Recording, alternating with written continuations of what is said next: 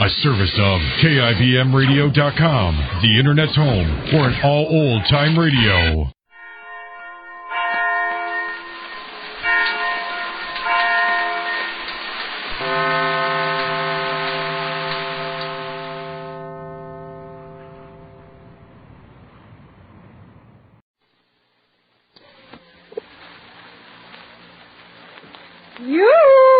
Is anybody? There she is. That's Molly Goldberg, folks. A woman with a place in every heart and a finger in every pie. And now the makers of New Does, that new kind of soap for everything right down your wash line, bring you another visit with those good folks, the Goldbergs.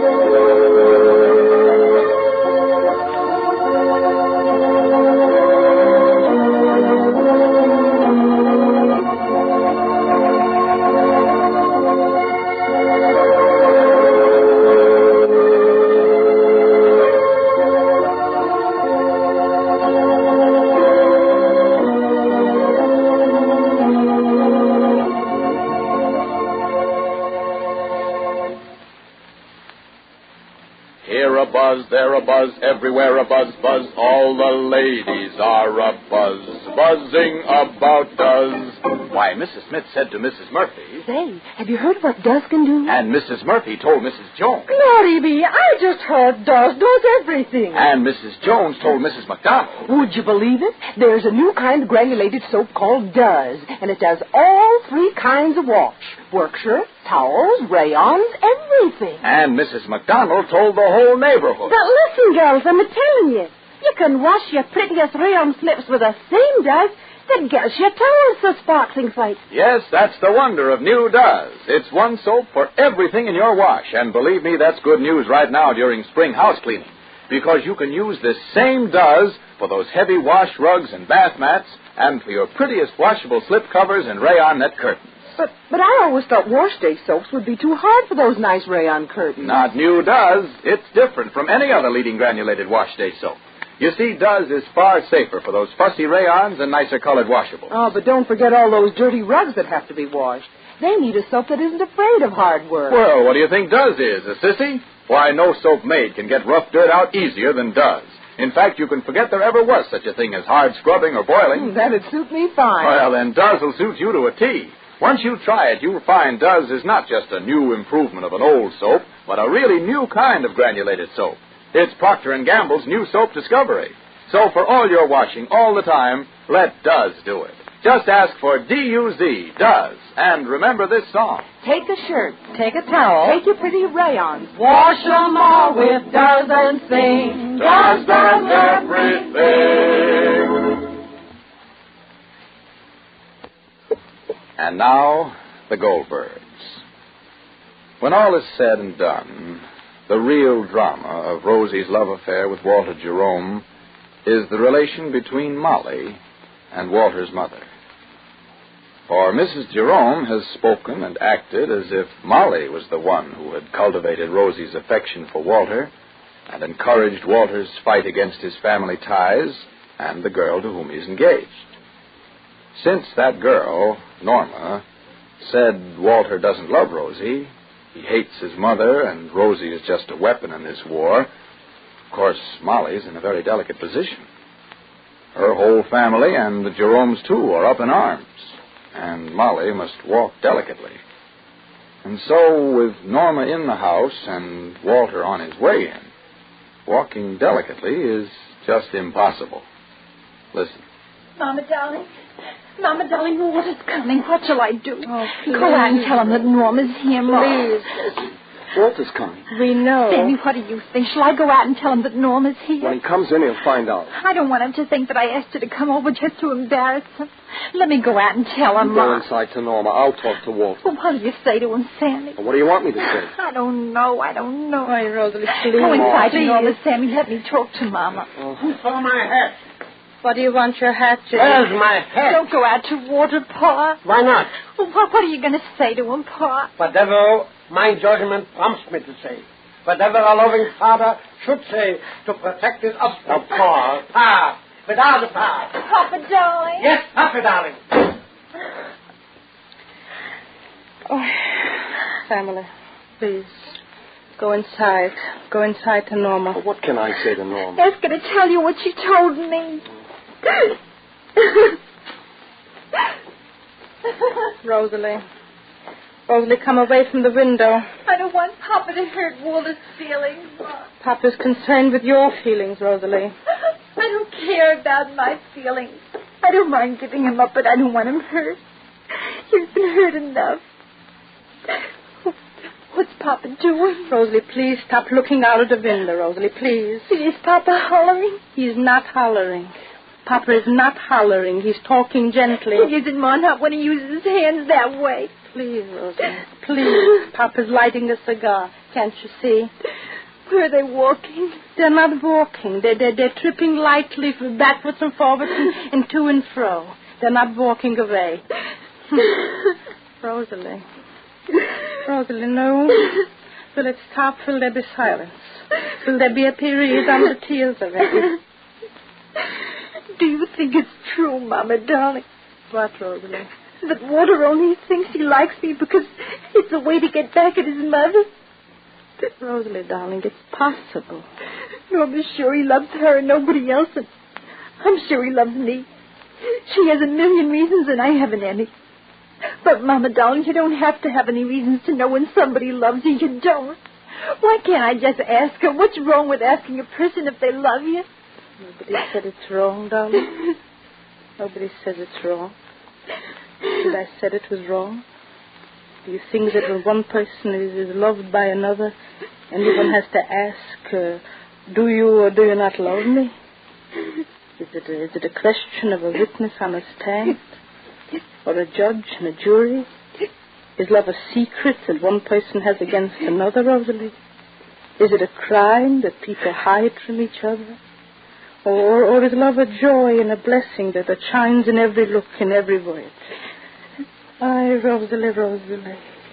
If you feel that you have to ask Walter, that means that you don't know if he loves you or not. That means that you're not sure. And if you're not sure, then you shouldn't see him anymore under the circumstances and the conditions.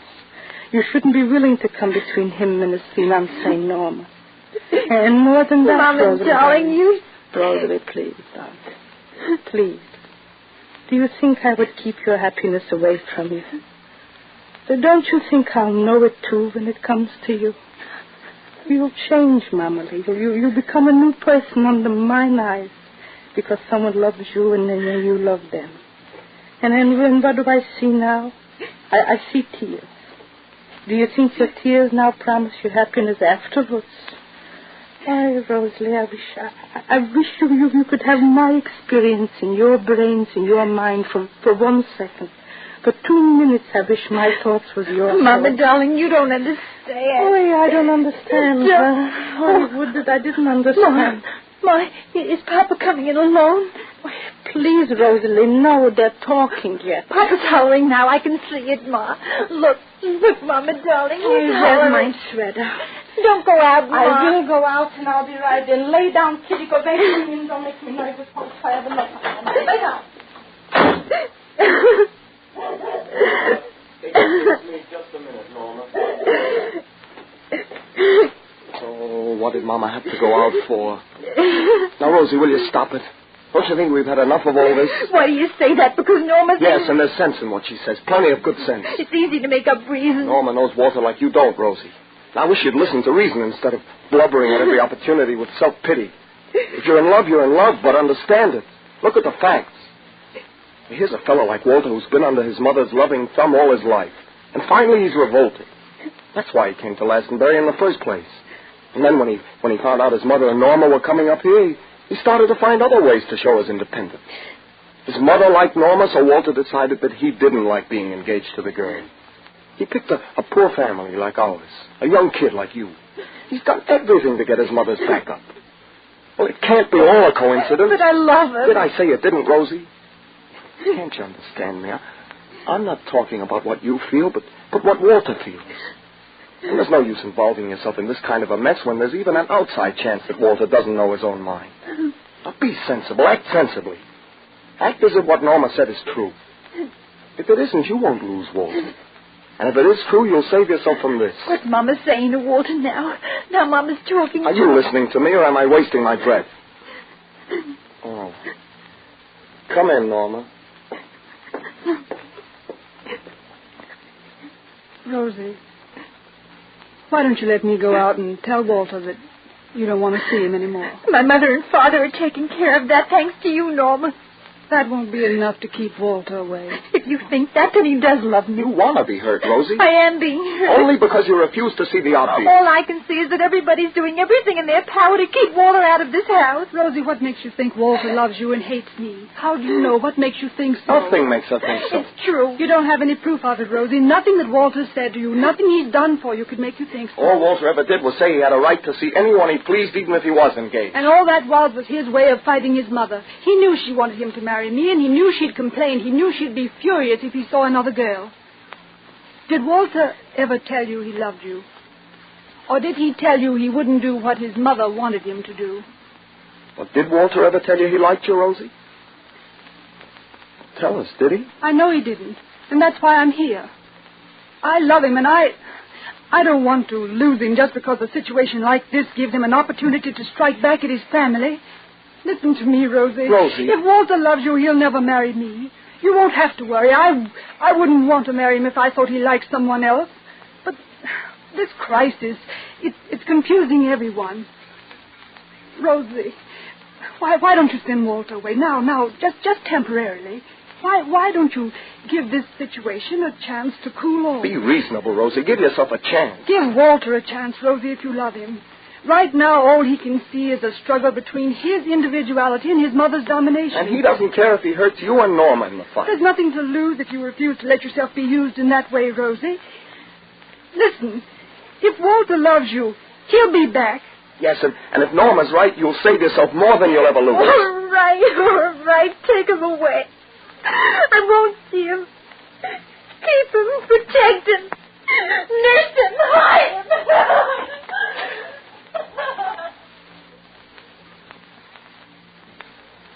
But Rosie's decision to give Walter up, like her decision to keep him, is equally suspicious.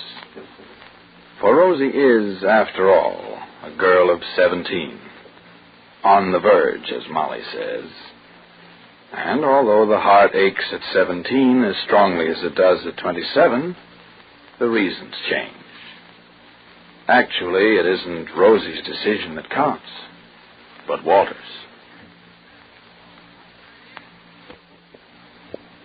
You know, I think it's time you showed your dishpan who's boss. Yes, just stand up for your rights and say no more of those old-fashioned halfway soaps. I mean those tough granulated soaps because they fall short on safety for your hands. And I mean those bar soaps because they don't have real speed. You see, such halfway soaps don't belong in your dishpan now that new Does is here. Yes, I mean that brand new kind of granulated soap for everything in your wash. And believe me, this same Does has everything for dishes, too, from whirlwind speed to extra gentleness for your hands. Why, your hands will come out of the dishpan feeling beautifully soft and smooth. In fact, Does is far kinder to your hands than any other leading granulated wash day soap. Yet no soap made can beat Does for speedy dishwashing. It cuts even tough grease without any hard scouring. Why, you can tell by the suds how different new Does is. Just ask for Does today. It brings you a new kind of dishwashing. Be sure to listen to the next episode of The Goldbergs, written for you by Gertrude Berg. Tomorrow, Sammy and Norma talk with Walter, and Walter acts in his own determined way. This is Clayton Collier wishing you good day for Procter & Gamble, makers of Does, the new kind of granulated soap for all three kinds of wash.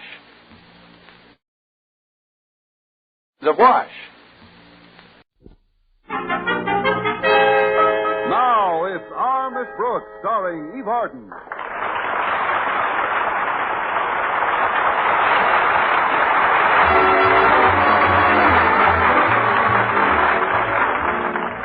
Well, in the years that our Miss Brooks has been teaching English at Madison High School, she has established some mighty fine relationships, not only with her fellow teachers, but in the outside world as well. No better example is my relationship with Mrs. Margaret Davis, my landlady. And the reason we get along so well is because we cooperate so thoroughly. For instance, when I have a problem, I don't hesitate a minute. I bring it right to Mrs. Davis. And whenever she has a problem, she keeps it to herself. However, last Thursday morning at breakfast, I could tell something was bothering her. I know something's troubling you, Mrs. Davis. Won't you tell me what it is? It's nothing, Connie. Here's your coffee, dear. Thanks. You know you'll feel better if you get whatever's annoying you off your chest. I told you, Connie, it's nothing. Now drink your coffee and stop worrying. All right. If you say it's nothing, I guess it's nothing. I may lose this house in a few days. Now, that's what I call a very high-class nothing. Did you say you might lose this house? Yes. There's a payment due on the mortgage, and I just don't have the money. But that's happened before. Why, I remember in 1953 I owed you 6 weeks back rent. Of course, things were a lot tougher then. I know. You only owe me 5 weeks' rent now. Not that would solve it. You see, in the past, when an installment came due, Mr. Humphreys always handled the matter personally. He was the manager of the Broadview Realty Company. Isn't Mr. Humphreys in charge now? No, he isn't. You see, he was always most lenient with me. In fact, many's the time he'd just write paid on my account months before I got the money together. Now Mr. Humphreys has been transferred. Where to? Alcatraz? Oh, I know I shouldn't kid when you're so worried, Mrs. Davis, but it is a coincidence you're mentioning real estate trouble this morning. Madison High School's been having its own property problem. What kind of a problem, Connie? Well, you know the 3 acres that adjoin the school grounds. Yes. Mr. Conklin's been trying to buy them so we can build a more suitable athletic field. But so far, the old skinflint who owns the land won't sell. It makes me furious. You? But since when have you been so interested in athletics? Since I found out that one of the acres won't be used for the field, but could be used for picnics and strolls during lunch hour through beautiful trees and shrubs with a certain beautiful biology teacher named Philip Boynton. It's a woodland paradise. But I've seen that property, Connie. Why, once you get into the trees, the shrubbery's so thick you can't stroll 6 feet. That's what I say. It's a woodland paradise. Now I've got to get ready for school. Walter Denton's picking me up any minute. Now, don't you worry too much about the installment on your mortgage. Maybe the man who replaces Mr. Humphreys at the realty company will be even more patient than he was. Oh, I'm not going to brood about it, Connie. After all, life is short, and so am I always say. Is that what you always say? I used to always say that, too, but I outgrew it when I was 12.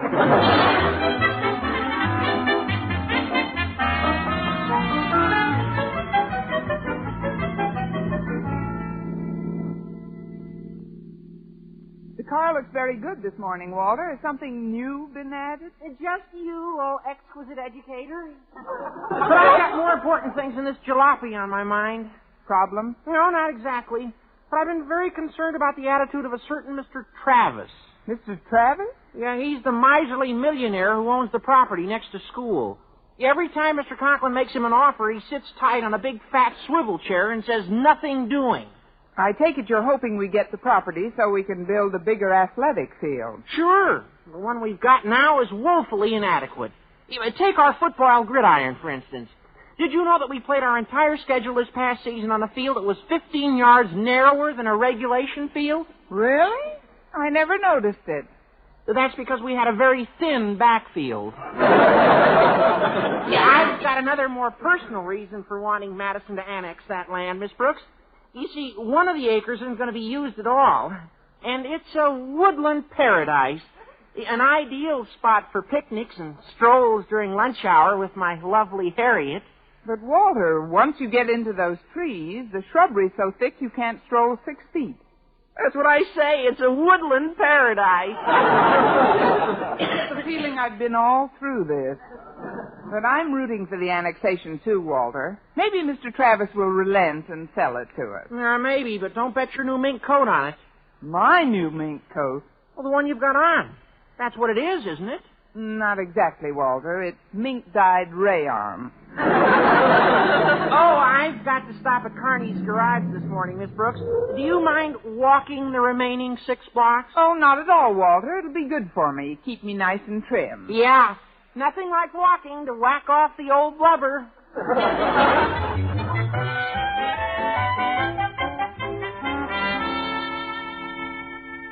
How does it look, Daddy? Do you think Mr. Travis will sell Madison the adjoining property? I'm afraid not, Harriet. It makes me very sad. You see, one of the acres wouldn't be needed for the athletic field, and it's a woodland paradise. Why, you could send your boyfriend, Walter Denton, into those trees during lunch hour to pick you some flowers. But, Daddy, once you get into the trees, the shrubbery's so thick you can't walk 6 feet. Walter might trip and break a leg. That's what I say. It's a woodland paradise. Of course, we might get the property if we could force Travis into selling. Force him into selling? Why, Harriet, wherever do you get such ideas? But Daddy, you just However, it might be the only way. But how do we force him? Of course, if someone were to threaten to sue Mr. Travis because of an injury incurred on his property, that might do it. An injury incurred? On Mr. Travis' property? Child, your thoughts are positively diabolical. But it may be the solution. An injury and a threatened suit. Yes, the more I think about it, the better I like it. Goodness knows it could happen easily enough. The fence around his land is strewn all over the sidewalk. A person could sustain a fine accidental injury there. But how, Daddy? How do I usually sustain my accidental injury? Quite simply, my dear. Miss Brooks drops a typewriter on my foot. Miss Brooks closes a door on my hand. Or Miss Brooks sweeps my glasses to the floor with a pointer. You mean you're going to walk past Mr. Travis' place with Miss Brooks and just let nature take its course? Not exactly, Harriet. We're going to reverse our usual roles. This time I'm casting Miss Brooks as the damagee.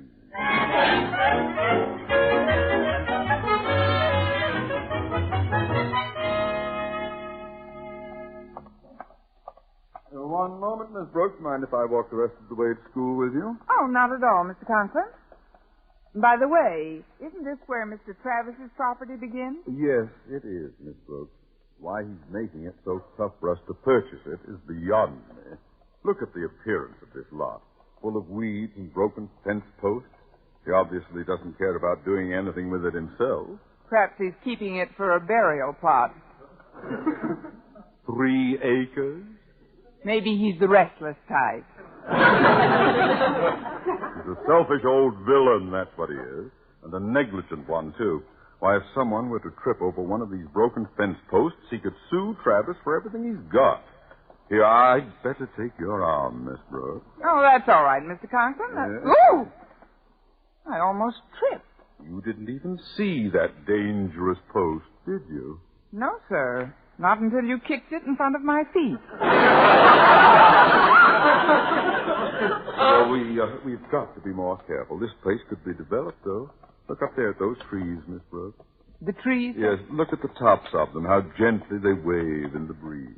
Yes, they're very pretty. Oh! Oh, Miss Brooks, you stumbled right over this fence post. Oh, you poor creature. I'm all right, Mr. Conklin. I'll just get up. Don't move. Don't move. You must have sprained your ankle. We'll sue Travis for plenty. But nothing hurts me, Mr. Conklin. Nonsense. Some injuries take hours before they give pain. Oh, let me see your foot. Ah! Just as I suspected. It's swollen up to 3 times its normal size, and it's stiff as a board. You're feeling the fence post, sir.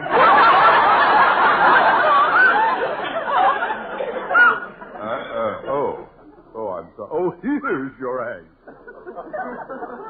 Now, does it hurt when I press here? No. How about here? No, sir. How does it feel when I give it just this little twist? Oh! Oh, I knew it. You can't walk at all. You can't even stand up, can you, Miss Brooks?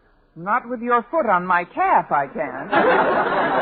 Now, please, Mr. Conklin, I'm perfectly all right. Oh, Miss Brooks, are you hurt?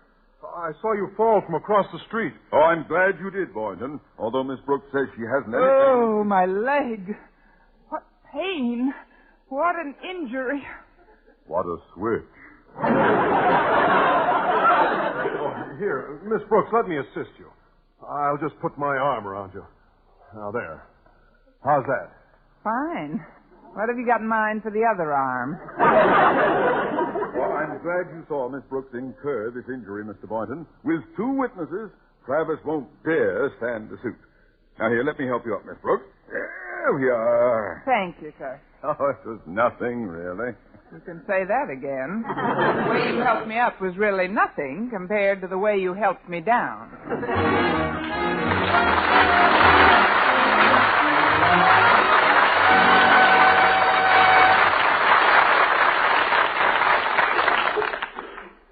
Mr. Conklin insisted that I go right home and get in bed. He also insisted on calling Mr. Travis to tell him that I was bringing suit against him. At noon, I was lying down on the couch in the living room when Mrs. Davis came in. Just what happened, Connie? Well, frankly, Mrs. Davis, the whole thing was planned by Mr. Conklin. You see, he thinks that if Mr. Travis is sued for damages, it'll be easier to buy his property from him. Well, I hope it works, Connie. I've never met the man, but from what I hear, he's something of an ogre. Well, ogre is as ogre does. But there's no sense in my lying here like an invalid when I feel perfectly all right. I think I'll go out and stroll around the backyard. Oh, I'll answer it. You stay right on that couch, Connie. The rest will do you good. Why, it's Mr. Boynton. Come on in. Well, thanks, Mrs. Davis.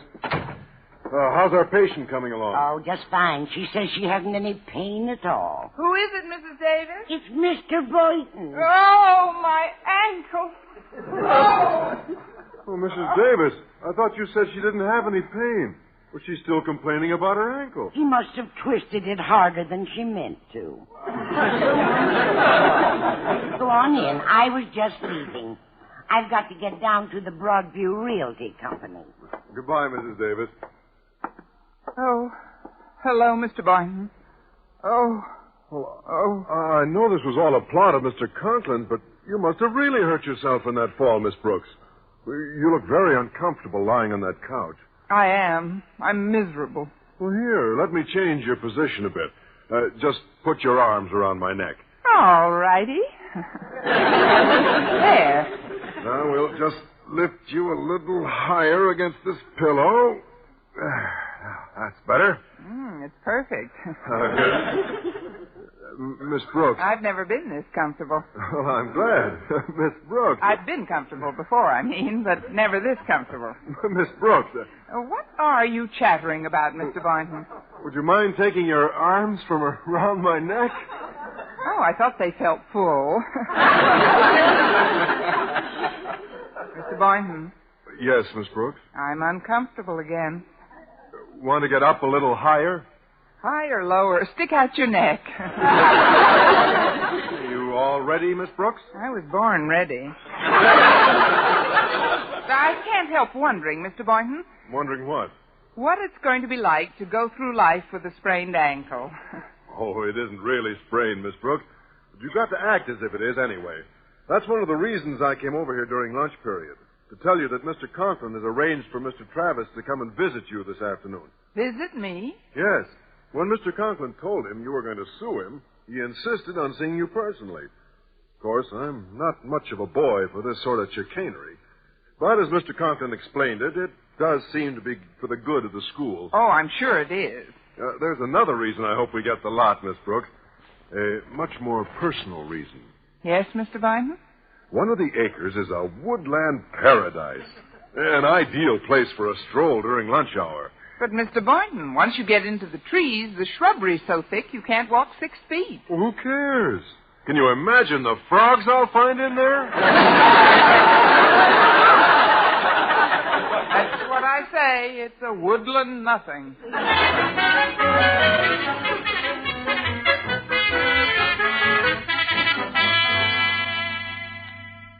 And what can I do for you, madam? I'm Mrs. Davis.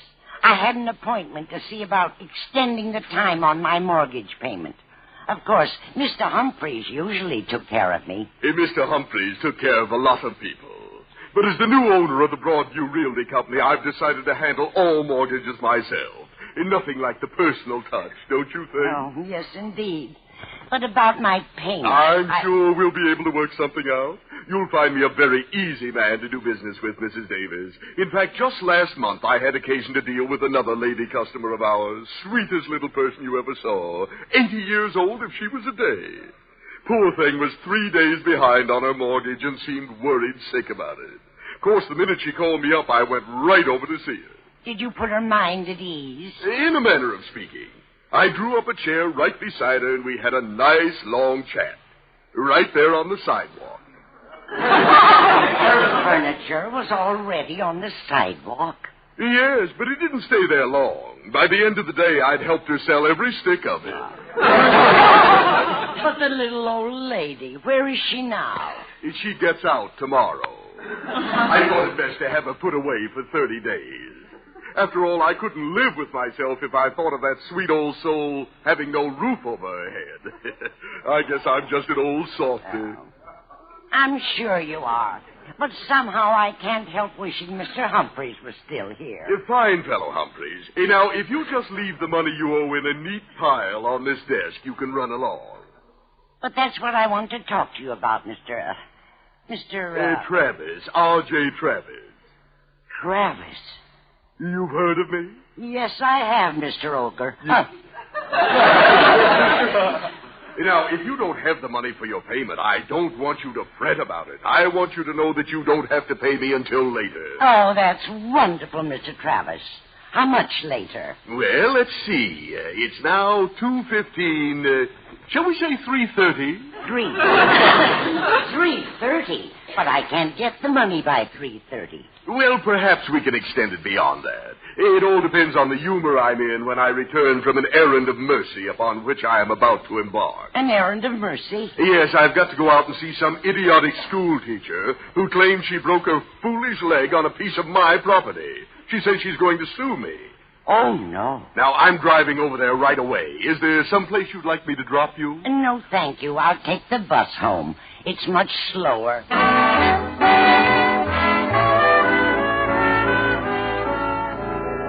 Well, it may be all right to threaten to sue someone for an alleged injury, but not when that someone happens to hold the mortgage on your landlady's home, and particularly not when a payment is due on that mortgage. Unfortunately, Miss Brooks is not aware that the someone in both cases is named R.J. Travis, whom she's expecting at her house momentarily. Well, Mr. Travis should be here any minute now, Miss Brooks. Well, I'm sure your appearance will convince him that you're in pretty bad shape. Thanks a million. I mean the way I've taped up your ankle. Oh. And not only will it impress Mr. Travis, but the support should do the ankle itself a lot of good. It certainly should. There's only one thing wrong. What's that? You've taped up the wrong ankle. Well, Miss Brooks, why didn't you say something? Oh, come now. I'm sure Mr. Travis will never know the difference. Oh, there he is. Now, you stay right here on the couch, Miss Brooks. I'll let him in. Oh, Mr. Conklin, come in. Is Travis here yet, Boynton? Oh, no, sir, not yet. Oh. It's all right, Miss Brooks. It's only Mr. Conklin. Oh. That's right. Get a good rehearsal under your belt, Miss Brooks. We've got to frighten Travis into selling that property. I'll get it. Miss Brooks, start suffering. Oh, come in, Mr. Travis. We've been expecting you. What are you doing here, Conklin? And where else should a principal be but at the side of his favorite teacher in her hour of need? And where is this great favorite at the moment? There she is. Really? I thought it was a coyote. Oh. There she is, Travis. An unfortunate soul struck down in the prime of her life. A victim of your negligence. One moment a happy, carefree person, the next a human catapult, hurled toward the ground with such cataclysmic force that a more catastrophic result was only averted by a miracle. I want the woman to tell me what happened in her own words. I took a Brody. It happened on your property, Mr. Travis. Who are you? He's Mr. Boynton, a biology teacher at Madison, and Miss Brooks' star witness in her impending suit against you. Isn't he sweet, Mr. Travis? He's a delight. Now, let's get this nonsense about a suit over right now. I refuse to accept any responsibility for this alleged accident. Alleged accident? Why, you have but to take one look at this poor woman to see what a gibbering wreck she's become. I'll admit she's no oil painting. But for all I know, her face is always twisted into those ugly contortions. Only when I smile. Now then, let's get down to cases. Miss Brooks is going to sue you for $5,000. $5,000? Oh, look, we're all sensible people here. Let's discuss this thing. I'm sure we can come to some equitable settlement. Mr. Travis, are you trying to bribe us? Are you attempting to buy our three people of our stature in this community by offering to sell your lot next to Madison High in exchange for our dropping the suit? Is that the bribe you have in mind? Certainly not. Then you haven't hit on the right bribe. Oh, look, gentlemen, these legal matters are very distressing to me. If you'll excuse me, I'll go make us some tea. Yes, do that. Hop up and make us some tea, Miss Brooks. Well, I may not hop, but if you'll hand me that cane, Mr. Conklin, I'll try and drag myself to the kettle. Oh, here, I'd better stand in back of you in case you fall. No, stand in front of me, Mr. Boynton. In front of you? It's more fun that way. Easy now, Miss Brooks. Let's see if you can walk. It's all right as long as I don't let my bad foot touch the floor. Why, Connie, what are you doing up? Oh, hello, Mr. Travis. Hello, Mrs. Davis. Why, Mrs. Davis, do you know Mr. Travis? We met today, Connie. Mr. Travis owns the company which holds the mortgage on this house. Like I say, I'll just hop out and make us some tea. Miss Brooks, halt! Now, walk back here, young woman. Yes, limp back here, young woman. I'm afraid that won't work, Miss Brooks. You haven't the trace of a limp. Isn't it amazing? For years, doctors have marveled at how quickly I recuperate. This suit was all a fake, engineered by you, Conklin. But, Mr. Travis, dear Mr. Travis. For your information, dear Mr. Conklin, I have a meeting scheduled with the Board of Education tomorrow, at which time I was prepared to sell the property adjoining Madison High. However, thanks to your ridiculous scheming, such a sale is now out of the question. Mr. Conklin, are you all right? I just slipped. Why Mrs. Davis keeps these scatter rugs here is beyond me. Oh, my ankle. I think I've sprained it. Well, that's the luckiest thing that could have happened to you, Mr. Conklin. Lucky? Certainly. You've already got 3 witnesses. Now all we have to do is get a good lawyer, and we can sue Mrs. Davis for the house she's about to lose.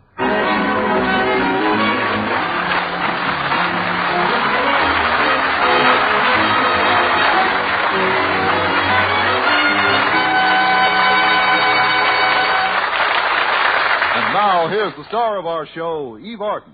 Well, Mr. Conklin got over his sprained ankle, but he still gets a terrible headache whenever he walks by that woodland paradise.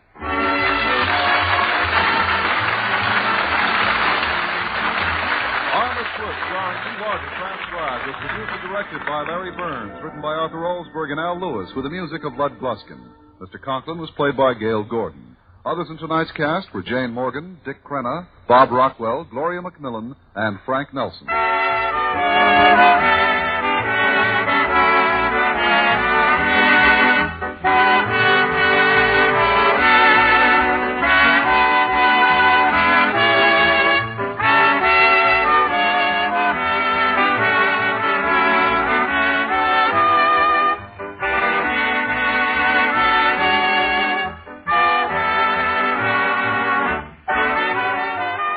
At this same time and over this same station, Eve Arden, in the role of Madison High School's favorite English teacher, Miss Brooks, will again call the student body together.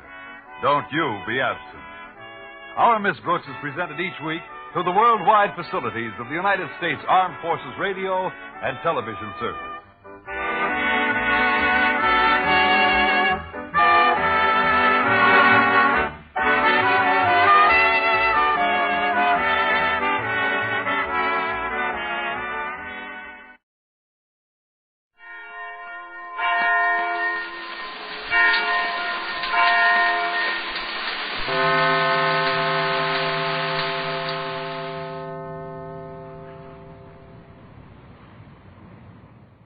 some is for me mummy, whose work is never done, but since Procter & Gamble invented Tide, her wash day seems like fun. Transcribed from Hollywood, Procter & Gamble's Tide, the wash day miracle that gives you the cleanest clothes in town, proudly presents The Red Skelton Show.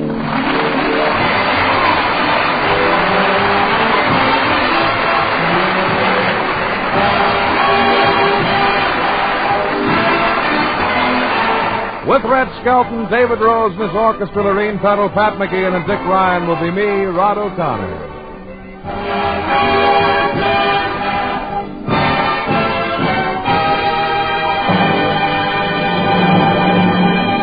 From the Skelton Scrapbook of Satire, a story entitled The Devil Returns. It stars as Junior the Mean Little Kid, MGM's clown, Red Skelton.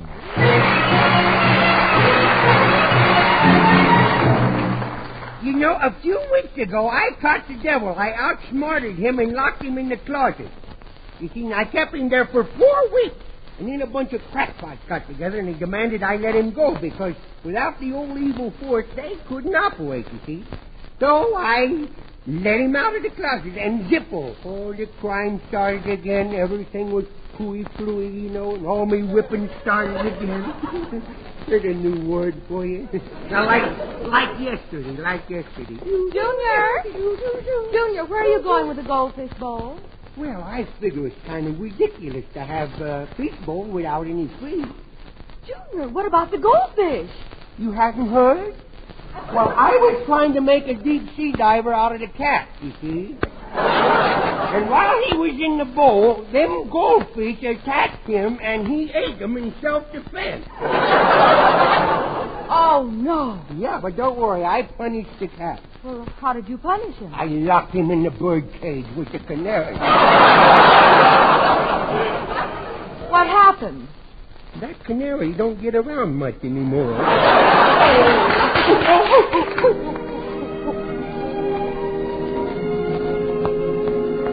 You see, I'm always getting smacked since that old devil's out, see? And yesterday was a very warm day for spankings, and oh, what a spanking I got, boy. Junior! Let me out of here. Where is that child? Let me out. Oh, we've left the television set on again. Let me out of here. What dribble they have on TV this time of year. Well, I'll turn this crummy program off. Junior! Down, you scared me! Junior! You come out of that set. Well, I didn't mean any harm. You know how close us kids like to get to the television set. I like to get in and look out. Goodness, I thought you would like to see what the front of me face looked like for a change. I hadn't seen enough but the back of my head for about 4 months. And why did you really climb inside? Well, I'll tell you, Hopalong Cassidy was in trouble. I don't mean to do things that are bad. Oh. What? But, Junior... That muffety duck gets him every time. Don't you see, darling? All there is inside the TV set is tubes and wires and electricity. Well, believe me, I found that out, boy. I never got the shock of me life, boy. And now I know how Uncle Bill felt when he got the hot seat. Your Uncle Bilt never got on the hot seat, as you call it. He died peacefully in bed after a long illness. A long illness, huh? Mm-hmm. Then why was it on the last day of his illness did all the lights in town go dim? Junior, what makes you say such things? Sometimes I think the devil has gotten into you. Well, if he's inside of me, we get rid of him right now. Give me a glass of soda pop. I'll drown him. Or better still, give me a piece of your homemade chocolate cake. I'll swallow it and knock his brains out. Here, don't you hit me. I wouldn't hit you. Oh? And if you go around saying I hit you, I'll knock your block off. Yeah. Hey, oh, by the way, talking about widow kids, did you hear about the kidnapping in Pasadena? No, what happened? They woke him up.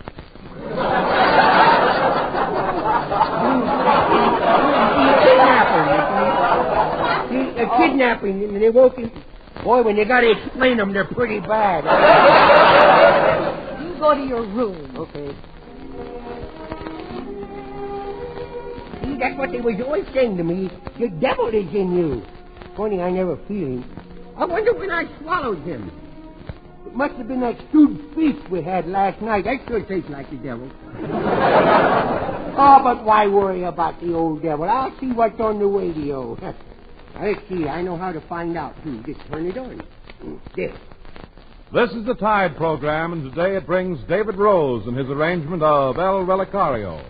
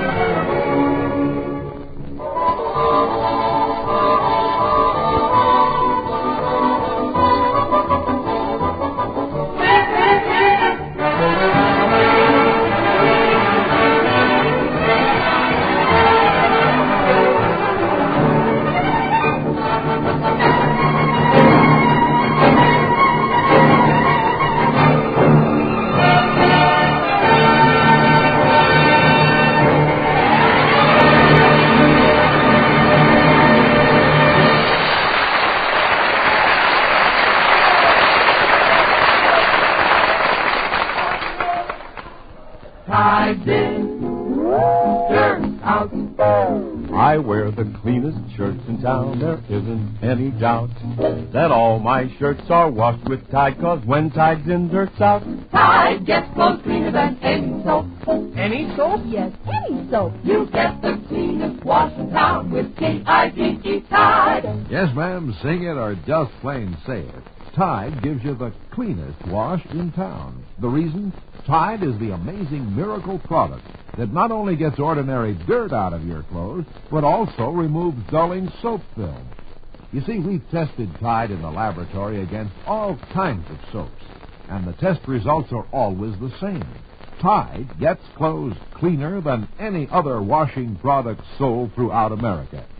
But millions of you women have proved that, washing and rinsing your own clothes. You've seen the Tide miracle in the cleaner clothes your children wear, your cleaner sheets and towels.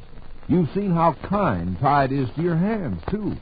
Next wash day, be sure you use Tide, and you'll hang up the cleanest wash in town. Tide gets clothes cleaner than any soap. Any soap? Yes, any soap. You get the cleanest wash in town with T-I-D-E, Tide. T-I-D-E, Tide. T-I-D-E, Tide.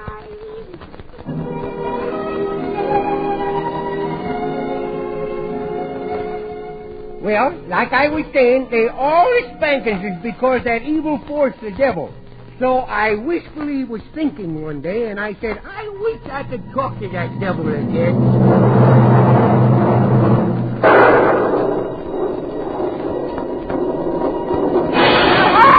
Ah! Did you call me? Who is you? Allow me to introduce myself, Junior. I am Satan. The devil, you say? Well, tell me, Red Boy. I hope you don't mind me calling you Red Boy. You see, Satan is so formal. Satan is so formal. Well, I'm just a widow kid. I can't read this stuff. Say, Red Boy, was you really inside me even after I let you go before? Yes, Junior. The devil is in anyone when he does something bad. Oh? And you have already enlisted in the devil's reserve. I have? I love everybody. Let me ask you something. What? Was it love when you gave your mother a poison ivy bouquet on Mother's Day? It most certainly was. Because she says on Mother's Day this year, I hope I get something I'm itching for. And she got it. Junior, how about being one of my official helpers? Okay, I'm not wanted around here, so I'll go with you. Would you get me a suitcase out of this starchy case? With pleasure. Good. Let's see your suitcase. It was this one, I remember. I don't know which one, but you'll have time to figure it out. Because I got you locked in there again, you red, stupid sucker, you boy. Junior, this has gone far enough. Let me out of this closet immediately. I'm sorry, hot stuff, boy, because people are going to be happy again now. You see. I say let me out. I am sorry. I have locked the door and put the key down my shirt front. And the Johnson office will not allow this scene to go any further. I'm going to turn on the radio and let you hear for yourself what the world is like without your presence. This is your 10 o'clock newscast. We have it on unimpeachable authority that the devil is still a prisoner at Junior's house and brotherly love reigns triumphant. Typical comment was made by the chairman of the board of the Eastinghouse Radio and Television Corporation. We have received so many correct replies to our recent contest that we can't bring ourselves to give out only a measly 42 trips to Hawaii. Instead of the cost of $10 billion, we're going to bring Hawaii here. Washington, D.C. I do hope that you enjoy your trip back to Japan, and I am sorry. It's okay, Harry. Okay, Mac.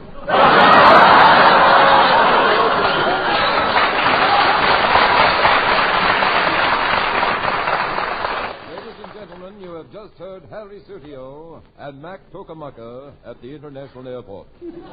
This is a public service feature, by the way. A spirit of friendliness was everywhere. Those women who use Tide and rinse were even speaking to those women who use Tide and don't rinse. Peace and goodwill have even penetrated to Red Square, Moscow. The ex-rulers of the Kremlin are taking a walk in the open street.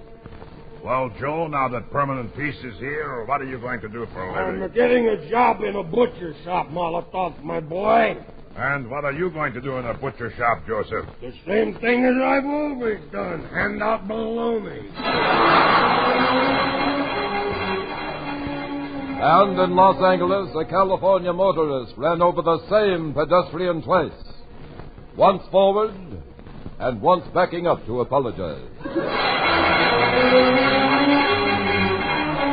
And Colossal Films announced a new picture entitled I Was a Communist in Hollywood with an all-star cast.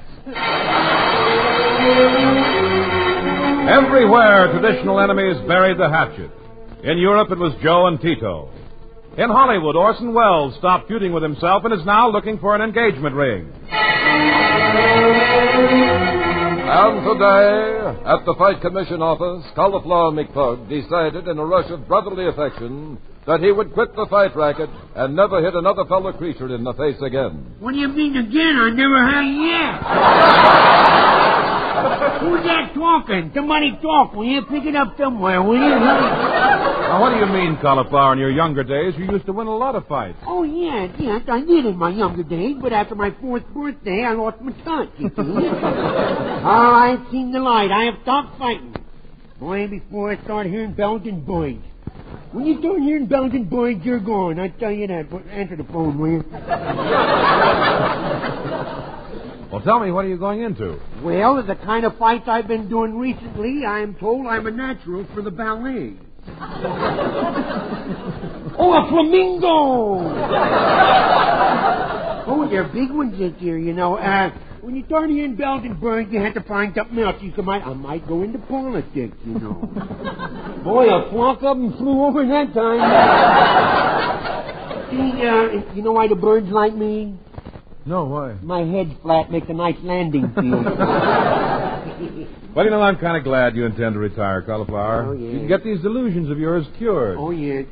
Think what it would be like with no birds, no bells, no fights, no little man who isn't there. No sponsor. You see, after all, I really don't hear bells and birds, you see. But the public demands it. Well, the truth is you're too punchy to know what you believe. Me, Punchy? Wait until I introduce... I'm Punchy. Like I did, the public demands it. Wait till I introduce you to my manager. He's even punchier than I am. You mean the little guy who's always following you around, and when you turn around, he's never there?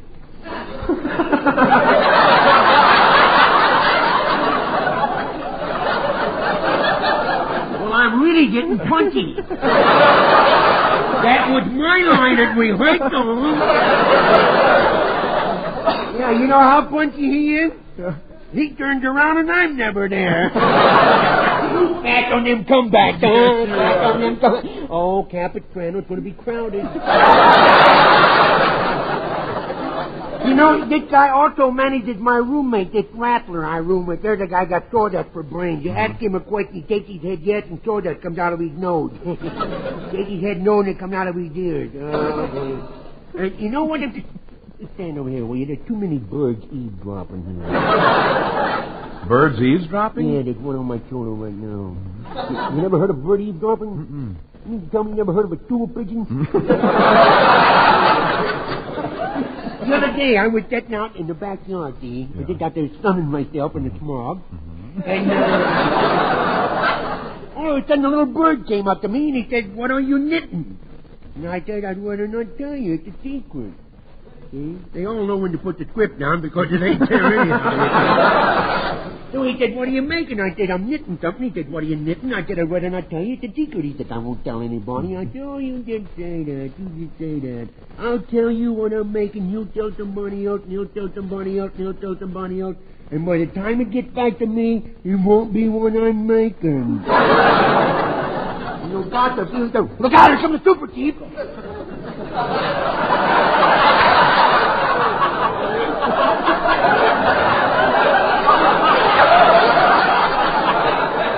Boy, that thing's fast, isn't it?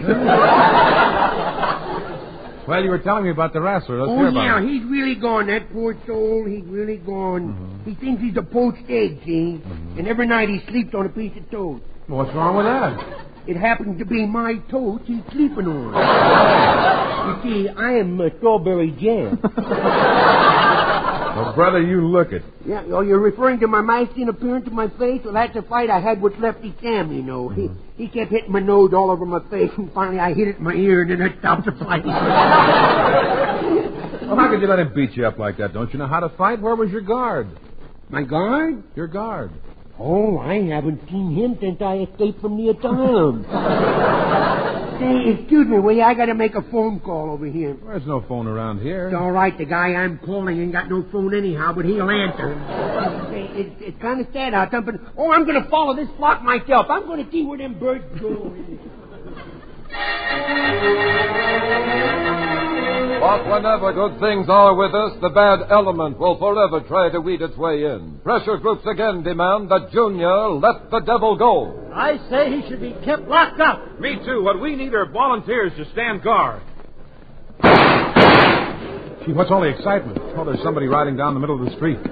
It's Deadeye. Whoa! Whoa! Ah, come on, horse! Whoa! Deadeye, what are you doing in town? I don't know. I'll tell you in a minute.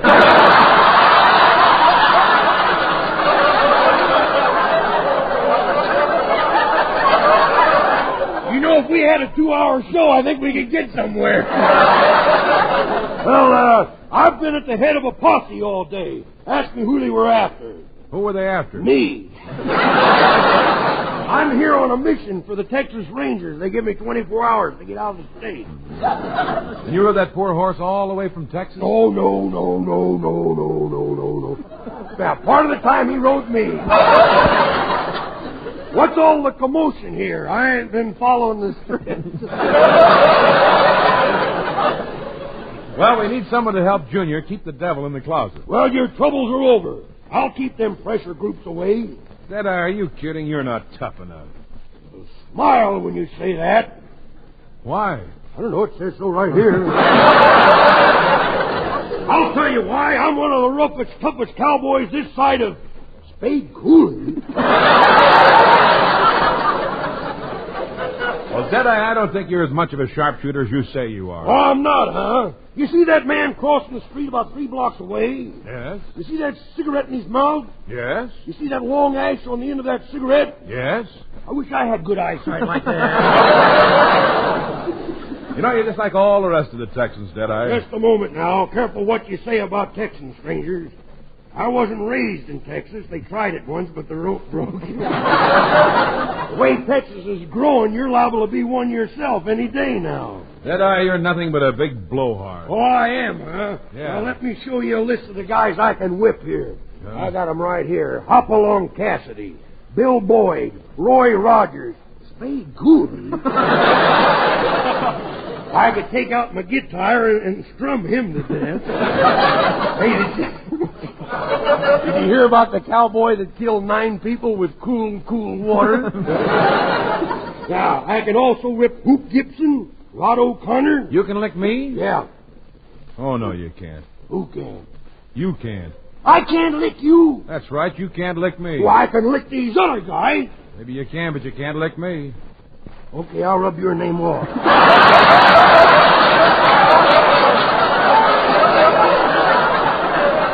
on, now let me stand guard. Yes, okay, Deadeye. You can stand guard if you want to, but don't let anyone near that closet. Okay, to help keep the crowd around, ask David Rose and his orchestra to entertain the crowd with a serenade to a lemonade.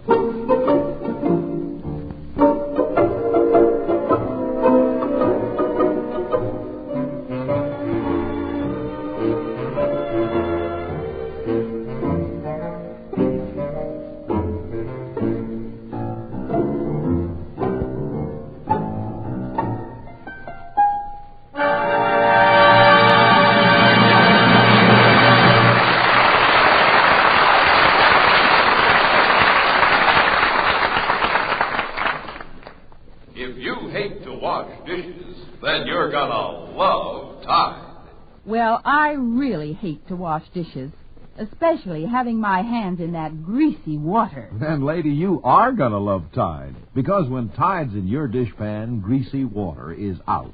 Not only does Tide cut grease amazingly, it seems to make grease disappear completely. That sudsy water stays so fresh and pleasant, your hands will love it. And Tide's mighty kind to your hands, too. Yes, but I still hate all the time dishwashing takes. Lady, you're going to love Tide on that score, too, because Tide saves you time. You see, you don't have to wipe dishes with Tide. Just rinse them, and they drain dry. Yes, and they're sparkling clean. Cleaner than any soap will get them, with no soap film to dull them. Say, I guess I am going to love Tide. Well, you just try it. You'll soon see how much easier, quicker, and pleasanter dishwashing can be. Remember, if you hate to wash dishes, then you're gonna love Tide.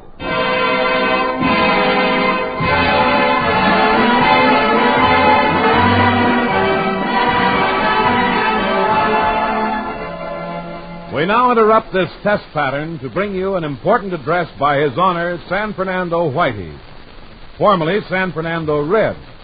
With so many investigations going on, he thinks it better to be called Whitey. I'll give you 2-1. You show me where it says that. Thank you. My friends, and you are my friend. I'll stand here in front of you because I'm not in back of you. I got a frog in my throat.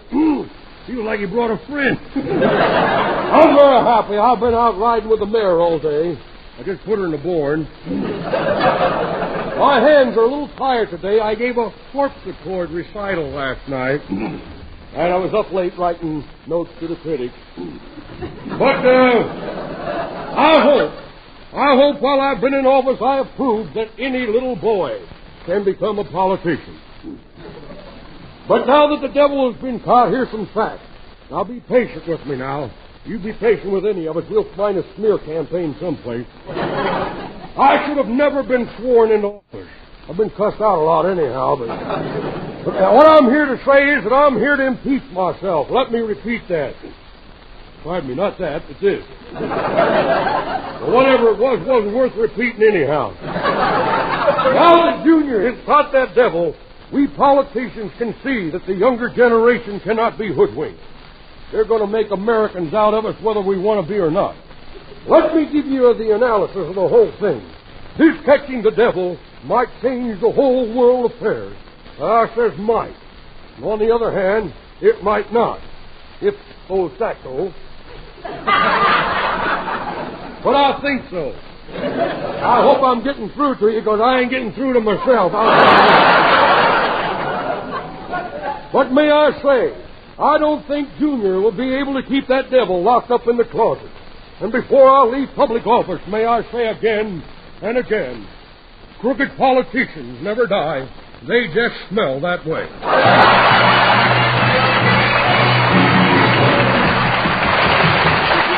My friend. Yes? What do you intend to do with me? Well, as far as I'm concerned, you can go to your legal residence. That's a nice way of putting it. You say you're letting me out? No, I'm not letting you out. Junior, dear, it's your bedtime. Dear, I didn't think you cared, Red Boy. You let me out, and I'll guard the closet door while you get some sleep. Oh, you poor simple simpleton, you. My boy, I'm proud of you. Such determination. Oh. Let's go to the sweet shop for a double chocolate soda with a banana split float. Please, let's not be sickening about it. Look, you young believer of good, I have news for you. All this isn't really happening. It's just a boyish dream you're having. Soon I will be on the loose again. You came up here to take your nap and you fell asleep. I am not asleep. You are asleep. No, it's not true. I'm wide awake. All of us little pigs are awake. Just to prove it, I will turn to the voice of the people. Folks, could I ask you something? Is peace on earth, goodwill towards man just a dream? Or can it really happen? Tell him I'm awake. Tell this evil power that we are all awake. We are awake, aren't we? Sure we is. Because now we can see that those who thought that they were getting something for nothing will wind up doing something for nothing.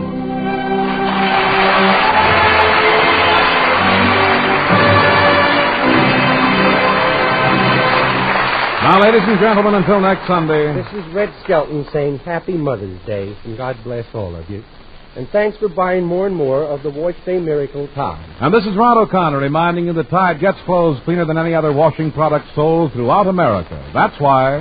Get the cleanest washing town with T-I-D-E Tide. T-I-D-E Tide. Join us again next Sunday for the Red Skelton Show. Red Skelton has written this program through the courtesy of Metro-Goldwyn Mayer. Today, there's an ever-increasing need for graduate nurses. A girl who is a high school graduate or college student can have an interesting, richly rewarding career as a nurse. For information, go to your nearest hospital or collegiate school of nursing. This program is a copyrighted feature transcribed from Hollywood. This is CBS, the Columbia Broadcasting System.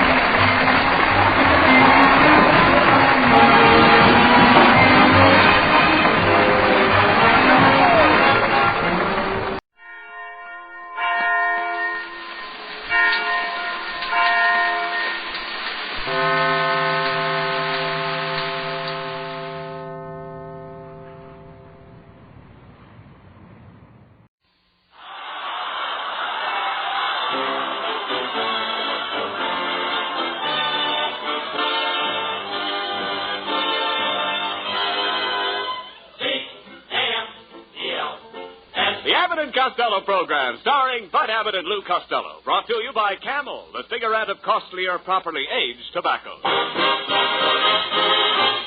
The Abbott and Costello program, with the modern rhythm of Will Osborne and his orchestra, Iris Adrian, our singing star Connie Haynes, and spotlighting that chunky, chubby little cherub who, when caught putting a red tail light on his Uncle Artie Stebbins' pajamas because he heard he walked in his sleep, calmly said, I'm a bad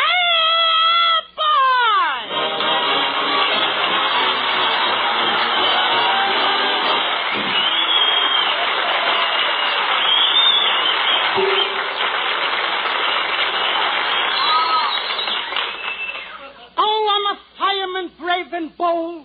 I'm always on the alert. I put out the fires with my water pistol because I'm a little squirt. Costello, do you realize that we are working in a firehouse? What's the idea of walking in here late for work? Oh, well, Abbott, I couldn't help it. You remember the fire went to last night, and you told me to take pictures of a burning building with my candid camera? Yes, what about it? Well, when the fire truck went around the corner, I fell over backwards, and I swallowed the candid camera. Well, why should that make you late? I had to sit up all night in a dark room and see what developed. Look, Costello, there's going to be no nonsense around this firehouse. And for your information, I have just been appointed captain. Oh, you're the new captain? Uh-huh. Yeah, but I heard about it. You I did? brought you a present. It's a beautiful fire extinguisher, and it's guaranteed to last 200 years. A fire extinguisher that lasts 200 years? Mm-hmm. I don't expect to live that long. Where you're going, you can take it with you. Hiya, Captain. Never mind now. There you go. What kind of a fireman are you? Do you realize this week is Save a Life Week? Oh, sure. I know it's Save a Life Week. I did my share yesterday. Who did you save? I had a date with two girls, and I saved one for tonight. I thought so. You're in no condition to save anybody. Just look at your stomach. Oh, what's the matter with my stomach? Oh, you want to diet. Why should I diet? I like the color it is now. I'm not talking about the color. Abbott, I am very proud of my stomach. Oh, you should be. Now, every day I lay out in the backyard and I let the sun shine on my stomach. What's the big idea? It always makes me feel good to see a nice pot roast.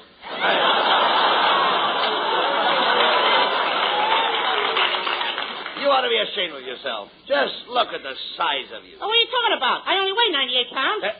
98 pounds? Mm-hmm. Why, you dummy, you're 60 inches around the waist. Yeah, but I'm hollow. Costello, I've had enough of this. If you're going to be a fireman, you're going to get busy and exercise right now. Oh, Abbott. Abbott, come on. Please, Abbott. No more exercise. Yes. I'm weak now. I don't care. Look at me, Abbott. I know. I'm so weak I can't even stand up straight. Why are you leaning to one side? I parted my hair off center and it throws me off balance. Talk sense, will you please? Did you do as I told you? Did you get out and play handball this morning? Oh, play hit? No. My hands were all blistered. Did you take your 10-mile hike? No. My feet were all blistered. Did you go horseback riding? No. I couldn't find a saddle. Look, will you quit your stalling, please? Now, you're going to do your exercises, nevertheless. Now, get in there and take your clothes off and get dressed for gym. Get dressed for gym? Jim who? Gymnasium. Why should I get dressed for him? I don't even know the guy. No, you dummy. I want you to go in in the back room and work out. You want me to go in the back room and work out? Certainly. How am I going to work out if I'm in? What are you talking about? You can either stay out and work out, or you can stay in and work out. Make up your mind. Am I in or out? It doesn't make any difference. Some people don't like to work inside because they get all in. So they go out and work out outside. Yeah. So they won't get all in from working out inside. Now, the guy has got me inside out. Oh, forget about this exercise. I guess the only way I can build you up is with vitamins. Vitamins? Yes. For instance, B1. B1 what? Just B1. Just B1? Yes. Are you one? No. What's the matter with you?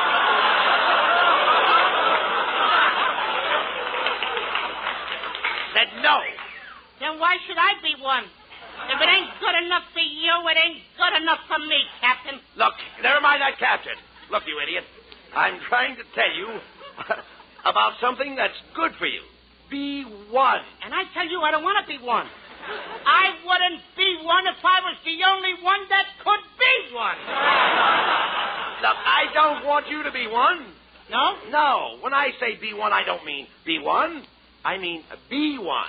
Oh, when you say B1, you don't mean B1, you mean B1. That's right. Let me smell your breath. Look, Costello, do you know anything about vitamins and calories? Oh, vitamins and calories. Sure, I know both of those guys. Paul Vitamin and Cab Calories. No. I'm talking...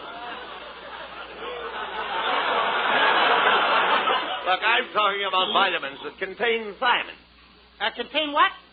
You know thiamine. Thiamine? Yeah. Oh, I know thiamine well. You do? Yeah, simple thiamine.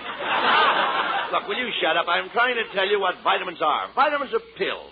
They start with A and they go to H. That's all right with me, brother. And you can still take your fire extinguisher with you. Now, never mind that. Will you keep still and pay attention?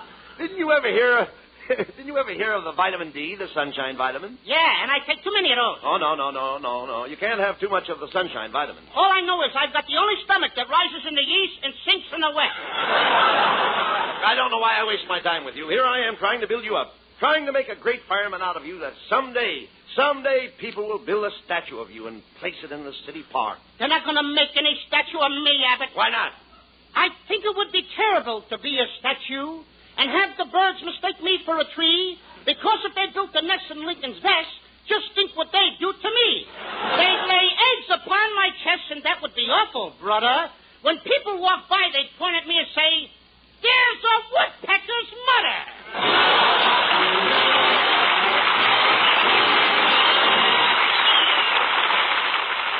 Thank you, Bud and Lou.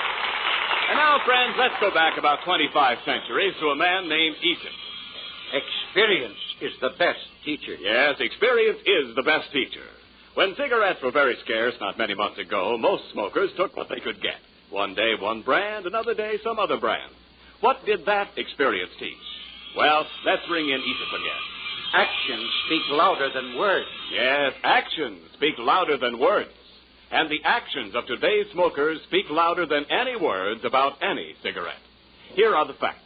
After more experience with different brands than ever before, more smokers are asking for Camels than ever before. Yes, factory orders show that the preference for Camels today is the greatest in all Camel history. Camels are the choice. Will Osborne and the Camel Orchestra bring us a tune from Will's new picture, The Swing Parade of 1946. Oh, brother.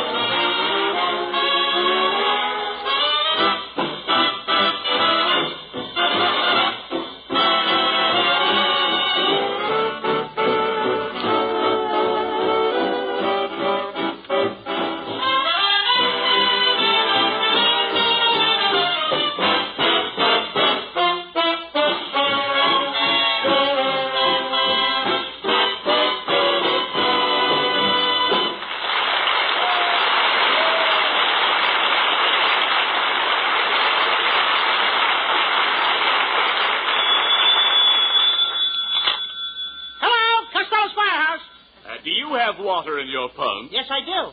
How do you keep your socks dry?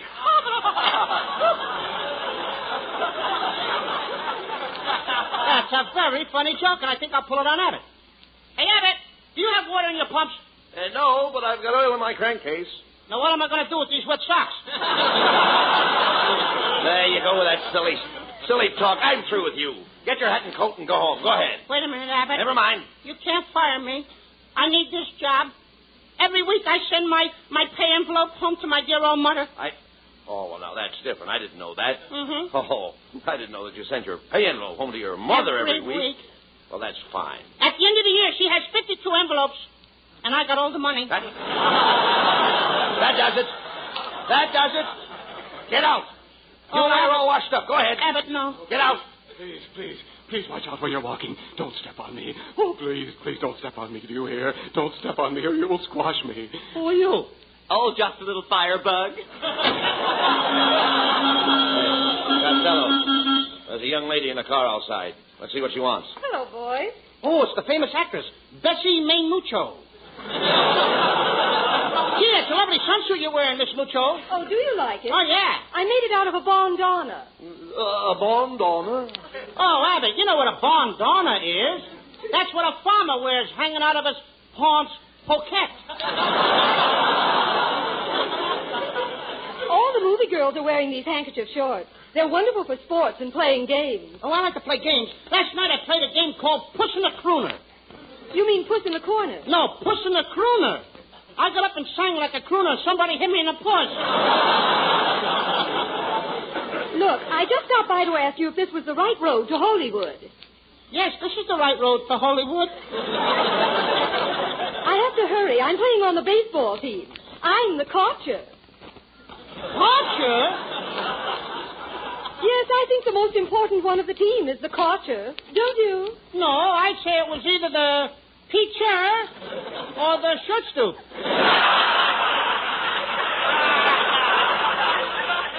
Well, I must be on my way. Au revoir.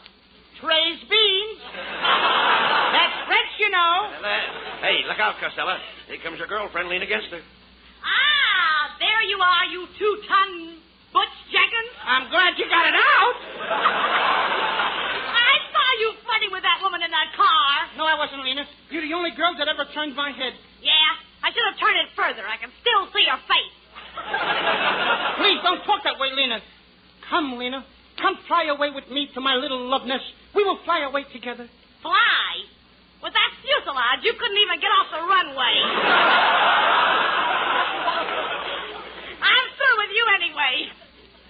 Every blonde you see, you think is pretty. I don't think every blonde I see is pretty. No, I don't, Lena. I don't think every blonde is pretty. Now, name one. Nelsonetti. Please, Lena, I'm crazy about you. Can't you see the two of us married? Yeah, I can see the man tying the knot. The preacher? No, the warden. I'd hang before I'd marry you. Goodbye. Hey, Costello, there's a 3-alarm fire. Jump on the truck. Okay, Abbott. Get everybody off the street. Hey, Abbott, tell that man to get out of the way. Get out of the way, huh? Oh, I can't walk on the public street, huh? No, it's Melonhead. Get a load of this guy Costello. Me, one of the most respected citizens in Glendale.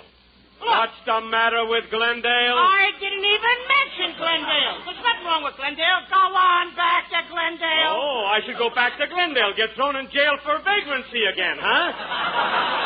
All right, then stay out of Glendale. Oh, I should stay away from Glendale. Want my wife to forget me, run away and marry that shoemaker from Azusa. Look, Melonhead, I don't want your wife to marry a shoemaker. She should run around in her bare feet, huh? I don't want your wife to run around in her bare feet. Fine thing. You don't want people to notice that she's got 9 toes on one foot. 9 toes? Your wife has 9 toes on one foot? Go on, start a rumor. Go ahead. Make me the laughing stock of Glendale. Now, look, Melonhead, you're not going to give me any more arguments this week now. Now, just forget Glendale. Forget me. Forget everything. Oh, I could lose my memory, huh? Walk around in the days like a dope. People should call me an imbecile. Look, I wouldn't let people call you an imbecile. Oh, you got a patent on it, huh? I'm an imbecile? I'm an imbecile? I'm an imbecile? Go on, brag. Melonhead, I got to go ahead to a fire. will you get out of the way? Go on, push me around, beat me, fill me, pull out your gun and pull me full of holes. Go on. I don't even carry a gun! Oh, sure, a gun is too noisy. Go on, pull a knife on me. Stab me, cut me to ribbons. I'm ready to die. I don't want you to die, Melonhead. I hope you live to be 150 years old. Oh, you want me to be an old man 150 years old with a beard, huh? I should tip over my beard, fall in the street, get run over by a truck, and then you'll take me to a hospital. Look, I don't want to take you to a hospital. Oh, you want me to lay there in the gutter and bleed to death, huh? Melonhead, I want you to be healthy so you can go to work. Fine thing. An old man, 150 years old, wants me to go to work. All right, don't go to work. Oh, I shouldn't work. I should starve to death, huh? Will you wait a minute, please? Nobody wants you to starve to death. Eat steak. Big, juicy steak. How do you like that? I'm 150 years old, not a tooth in my head. He wants me to eat steak. Melonhead, if it'll make you happy, I'll carry you around in my arms. Now he's trying to make an invalid out of me. You got me so mad now, Melonhead. I'm going to fight you. Yeah, I'll fight you. Yeah. Yeah, and I'll fight you. Yeah. And I'll fight you. Oh, yeah. Well, we did that, didn't we? Now, look, Melonhead, there's only one reason why I don't poke you right in the nose. And that's because I'm bigger than you. Yeah, well, it so happens that I'm bigger than you. Well, that's a better reason.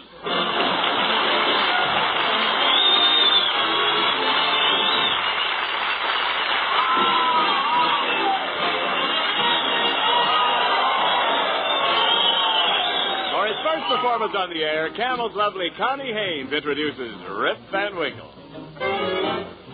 7,300 days is a long, long time to sleep. But Rip Van Winkle slept for 20 long years. Then he woke one day. Rip's red hair had turned to gray. Rip Van Winkle hurried back into town, and to his dismay, Rip's hometown had stopped to play. He found to his surprise a thing called swing was king, and he liked it. It opened up his eyes, and Rip got hip. Rip Van Winkle's wrinkles faded away, and he shed his beard. Rip the rage since he reappeared. So if you wanna swing and jive at the age of 95, start counting sheep and sleep like Rip Van Winkle. He found to his surprise a thing called swing was king, and he liked it. It opened up his eyes, and Rip got hip. Rip Van Winkle's wrinkles faded away, and he shed his beard. Rip the rage since he reappeared. So if you wanna swing and jive at the age of 95, don't be a drip.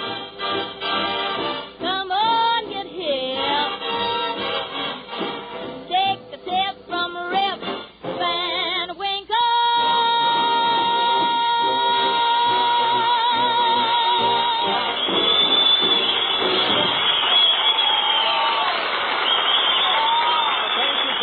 Thank you.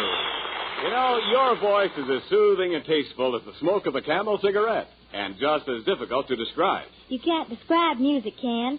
You have to experience it. Exactly. And you can't describe the smoke of Camels either. Each smoker must experience it for himself. Only his own T-zone to tell him how soothing and tasteful a Camel can be. The T-zone.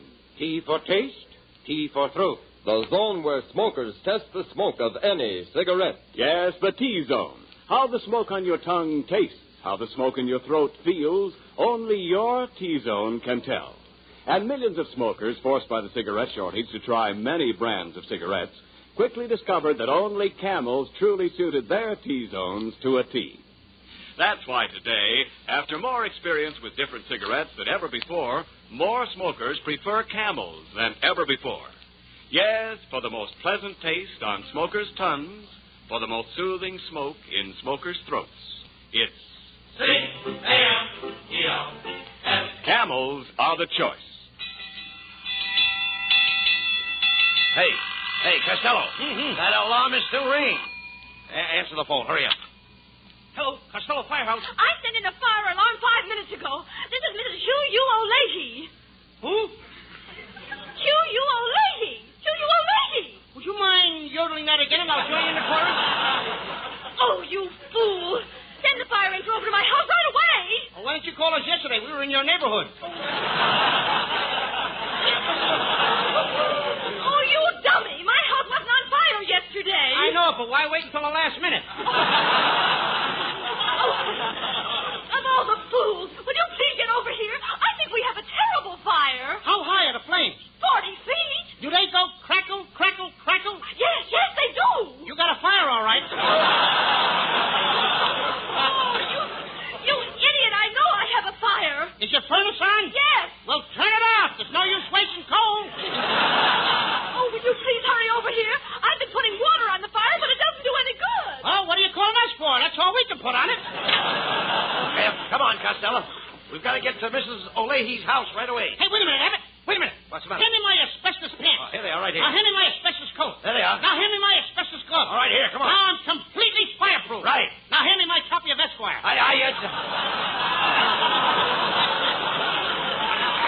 You dummy, this is no time to improve your mind.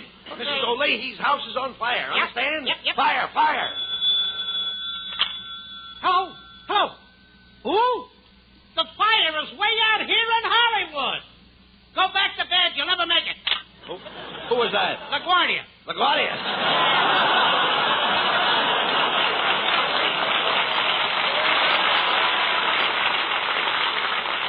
Come on, let's drop that phone and grab your helmet.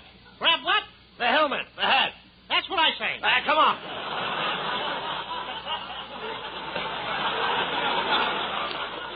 Do you realize that Mrs. O'Leahy's house is on fire? Quick, jump on the fire truck. Let's go. Okay, Abbott. Get everybody off the street. They tell me, hey, Abbott, get that man out of the way. Get out of the way, huh? Oh, I can't walk on the public streets. Me, one of the most respected citizens in Glendale. What's the matter with Glendale? I didn't even mention Glendale. Wait a minute. Didn't we just do this routine a little while ago? Oh, that's right. Excuse me. Get out of here! Come on, let's go, will you? Come on, Costello. Costello. What? What are you stopping here for? This isn't Miss O'Leahy's house. I know. This is Lana Turner's house. But Lana Turner doesn't have any fire. Don't mind him, folks. She's getting a Tinker toy for Christmas. You get that truck going. All right. We'll turn to this next corner. And watch out for those people in the crosswalk. Okay. I'll stick on my hand. I think I'll have to get my fingernails cut. Hey, Costello, look at the flames. We haven't got a minute to lose. Come on, get that ladder over there. Huh? Get that ladder over there. Okay, I'll open the ladder and read it. See what it says. Not ladder. Oh, ladder. What did you climb up on when you were a little boy? My mother's knee. No. A climb up Yeah, all right, never mind. Listen, I want that big long wooden ladder. Help me lift it up here. Go ahead. Get a hold of the rung. The what? The ladder rung. I didn't hear it ring. You talk sense. Go ahead, Costello. Climb up that ladder. Not me, brother. Look at those flames. Now, if that was Betty Grable in there, you wouldn't let her burn up. If Betty Grable wasn't there, I'd burn up. Never mind. I'll go up first. You follow me. Okay. All right. The smoke up here is killing me. I can hardly breathe. My nose is shut up. Your nose is what? Shut up! Why should I shut up? I only asked you a simple question. You dummy, I can hardly breathe. If I swallow any more smoke, how will I smell? I know the answer to that one, too. Cut it out. Here, I'll help you up the ladder. I'll grab you by the coat. Oh, Abbott, you ripped my coat. What a picture I am. Never mind. I'll grab you by the shirt. There goes my shirt. What a picture. Well, there's only one thing left. Picture censored. All right, Costello, swing over here towards me. I'll grab you by the bay window. You better not. I'm ticklish. Okay, there you are. There you are now to find Mrs. O'Leahy. Oh, you fools, you finally got here. Do you realize that one of my roomers, Kenneth Niles, is trapped in that flame flaming bedroom? Hey, Abbott, did you hear that? Come on, we gotta get Niles out of there before he scorches his commercial. Quick, Costello. Gotta get Ken out of that room. Give me the axe. Oh, Costello, you idiot! You have to stop that door. Don't it's unlocked. I like to do it the hard way. Hey, here comes Niles, staggering out the door. Water. I must have water. Here, Niles, take a big drink. Oh, I don't want to drink it. My hair's dry and I can't do a thing with it. Oh, would you idiots please do something? Look at that fire. It's burning my settee cover. Settee cover? Too bad you haven't got a pair of my asbestos. Never mind that. Hey. Look, the flames are getting higher. We've got to get out of here. Come on. Come on, Mrs. O'Leahy. I'll carry you out to safety. Mrs. O'Leahy, quit running around the table. This is no time to play hard to get. Quick, Costello. You're in that burning room. After her. Nothing doing. You go after her. Don't talk like a coward. Where's your manhood? My what? Call on your manhood. Okay. Manhood! Oh, manhood! No answer. Wait a minute. Here she comes again, Costello. Grab her. I got her. Oh, get a chair for Mrs. O'Leahy. Huh? She looks as if she's going to faint. Look at her. She's going to faint. Watch out. Okay, I'll get a chair for her. Let her sit down. Here, Mrs. O'Leahy, recline your carcass on this bit of drunken fight. Oh, sit down. Costello, I'll get you for this. What's the matter? What did I do? Costello, never put your fire helmet on a chair. Apologize to Mrs. O'Leahy. She should apologize to me. What for? She bit my eagle. All right.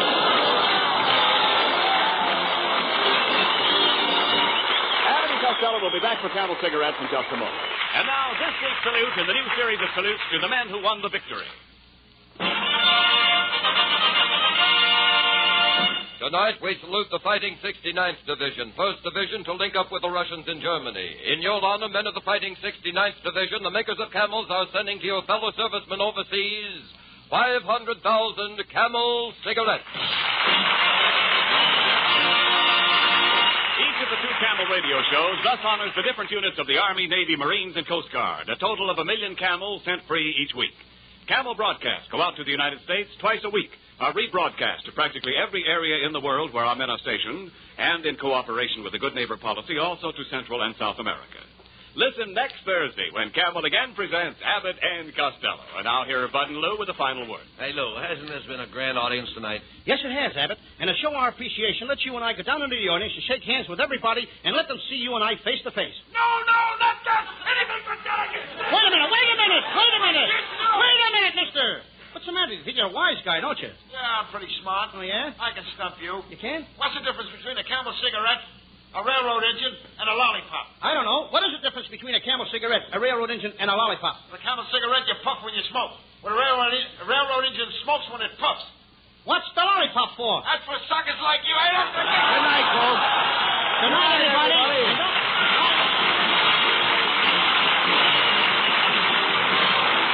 Be sure to tune in next week for another great Abbott and Costello show brought to you by Camel Cigarettes. And remember, try Camels in your T-zone. See if you don't suit your taste, your throat to a T.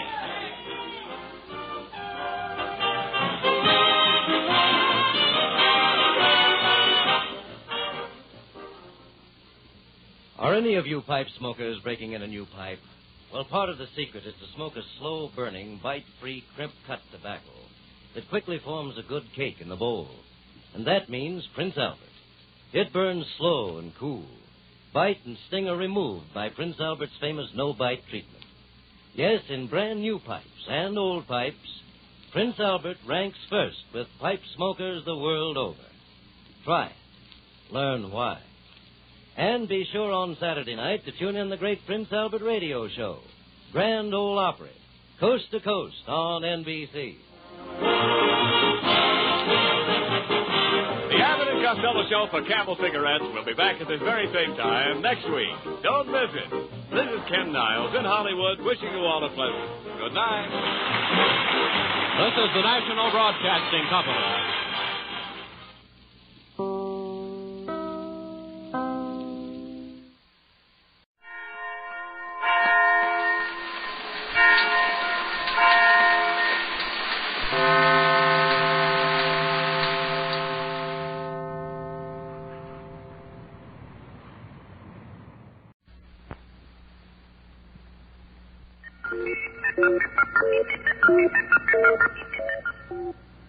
This is Monitor, and I'm Skitch Henderson here in Radio Central, and tonight we'll bring you a concert that includes some of the finest music ever written, played by the world's leading orchestras. Of course, we'll touch on other topics, too, and right now sit back and enjoy the best of Groucho. Say, Fenneman, tell us, what's tonight's secret word? Ladies and gentlemen, the secret word tonight is face. F-A-C-E. You can spell, too, huh? You bet your life.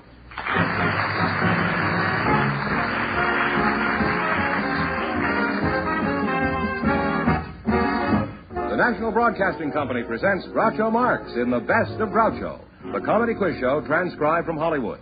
And now, here he is, the one, the only...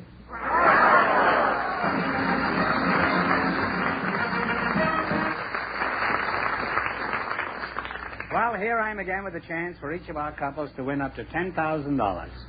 And if any of them say the secret word, they'll win an extra $100. And Groucho will meet our first couple in just a moment. A man with a crystal ball. That's what fellow newsmen and laymen alike have called NBC's Alex Dreyer. During the dark days of World War II, Alex Dreyer called the turn of events on the fall of France, on the Nazi march into Russia, the Allied invasion of North Africa. He predicted to within 4 days the date of Germany's surrender. On the American political scene, his record has been equally impressive. How does he do it? Well, Alex Dreyer is a man on the go, searching out the source of news, getting the stories direct from the people who shape the course of events. Alex Dreyer, cited for distinguished service to American journalism, is typical of the top NBC newsmen who broadcast News on the Hour. This is Chet Huntley inviting you to be with us as the news breaks on News on the Hour, all day, every day, over most of these same NBC stations.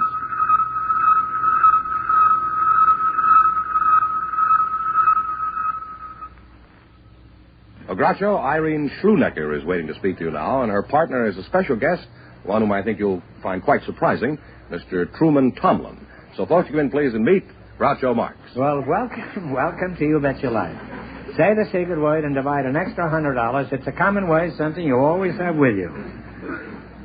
Truman Schlunecker and Irene Truman. Now, which one? Your name is Schlunecker? No, sir. Your name is Schlunecker? My name is Schlunecker. There isn't anybody named Schlunecker, and you know it. Me. Sind Sie verheiratet? Mm-hmm. To whom? Conrad Schlunecker. Now, what was your maiden name? Spear. And you let go of a name like that to trade it for Schlunecker? You're a brave woman, Irene. Huh? And you're Truman Schlunecker, huh? No, sir. You're Truman Tomlin. Yes. Tomlin, huh? Yes, sir. Truman and Schlunecker, huh? Sounds like the Democratic ticket in 1948. What sort of work do you do, Truman? For the past 10 years, Groucho, I've been in the oil business. Out here in Los Angeles, I have an office in Beverly Hills. Oh, well, there's a lot of oil in L.A., and most of it comes from the city council. Well, have you always been in this crooked business? Well, no, sir. I was in show business, Groucho, for... Oh, you were in years. another crooked business. Yes, sir. You've led a pretty shady life, haven't you? I was a singer and wrote several songs. A songwriter? Yes, sir. Truman Tomlin. Oh. Now, just a minute. Are you Pinky Tomlin? Yes, sir.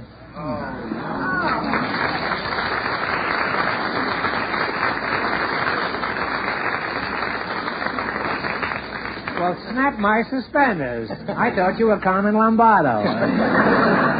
Truman, I remember you very well. You were the Georgia Gibbs of the 1930s. What was that song you were always singing? Who's Your Little Hooses or something? No, Didn't sir. you write that? Well, no, I think the one you might be thinking about was The Object of My Affection. Well, yeah, sure. The object of my affections. I remember that. Do you remember that song, Eileen? Heavens, yes. You couldn't turn on a radio in the 30s without hearing that. Why don't you sing it, Pinky? I'd like to. Thank you. Do you have any particular key that you'd like to sing it in? I prefer one, yes, sir. I'd like the key of G, please. Key of G? Would you like some oil on the key? That'd help a little. D7s, George, or something like Give him a D7, huh? Sing it good, Truman. I'll try, sir. Oh, the object of my affection can change my complexion from white to rosy red. Oh, anytime she holds my hand and tells me that she's mine, baby, all mine. There are many girls who can thrill me, some who can fill me with dreams of happiness. Oh, but I know I'll never rest until she says she's mine. Oh, now I'm not afraid that she'll leave me, 'cause she's not the kind who'll be unfair. But instead I trust her implicitly. She can go where she wants to go, do what she wants to do, I sure don't care. The object of my affection can change my complexion from white to a rosy red. Oh, anytime she holds my hand and tells me that she's mine.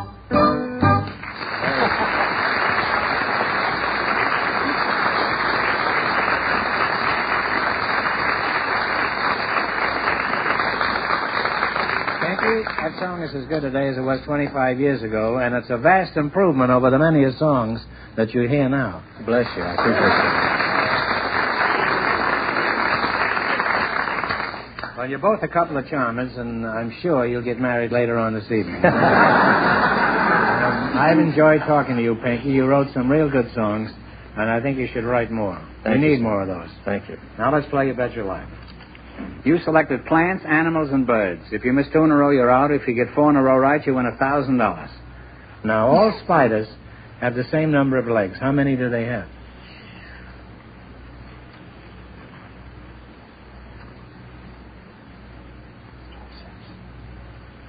6. Very close. It's 8. Well, that brings up the 3. You now have 1 wrong. Now, what kind of fruit is a Rome beauty? An apple. I was going to say Lola Lala Brigida.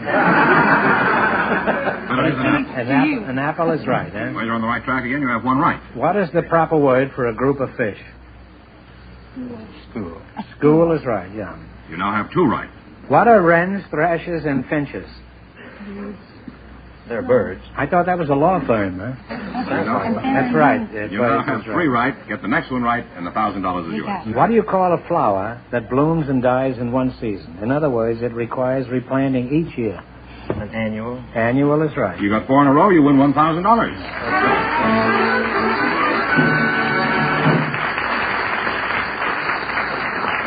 Now you've won $1,000. You can keep it and quit, or else you can come back at the end of the show and try to double your money. You may even get a chance at $10,000.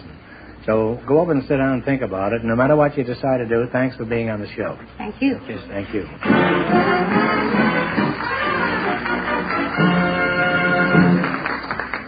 In just a moment, our second couple will join Groucho to play You Bet Your Life.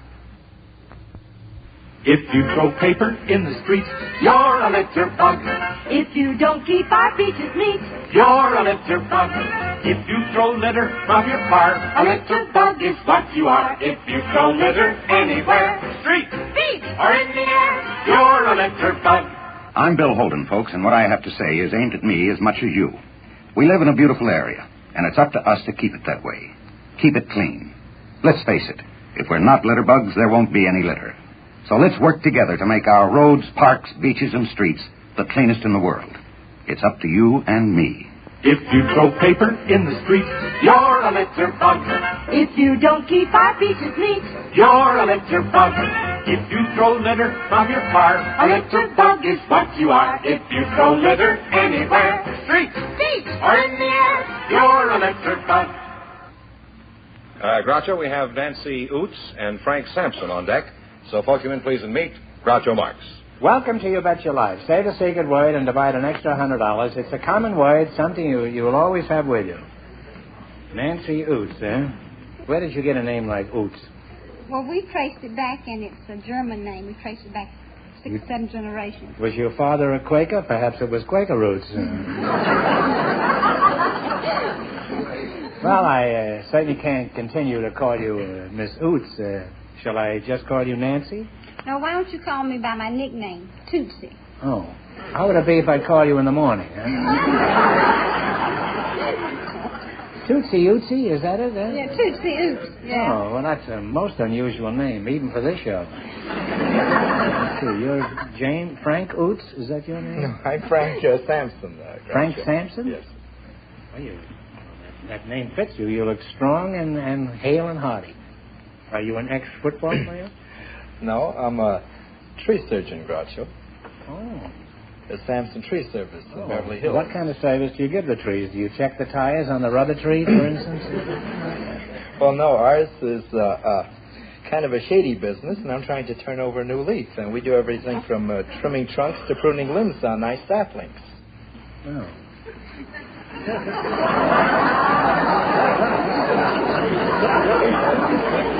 Now, how did I get into this? I suppose you live out of a trunk and you have little branches all over Southern California.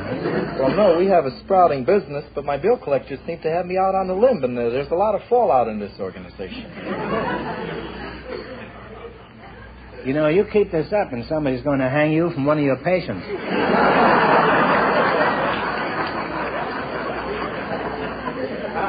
I thought we'd never get out of the woods. Do you have a job, Tootsie? Yeah, I'm a stewardess for United Airlines. You stewed with United Airlines? Huh? I thought they only allowed 2 drinks to a passenger. That's right. Well, I'm a stewardess. Oh, you're a yeah. steward? I don't hear very well. You don't. See, my collar is too tight. You know, if you were actually a stewardess in an airline, as soon as you walked out here, you'd have put a pillow under my head, shoved a plate of baked chicken on my lap, and said, sorry, we'd be 3 hours late getting into Salt Lake City. No, I wouldn't have done that. You wouldn't? Because I don't fly to Salt Lake City. Tootsie, are you for Hiram? Sir? Well, let me rephrase that. Yeah, you do that. Are you hooked? No, sir. You're not married? No, You sir. ought to be ashamed of yourself, an attractive girl like you. Are you engaged? No, sir. Well, how is it you happen to snag one of your handsome, wealthy passengers? Well, United doesn't employ married girls. They don't employ married girls? Well, how come? Well, a lot of... Well, why do they call it United? That's not the American way. Why don't they employ married girls? Well, most of the airlines have this rule. Oh, well, that's ridiculous. If all employers adopted that attitude, the human race would disappear in 50 years. Which at present it's going to do in 25. Well, what's the reason for this old-fashioned and selfish attitude?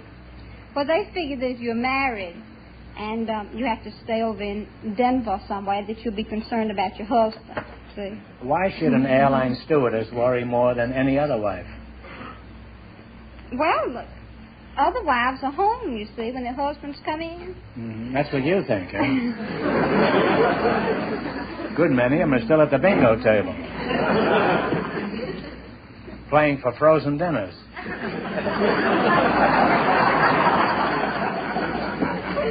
Samson, does your wife worry when you're up there in a plane with a pretty stewardess like Tootsie? Well, I'm not married, Groucho. You're not married? Well, hot diggity dog. Here we go.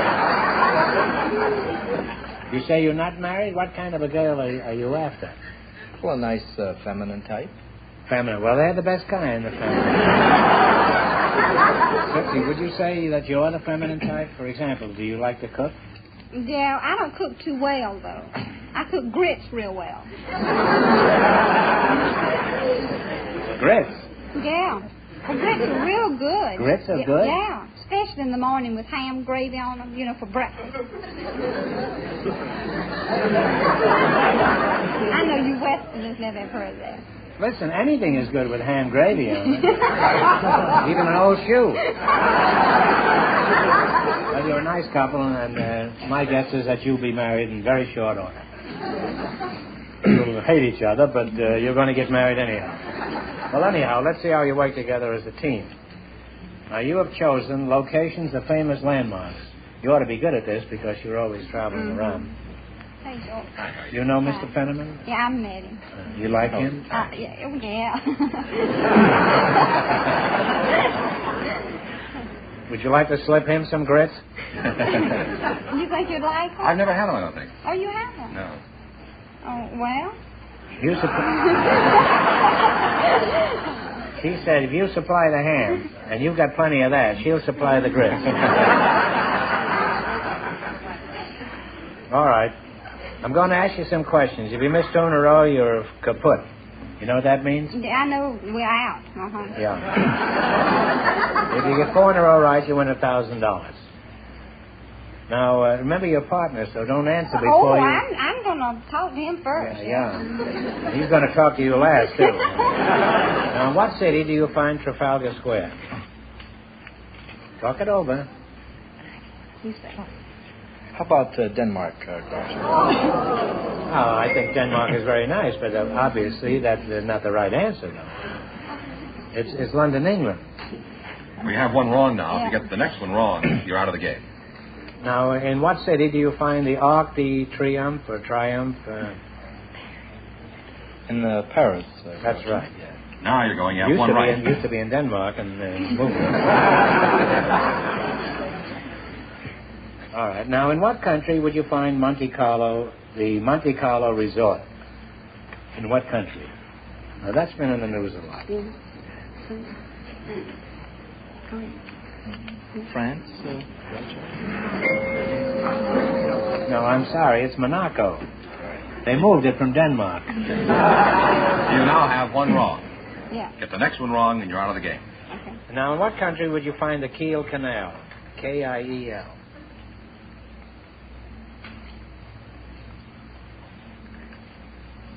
We've got one wrong. Yeah.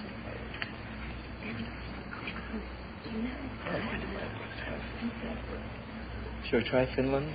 Finland, Roger. No, it's Germany. Germany. Well, you missed 2 in a row, Yeah, and I don't think there was much chance of you getting 4 in a row right.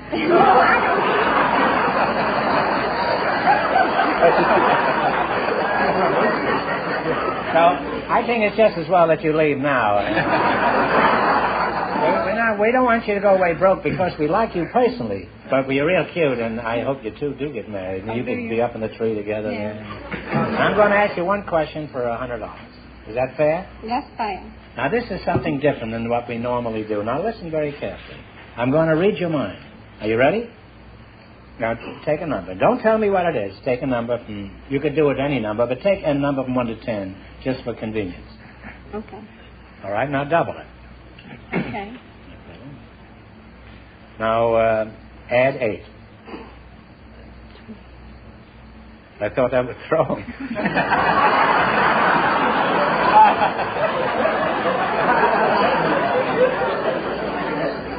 Now, divide it by 2, the total that you have. All right? Now, subtract the original number that you started with. Okay. Your answer is 4. Is that right? How did you know? Isn't that right? You all got 4? Huh? That's very good. Well, all right. Now, you win $100. Give him the money. Oh, For me, how great. give him the money. Thank you. Thanks for being on the show. Thank you.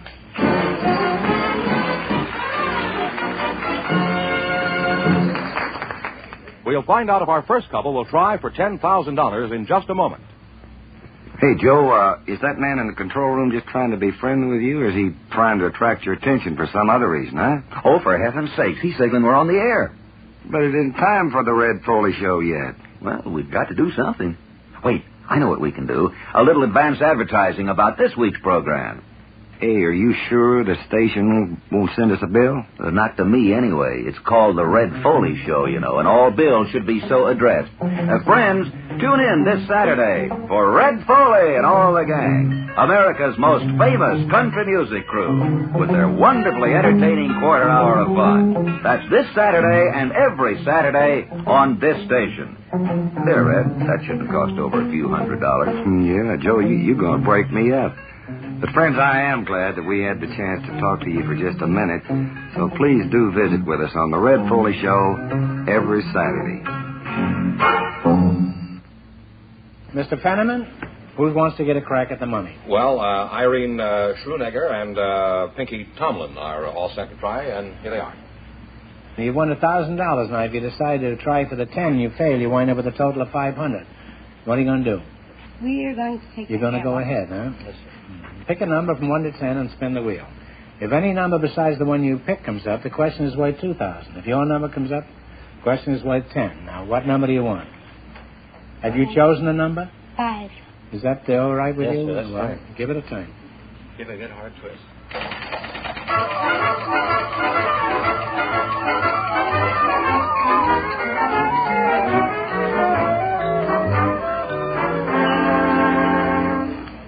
Well, you picked 5 and it came 2, so this question is worth $2,000. Let's see how well you read your newspaper. For $2,000, tell me who succeeded Charles Wilson as Secretary of Defense in 1957. This is fairly recent.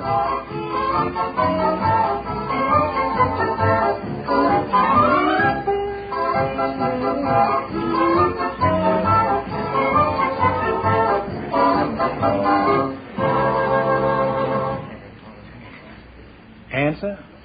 Take a guess. McLean. Well, you're close with McLean. It's McElroy. Neil H. McElroy. Well, I'm sorry you missed it, but so you wind up with $500 together. It isn't too bad.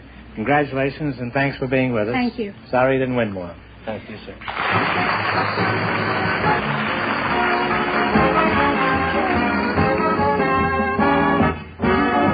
The Best of Groucho is transcribed in Hollywood, produced by John Goodell, directed by Robert Dwan and Bernie Smith, music by Jack Meakin. This is George Fenneman reminding you to tune in again next week, same time, same station, to hear the one, the only Groucho.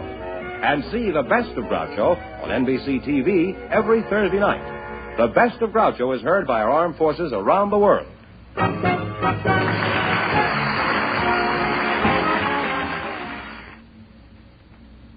Lee Bowman stars as a man in a hurry with nowhere to go in Local Talent tomorrow on the NBC Radio Theater over most of these same stations.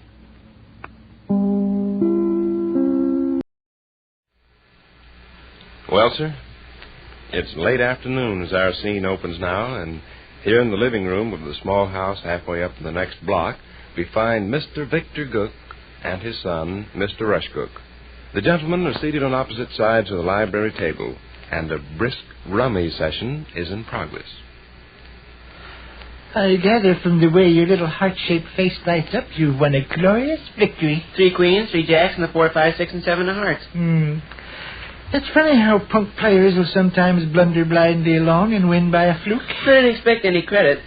All right, that's 2 games in a row for me. Your deal. Slap over the tickets. When you beat, you make a big speech about your superior strategy. When I beat, it's a fluke. Very true. We played that last hand with deplorable awkwardness and complete lack of subtlety. I won, didn't I? By some miracle of happenstance, you did. However, a rummy expert watching your style of play would break out in a cold sweat and shed bitter tears. You were vague and uncertain about your cards. You showed not the slightest trace of finesse. If you recall the saying about the bull in the china shop, you will understand. Okay, deal. Wouldn't you like me to give you a few pointers on the game? No. Very well. It's your loss. Oh, shucks, God. You're the darndest Hi guy. in there. Hello, Sadie. You fellas missed it. Huh? You fellas missed it. Oh, probably some beautifully veiled lady and greatly agitated is at the threshold pining away for your good-looking papa. Whip out the tickets, why don't you? Are you impatient to get defeated? You fellas missed it. Is there a beautiful woman heavily veiled and greatly agitated? Mr. Donahue and Mr. Gumpox had a fight. Really, Mom? Mr. Donahue hit Mr. Gumpox on the nose. When was this? Just now. I was sitting out on the back porch steps and saw the whole business. Why'd you holler? I never thought of it. I was so interested in what was going on. Heck, I like to watch a fist fight better than I like to eat. Well, this wasn't much of a fist fight. Only one blow struck. When Mr. Donahue hit Mr. Gumpox, huh? Yeah. He hit him a good one, though. Right on the nose. Draw blood? Well, I think so. He took that bandana handkerchief off in his neck and held it over his face. What was the difficulty? Oh, silliest darn thing. I bet Gumpox's half-wit horse ate Donahue's lunch again. No, not this time. Well, stand up, Pussy. Mr. Gumpox come along in his garbage wagon and seen Mr. and Mrs. Donahue on their back porch steps. He blew a kiss to Miss Donahue. Oh, go on. Oh, sure. He blew a kiss to Miss Donahue, and Mr. Donahue was infuriated. He tore out to the alley 60 miles an hour. And pasted Mr. Gumpox one upside the snoot, huh? Yeah. Doggone, I wish you'd hollered. Well, I don't think I'd have hollered even if I'd thought of hollering. It had attracted attention to myself and made us look like a bunch of nosy busybodies. A fist fight in the alley, though, is important. Gee whiz, if a cyclone come along, you wouldn't hesitate to holler because it'd make us look like nosy busybodies? Well, no, with a cyclone, I don't suppose I would. What's Gumpox's idea of blowing kisses at Ma Donahue? Well, he's been doing it for years. Really? Sure. Well, does he love her? Oh, he blows kisses at all the ladies up and down the alley. He blows kisses at you? Well, of course. Why, son of a gun. Well, I've mentioned that habit of his, haven't I? No. I must have. Well, it's been going on for years. Us ladies up and down the alley joke about it all the time. Sure, Gov. I've seen Mr. Gumpox blow kisses to ladies on 1,000 different occasions. When he sees you on your back porch, he'll wave and show how he goes, will he? Well, he... It's louder than that. Hey, guy's regular Romeo, huh? Oh, he don't mean anything by it. It's just being... gallant. Yeah. You'll be on your back porch step, shaking out a mop or watering plants. Along will come Mr. Gumpox. And throw me a kiss? Yeah, sure. He only does it to be friendly and nice. I'm greatly flattered. The garbage man threw me a kiss. Do I throw him back a kiss? If you want to. Do you throw him back a kiss? Oh, of course. Charlie Razor Scum throws him back kisses. Oh, yeah, he does. Just to act the fool. No, Mr. Gumpox's been doing that so long now, I kind of take it as a matter of course. The rest of the neighbor ladies are the same. Miss Harris, Miss Husher, Miss Drummond, Miss Wheeler, and the whole push. Garbage wagon will come along the alley, and Mr. Gumpox will wave, and... This pretty little custom was a surprise to friend Donahue, eh? Well, apparently, he sure did get mad. Tore out to the alley like a bolt of lightning. Describe what happened, Ma. Well, I was sitting on the bottom back porch step with my sewing. Mr. and Miss Donahue were on their back porch steps, and we chatted back and forth. I think I heard the sound of your voice as well as Gov and I were playing rummy. Uh-huh. Well, before long, here come Howard up the alley pulling the garbage wagon. Mr. Gumpox was perched up on that board he uses for a seat. He saw Mr. and Miss Donahue and done what he always does when he spots a lady he knows. Yeah. Donahue immediately sized him up as a common masher, eh? I expect. Anyway, he certainly jumped. Run out to the alley, grabbed Howard's reins, yanked Mr. Gumpox off in the wagon, and proceeded to... Oh, no, he never done all that. What'd he do? He motioned Mr. Gumpox to stop. Then he says, stick your chin down here. See, the board Mr. Gumpox sits on is pretty high. Mr. Donahue couldn't reach high enough to hit him. Oh, for gosh sakes.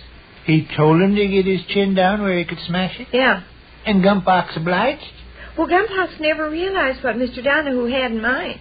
He didn't know Mr. Donahue meant to hit him on the nose. But Gumpox did put his chin down, huh? Sure. Well, you'd have thought the half-wit would have divined Donahue's intention. He didn't, though. Mr. Donahue says, stick your chin down here. Mr. Gumpox was agreeableish assured. He leaned way over the side of the wagon and tilted his face just right. And Mr. Donahue let him have it? And Mr. Donahue let him have it. Gosh, I wish I could have been there. Oh, it was a real treat. Well, what happened next? Mr. Gumpox was stunned. I imagine. Completely flabbergasted. He had no idea in the world why Mr. Donahue had smashed him. He stayed in that same position, leaning over the side of the wagon, don't you know, for a long, long time. Finally, he untied his blue bandana handkerchief from around his neck and held it to his nose. At last he said, "Why did you hit me on the nose, sir?" Mr. Donahue says, "For being smart." Mr. Gumpox thought that over. Thought it over, must have been several minutes. Then he says, "And Vic, this was funny." Funny and kind of halfway touching, too. What would you say? Because he was all in the dark why he'd got his nose bloodied. What'd he say, Ma? He's Howard. Howard? Howard kicked Mr. Donahue. Oh. Yeah, Howard kicked Mr. Donahue. See, he thought the whole thing through and couldn't figure out any reason on earth why he'd been smashed in the nose. So, naturally, he wanted to return the favor. So he said Howard kicked Mr. Donahue. Howard do it? No. Howard just stood there with his head hanging down by his knees and acting like he never had enough ambition to come in when it rained. And that was the end of it. Mr. Donahue went back to the house. Mr. Gumpox sat a few minutes longer on top of his garbage wagon and looked blank. Finally, he said, "Get up," and Howard strolled on up the alley. Some dandy fight, huh? I enjoyed it. Gumpox seems to me is open to criticism for his unconventional habit of blowing kisses to the girls. He just does it to be nice. Been blowing kisses to the ladies up and down the alley for years. Well, I'm going back out on the back porch steps where it's cool. Okay. You have to trot after groceries directly, Raj. Okay, holler when you want me. Your play here in the running game, I believe, elbow joint. I doubt. Yeah, I'll take this 9 of diamonds. You're foolish. Oh, I don't know. How does the garbage man go when he sees a lady? He goes...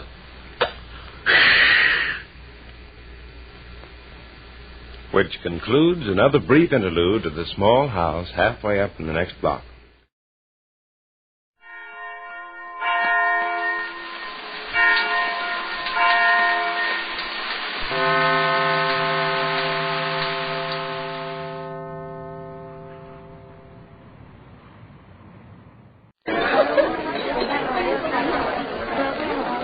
The Special Service Division invites you soldiers, sailors, and Marines of the United Nations to drop in at Duffy's Tavern.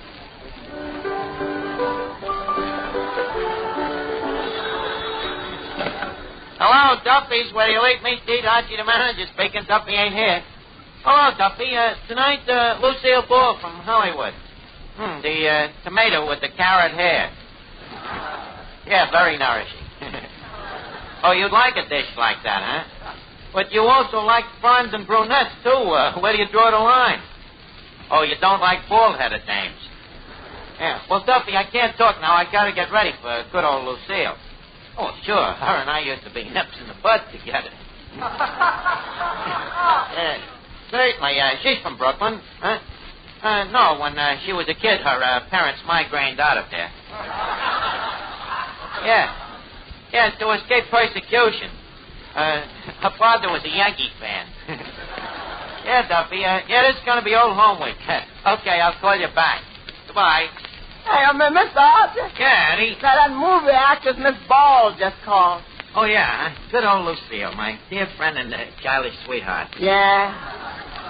Your dear friend and childish sweetheart just called and wants to know who's Archer. She was kidding, Eddie. Why, she and me was tomboys together. Gee, she was a pretty girl. Yeah, she was a pretty girl. She was madly in love with you, and she would die for you, and she wanted to marry you. You're psychopathic, Eddie. How did you know? That's easy. I just thought of the truth and stayed as far away from it as I could. Listen, Eddie, yesterday that might have been funny, but yesterday I was a nobody. Today, who knows? Maybe I will be. An old friend of mine is going to have me listed in that book of famous men. Who's that? You don't mean whom's who? Hey, whom's who? You mean who's whom? When you split an infinitive, you must first modify the participle. No, Eddie, this is a similar anthropology. It's called Who's That? Read this letter, Eddie. Dear... read the name of the publisher. Human and Shyster.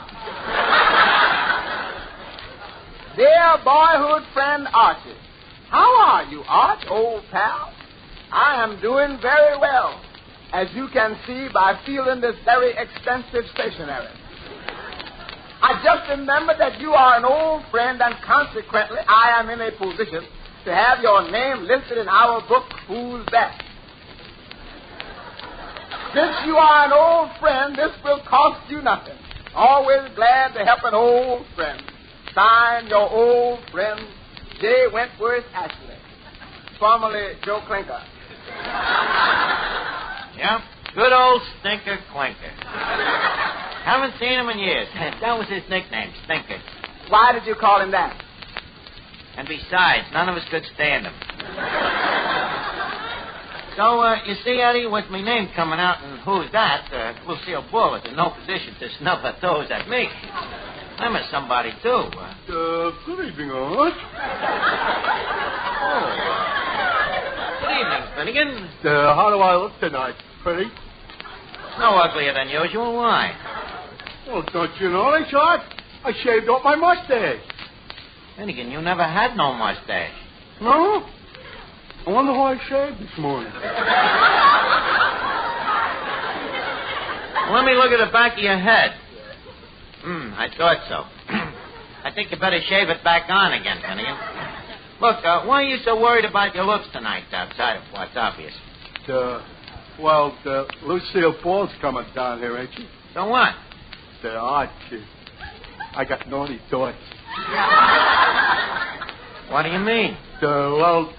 I figured maybe if I play my cards right, she'll give me a free pass to the movies. Finnegan, that's a very naughty thought. Yeah, I know what. Sometimes I don't know what comes over me. Hey, this Lucille Ball, the red hair of hers, is that real? Well, certainly it's real. Been that way for more than a year. Natural hair, but probably hereditary. I don't believe in heredity. Why not? Well, look at my mother, red hair. Look at my father, red hair. Look at me, no hair. Yeah, and interesting for my mama. Mr. Archer, a gentleman is here to see you. Well, if it isn't my old pal, my old friend Archie. Wait a minute. You're not... Yep, J. Wentworth Ashley. Stinker Clinker. Excuse me, I mean Stinker Ashley. Oh, no, you can't say that anymore, Arch. It doesn't rhyme with Ashley like it did with Clinker. Never knew it did rhyme. Well, how are you doing? Oh, never mind about me. How are you doing, Arch? Well, I can't say that I'm as rich as Croesus, but I've saved up a pretty penny or two. Good. I'm glad I'm not wasting my time. I mean, I'm glad you're not wasting your life. Well, Arch, always glad to see an old friend. Now, let's get down to business. Here comes the Goldbergs.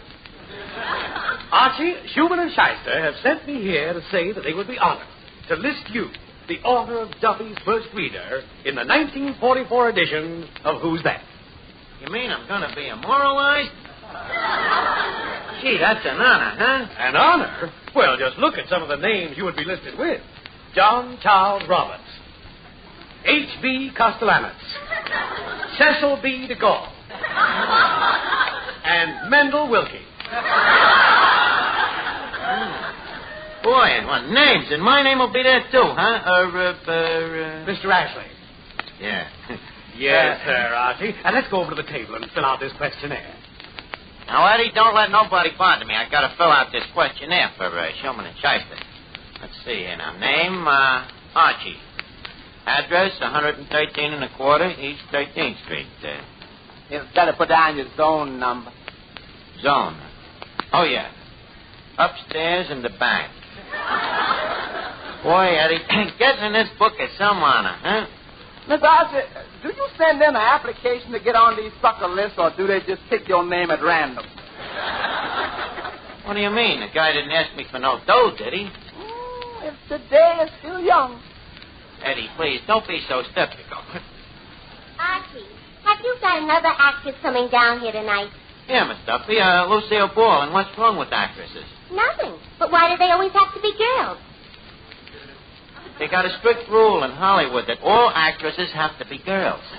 Listen, why was you so late tonight? Where was you? Down at the 10 Jolly Girls AC and Athletic Club canteen. Them 10 ugly dames got a canteen now? Well, what do you do for the guys? Well, first we give the soldier a cup of coffee, and then we ask if he has a sweetheart back home. And if he has a sweetheart?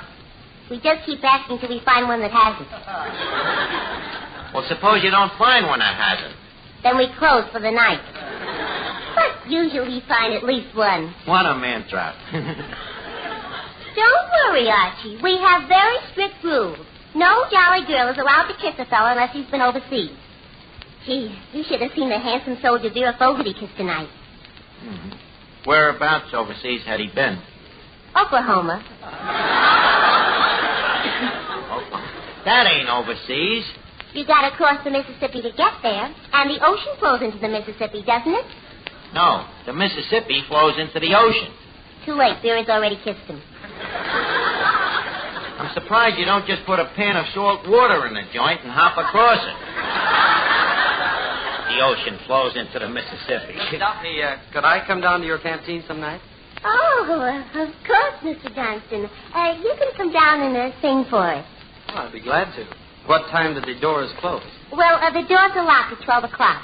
Yeah, the door's locked at 12 o'clock, but you're a strong-looking guy, Johnny. You can fight your way out.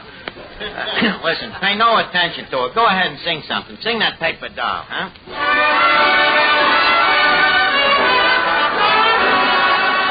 I'm gonna buy a paper doll that I can call my own. A doll that other fellas couldn't steal. And then the flirty, flirty guys with their flirty, flirty eyes will have to flirt with dollies that are real.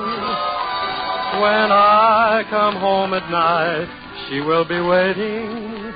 She'll be the truest doll in all the world.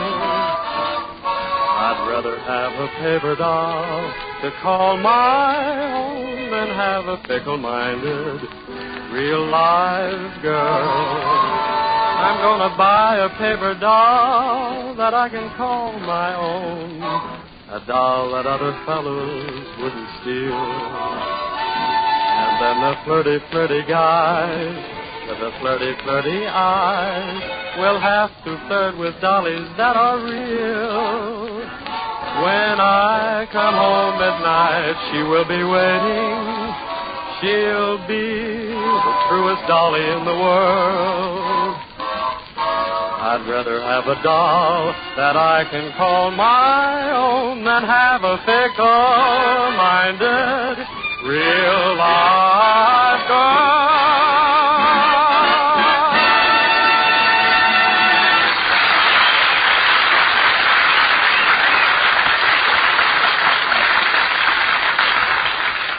Listen now, Eddie, I got to finish this questionnaire. Now, leave a seat here. Education. What'll I put there? Oh, tell him the truth. Leave it blank. Cut it out, Eddie. Let's see now. Education. For 3 years, I attended at the varsity at UCLA at Ann Arbor, Michigan. UCLA? That ain't in Michigan. Oh, huh? Okay, I'll change it to University of Montana. I know that's in Michigan. Let's see. University of M-O-N. Funny, Eddie, I went there and I can't spell it. Well, make it UCLA. That you can spell. Yeah, good. I matriculated from UCLA, where I graduated non-campus Memphis. I got it down. What does it mean, Eddie? That means with high honors. Oh, naturally. Sure. PhD. Now, let's see. Postgraduate work. What does that mean? That means a PG. Correspondence course. Oh, wait. Put in that one you took on muscle building. Nah, I can't. Never got no diploma. Never got no muscles, neither. Hey, wait a minute, Eddie. Here comes Lucille Ball. Now, you better beat it. Why? Well, she probably wanted to be alone with me. You know, this is a sentimental moment. Well, Lucille Ball.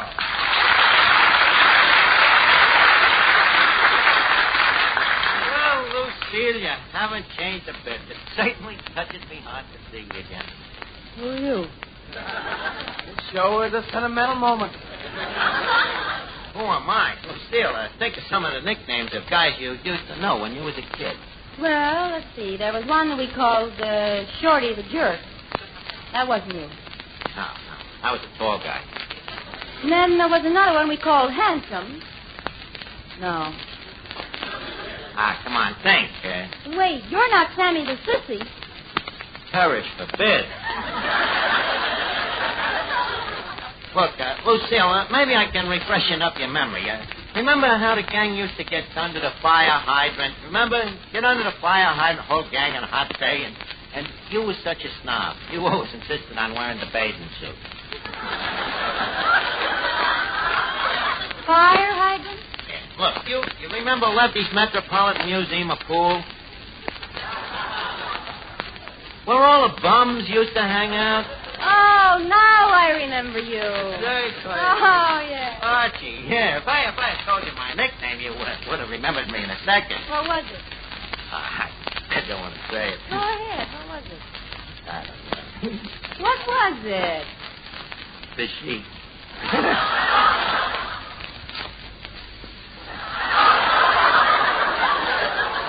Perish forbid. So you're Archie, huh? Yeah, and this is Miss Duffy. You remember her, the little homely kid that everybody said she'd grow out of it, and she didn't? Oh, yes, I remember. The one who used to chase all the little boys, trip them, sit on them, and kiss them. Likewise, I'm sure. How are you, Miss Duffy? You look very, very lovely. Very lovely. No wonder the dame didn't recognize me. She's blind. You know, Miss Boyle, it's surprising. You've been in Hollywood for years, and yet you still got a Brooklyn accent in your voice. You're a nerd. If you'll pardon my choice of words. Oh, think nothing to it. So, here you are, a Hollywood star. Well, what's wrong with that? Well, it's all a matter of what a girl wants. Hollywood and its movie stars. Brooklyn, Navy Yard. You remember?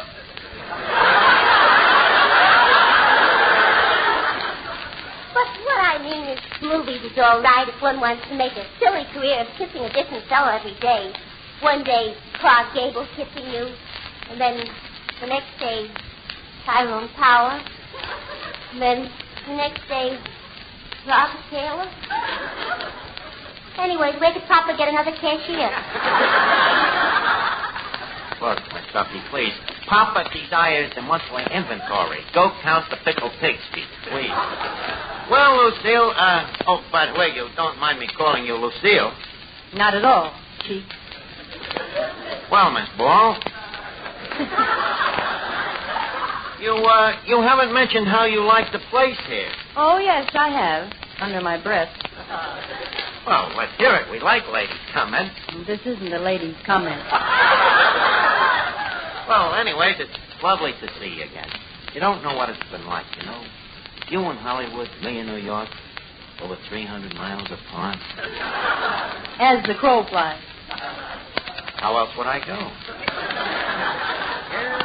Yeah, I was afraid with all that horrible expanse betwixt us that our twains would never meet.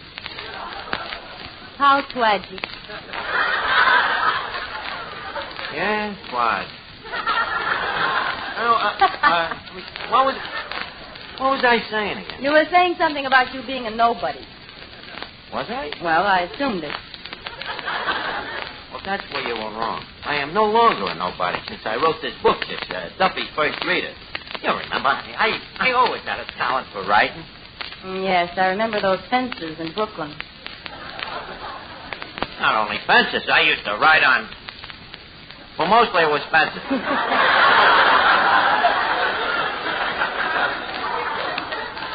Anyways, suddenly I write this book, and lo and behold. Overnight, I wake up, and who's that? What's that? Who's that? Who's on first? Lucille. Who's that is sort of a who's who of what's what in the world. Well, now that makes it really hard. Makes it really hard? What do you mean? Well, now, if you and I take up where we left off, Archie, all the columnists will say, what's their name fell for who's this because he's in who's that. Silly girl. Don't worry about it. What do you care what idle gossip mongers? And don't forget the old proverb. Any publicity is good publicity as long as they don't mention your name. Lucille, You look lovely standing there with that red hair of yours lighted up by the soft glow from the pinball machine. You know something about that hair of yours? What about it? Well, I believe in traffic rules, but that red don't make me want to stop. I believe in traffic rules, too, but that complexion of yours. What about it? That green makes me want to go. Great sense of humor. Lucille, you know, I'm filling out a questionnaire here, and there's a question that says type of woman preferred. What do you think I'm going to put down? Female. Well, yeah, but with a little coaxing, I could change it from female to red-headed female. And where it says name, I could easily change it from Archie to Archibald. Are you sure you're not Shorty the Jerk? Cut the kid. This is wonderful, Lucille. You and me working on this questionnaire together, you know. Sort of intimate, like sending out our laundry in the same bag. Hey, that's an idea, sending out our laundry together. You think there's any chance, Lucille? About as much chance as there is of getting it back. You mind to take it that you spurned to be known as the future Mrs. Archie? Crazy, ain't I? Well, Archie, have you finished the questionnaire yet? Oh, yeah. By the way, Miss Ball, this is Mr. Ashley. Mr. Ashley, Miss Ball, Mr. Ashley. May I present? How do you do? I understand this is a sort of a reunion. Biggest laugh we got tonight. Miss, this is old home week. You know, Stinker here is from the old neighborhood. Oh, please, Archie. Miss Ball, Stinker is just a boyhood nickname. You know, children sometimes have cruel tongues. But good noses. Thank you, I think. You can talk plainer than that. Now, Archie, I'd like your opinion of one more thing.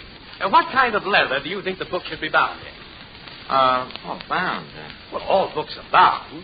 Oh, I must remember that. That's a good thing for a writer to know. What kind of boundings have you got? Well, Morocco, pigskin, pin seal, calfskin, suede. Well, suede is nice, but hate to think of them killing all them little suedes just to cover it. Well, Archie, I'll be running along now. Oh, Miss Ball, before I leave, could I have your autograph? And, Archie, I would like to have you sign here, too. Huh? Okay. Thank you both. And Archie, old friend, next time I come to see you, I hope I'll be bringing you news that you've been awarded the Nobel Prize. Well, I'll be just satisfied with a Pulitzer Prize.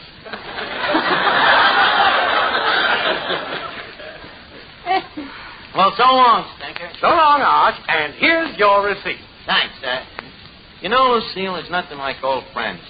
Hey, what do you mean by a receipt? Wait a minute, what is this thing? Let me see. I, the undersigned, agree to purchase 10 volumes of food. How do you like that? What an Ashley that Stinker turned out to be. Wait a minute. I signed one of those things, too. How do you like that? An old friend from Brooklyn. Yeah, and he sold us the bridge.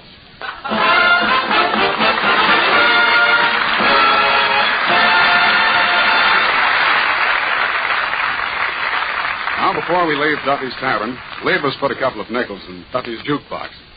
Duffy's jukebox, where the feet meet the beat. Well, the platter's spinning, the needle's in the groove, and here's the first number coming up.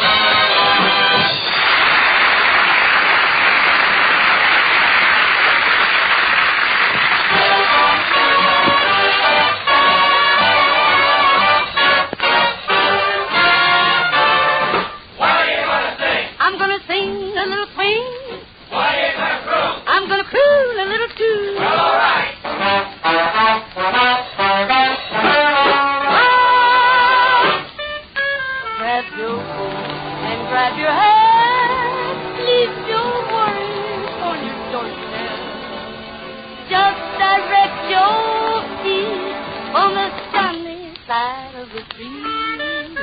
Can't you hear the pitter-pat? Ain't that happy too? Is your step? Life can be so sweet on the sunny side of the street. I used to walk in the shade with those blues on parade. Oh, but that's all over. I'm walking, baby, I'm walking in clover. If I never sin, I'll be rich as Rockefeller with gold dust at my feet on the sunny side of the street. I used to walk in the shade with those blues on parade. Oh, but that's all over. La-da-da-da-da-da-da. If I don't ever sin, I'll be rich as Rockefeller. Life will be so complete on the sunny side of the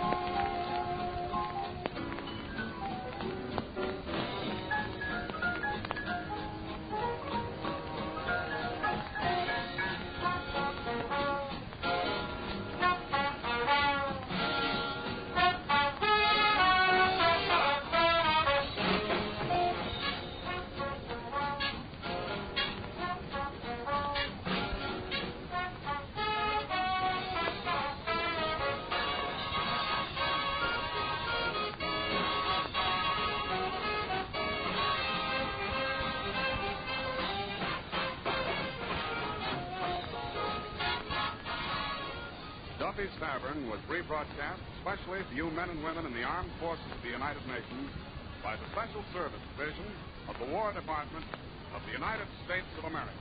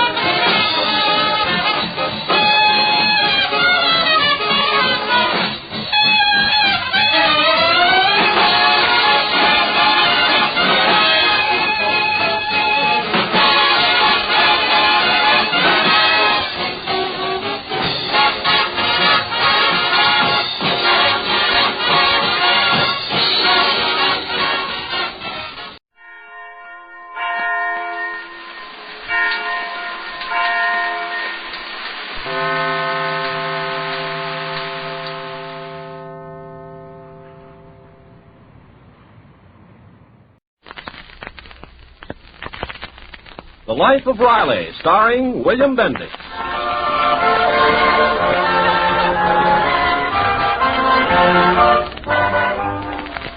Well, last week, Chester Riley's son, Junior, came home with some wonderful news.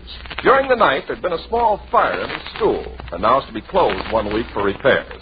So, Junior and his pal Egbert Gillis decided to take advantage of the holiday by going to a Boy Scout camp near Lake Arrowhead.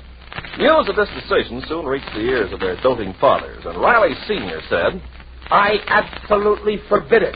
Now, I don't want no arguments, Junior. It's time you learned that there's somebody at the head of this house, and the head of this house says you can't go. And I agree with your mother. And in the house next door, Egbert Gillis' father said, Egbert, I absolutely forbid it. Now, it's no use pestering me. Yesterday I forbade it, today I forbid it, and if you ask me tomorrow, I'll forbid it again. Our teenage boys are persistent, and then Riley Sr. said, Please don't go, Junior. I'll miss you. I see so little of you. I thought this next week we could pal around together, so don't go. I'll double your allowance. I'll triple it. I'll quadruple it. Just think, Junior, 40 cents a week. Next door, Gillis said. Egg bite, sweetheart. You don't want to leave your papa. Look, if you stay, I'll buy you a nice present. Something unique. I'll get you a brand new lawnmower. The boys were stubborn, so finally each father had to put his foot down. I don't care what your mother says.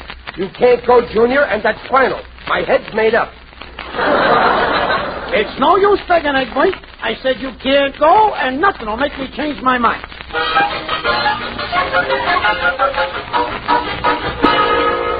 Goodbye, Junior. Bye, Egg Bite. Bye, Junior. Bye, Egg Bite. Bye. Goodbye. There they go, Gillis. Yeah. They couldn't wait for the bus to pull out. Fine sons we got. They get a week's vacation. Instead of staying home where they can spend a little time with their fathers for a change, they rush off. Yeah. And where did they go? To some wilderness, where there's nothing to look at but some weasels, coyotes, and skunks. Boy, we certainly must be repulsive. You know, this ain't our fault, Riley. It's this young generation. They're ungrateful. Pure, adulterated ungrateful. Yeah, after all we've done for them. Remember when the cop come to arrest them for stealing a donut from Dingle's Bakery? Who swore they were innocent? I did. Who ate up all the evidence? I did. I don't know. When we was kids, we loved our fathers. I always thought of my father as an idol. Mine never worked either.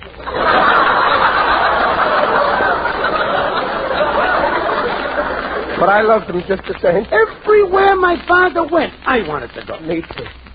He used to take me to all the ball games. Every game we were there together. He'd sell the hot dogs and I'd smear on the mustard. Believe me, Riley, nowadays being a father is only grief. You give birth to a son, you feed him, you clothe him, you educate him, and in the end, what do you got? An empty room. That's until he gets married. Then the room gets crowded. Our kids have got to be taught a lesson. They got to learn you don't get something for nothing. If you want love, you got to give love. You're right. Love breeds love. Well, we'll show those kids. They want to go, let them. It won't bother us none. We'll show them we don't care. We won't even write for them. You bet. Besides, with them growing, who will we get to write for us? Yes, sir, Gillis. We'll show them. Yeah, the only thing is, I know you, Riley. You'll get soft. You'll crack. Not me. No, not this time. If anybody cracks, it'll be you. When it comes to Egberts, you always were a softie. Oh, me? Yeah, you. Just yesterday, you took a sirloin steak that was for your dinner, $1 a pound, and you put it on Egbert's black eye. Well, it was only fair. After all, I gave him the black eye. He walked into a door I was opening. But don't you worry about me. Okay, from now on, no sentiment. We're making a pact. It's a pact. For the next week, them boys don't exist. We're cutting them down from our family tree. Right. And then when they've learned their lesson, we'll hang them up again.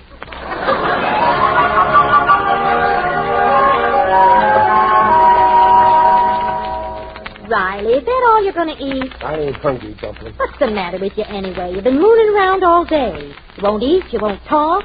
Why are you in such an ugly mood? I ain't no ugly mood. Don't judge by my face. Inside, I feel swell. Oh, you don't fool me. I know what's bothering you. You miss Junior. I do not. Why should I miss him? The minute he left, I put him out of my mind, just like that. Never gave him another thought. 2 days, 12 hours, and 8 minutes since he left. He hasn't written yet. Oh, so you do miss him. Well, what's wrong with that? After all, he's been with us 13 years now. Ever since he was born. I grew up with him.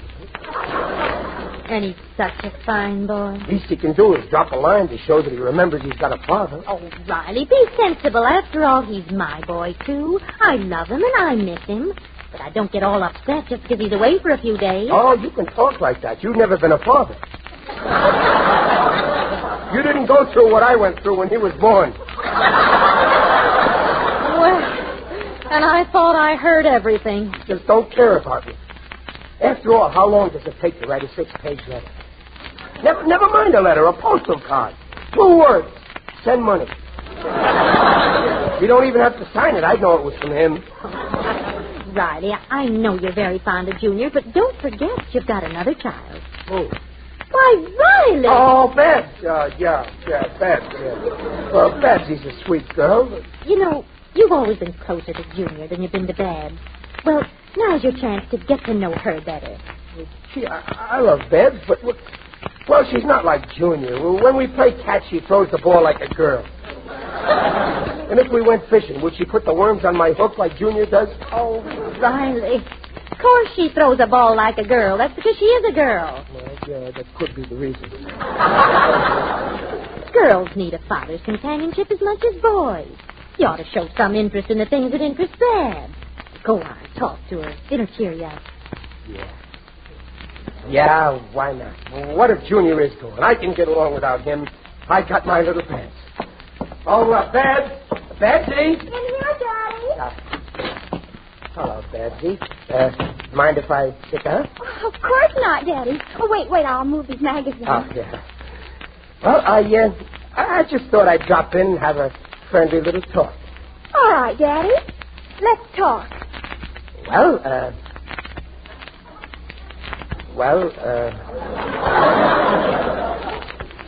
Excuse me. Hey. What is it? What'll I talk about? For heaven's sake, talk about anything. Talk about school. School. That's it, school. Well, tell me, Babs, how's school? Fine.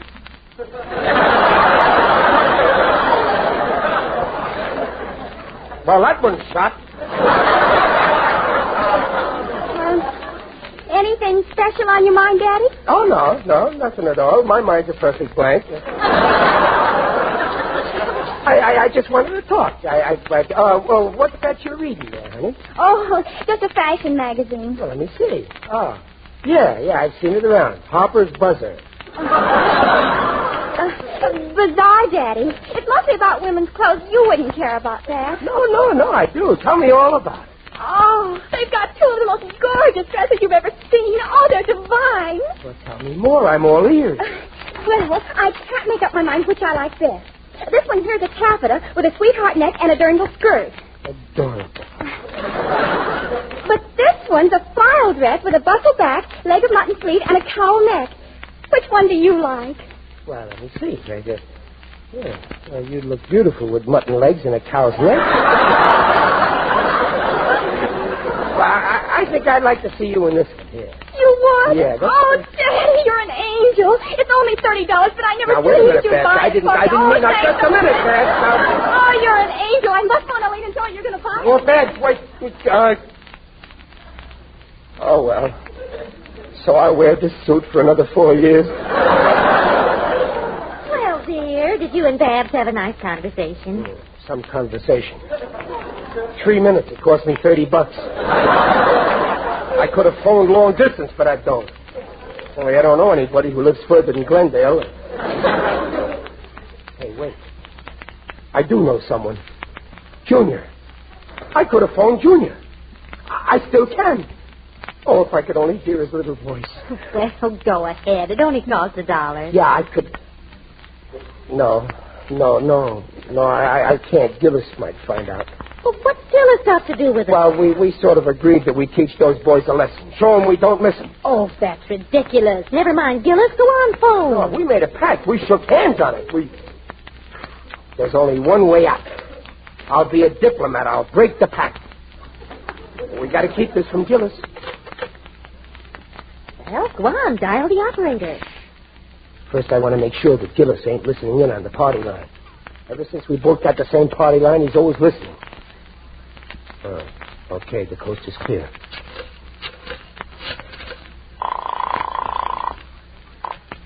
This is long distance. I want to put in a person-to-person call to Junior Riley at Camp High Point in Lake Arrowhead. I am sorry. There's some trouble with the line in Lake Arrowhead. There'll be a 2-hour delay. 2 hours, 6 o'clock. Oh, okay. Call me back when you get him. Gladstone 9989J. Poor Gillis. He must be suffering. What is his own fault? He just ain't smart enough to think of a double cross like this.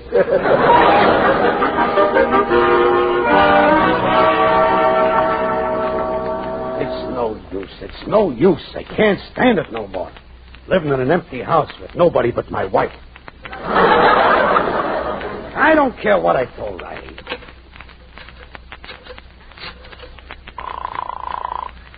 This is long distance. Oh, I want to talk person to person to Egbert Gillis in person. Camp High Point, Lake Arrowhead. Sorry, sir. There will be a 2-hour delay. Oh, okay. Call me back. Gladstone 9989K. I feel better already. Poor Riley. Well, what he don't know won't hurt me.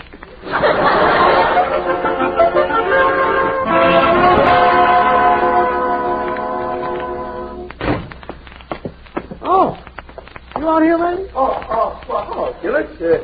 Yeah, I'm just taking a nose full of fresh air. Nice night, Gillis. Why don't you go for a long walk? Hmm? No, I think I'll hang around the house here. Why don't you go for a long walk? No, I think I'll hang around here, too. Well, Riley, how goes it? You missing Junior? Junior? Oh, my wife's son. You, missing Egbert? No. Why should I miss him? We agreed to put them out of our minds, didn't we? Smartest thing we ever did. Just goes to show what willpower can do. Sure. What time is it, Ron? 2.5 minutes to 6. What time you got, Gillis? 2.5 minutes to 6. Yeah, there's nothing like willpower, Ronnie. Yeah. What time is it now, Gillis? 2 minutes to 6. What time you got? 2 minutes to 6. What's the matter, Gillis? Your ears are quivering. Oh, nothing. Excuse me, I got to go. See you later. Oh, this is my phone. Thank heaven. Hello? On your call to Lake Arrowhead, I am trying to locate your party. Hold on, please. Oh, okay, I'll hold on. Hello? Hello, is that you, pal? Yeah, this is me. Is that you, pal? Oh, gee, your voice sounds so different. It sounds hoarse. Yours is different, too. I can hardly recognize it. Well, I think we got a bad connection. Do you miss me, pal? I'll say I do. Do you miss me? Every minute. I'm so lonesome. And you love me? Love you? Here's a kiss. And here's one for you. Are you having fun? Well, what did you do today? Oh, nothing much. I've been hanging around with that big Jake Riley. Yeah, he's a...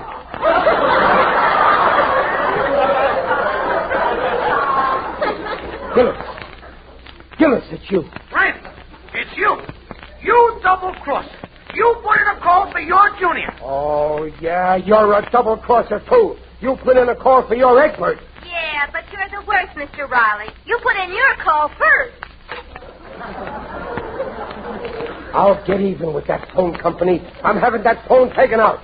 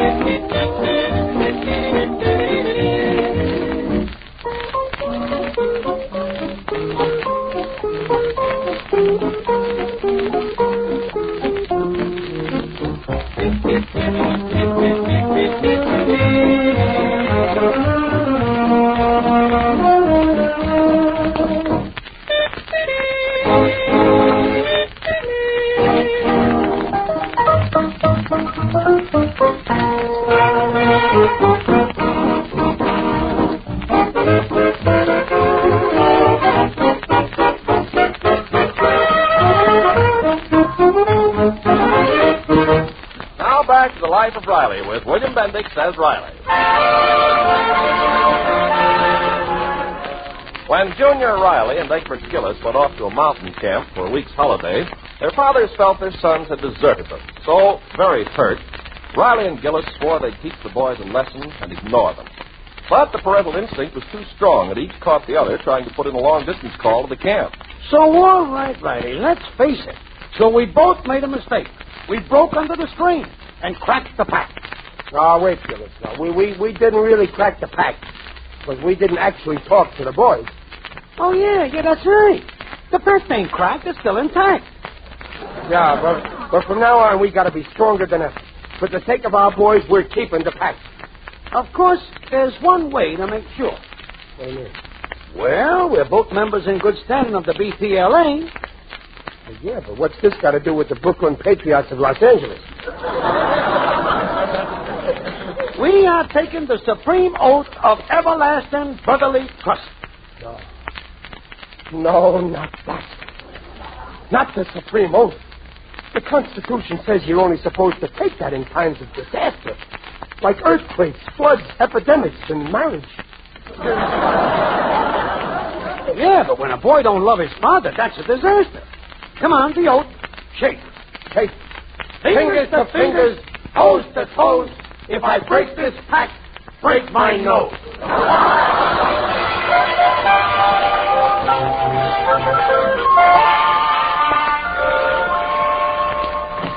O'Reilly, we're home. I guess Daddy's out. Oh, that's funny. He said he's staying in tonight. Just listen to that, Mother. I wish that landlord would put in a new hot water boiler. That's not the boiler. It's your father snoring. He must be in the living room. Oh, yeah. There he is on the couch. Just listen to him. Mother, now I know what to get you for your birthday. Earplugs. He's talking to sleep. Oh, what's he saying? Oh, I can't quite make it out. Oh, he's dreaming about you, Mother. He better be. I love you. When I come home from work, my first thought is of you. He does mean you, Mother. Oh, this sweet thing. Don't ever leave me. I can't live without you. Darling, I'll wake him up with a kiss. Oh, thank you, Junior. Junior? I can't go. Oh, it's you. Where's Junior? It's only a dream. I forgot he's gone. Now listen, Riley. It's all right to love your son, but you're overdoing it. Junior goes away for a few days, he acts like the world's ended. But he didn't even write. Oh, kids, Junior's age never right. You know that, Daddy. There's nothing to worry about. The scoutmaster at the camp takes good care of the boys. Besides, if anything was wrong, they'd let us know. I know all that. Well, then what are you so gloomy about? I miss him.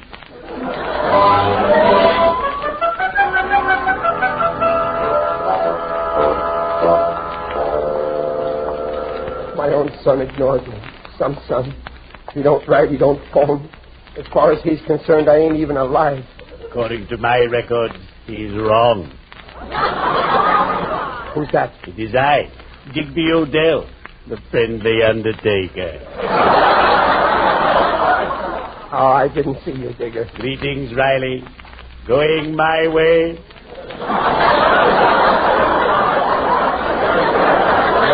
No. I'm just strolling around while I walk. You know, Digger, life's full of disappointments. A man tries to be a nice guy, be a friend and a pal. Then in the end, someone lets him down. Please, let's not talk shop.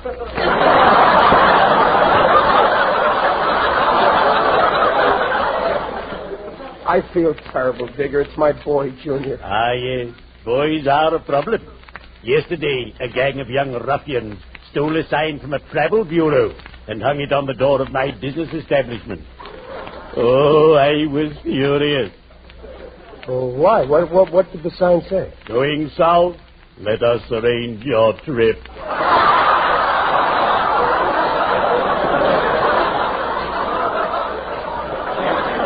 But what's your problem, Riley? Well, my Junior went away camping 3 days ago, and since I saw him off, I ain't even heard from him. Oh, cheer up, Riley.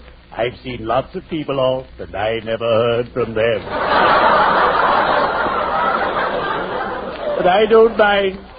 As long as I know where they are, I'm satisfied. Oh, but I miss him so much. I don't blame you. Junior is a fine lad, but personable and precocious. I adore Junior. He's okay. Riley, why not go up to camp and see Junior? I can't. Gillis and me made a solemn promise to ignore our boys, to teach them a lesson for desertness. And I always keep my word. Besides, Gillis is watching me like a hawk. But suppose Babs wanted to see her little brother. Naturally, you'd have to chaperone her on the trip. Yeah, and then if Gillis found... Hey, that's a great idea. We leave first thing in the morning. Digger, you're a real pal. Someday I'll do something for you. I'm sure you will. Well, cheerio. I'd better be doubling off.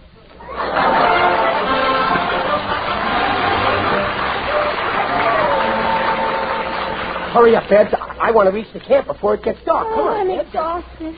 I still don't see why you had to drag me along. I keep telling you, Babs, if Gillis finds out, you're my alibi. Well, let's go on. Yeah, now remember, keep close to me. There's wild animals around here. Wild animals? Sure, wolves, bears, coyotes. Bears? Now, don't be afraid.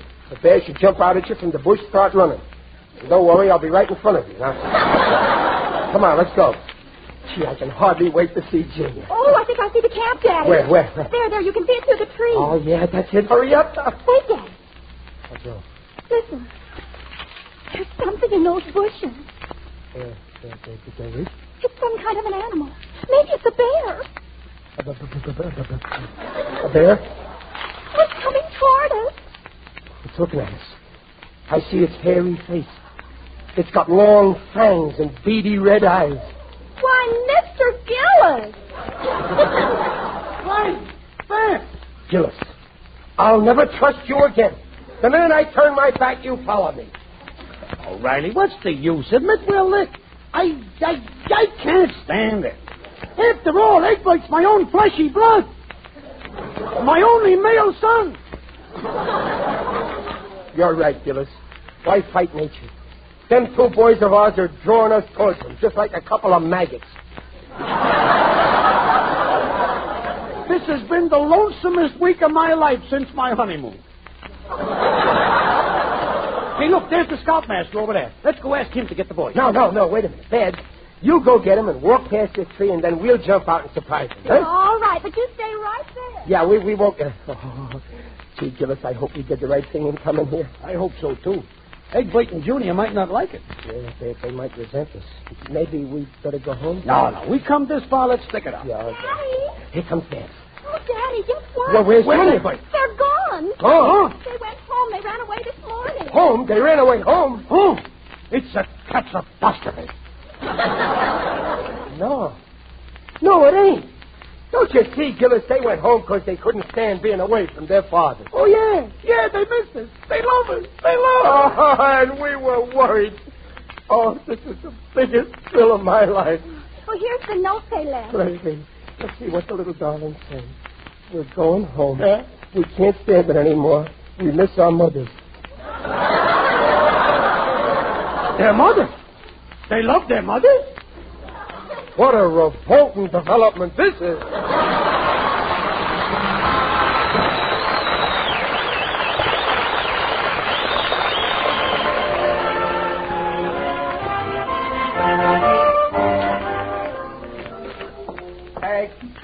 Peg, I'm home. Is Junior here yet? Oh, yes, he's sound asleep. Well, did he tell you why he left the camp? Well, yes, he did. Yeah, I guess he loves you more than he loves me. Oh, no, Riley, don't be silly. Oh, I don't mind. That's life. You find it in every family. Anyway, it works out even in the end. The boy loves the mother the most, and the girl loves the father the least.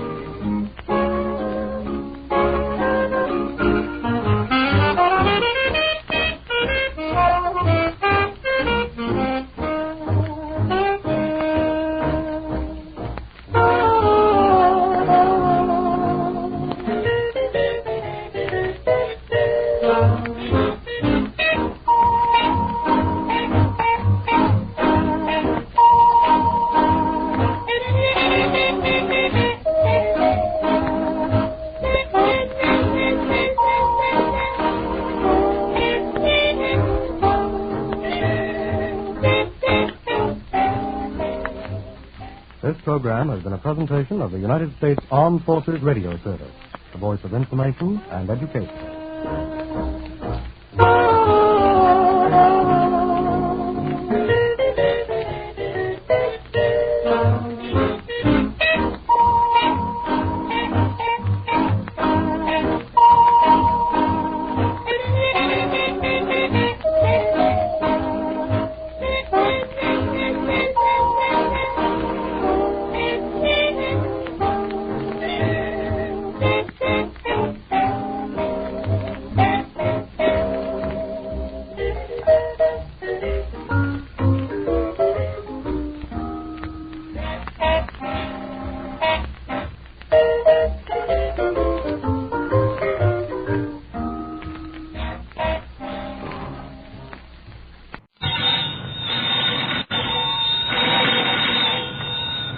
Granny's, Abner. I believe that's our ring. Hi, Doggy's Lum. I believe you're right.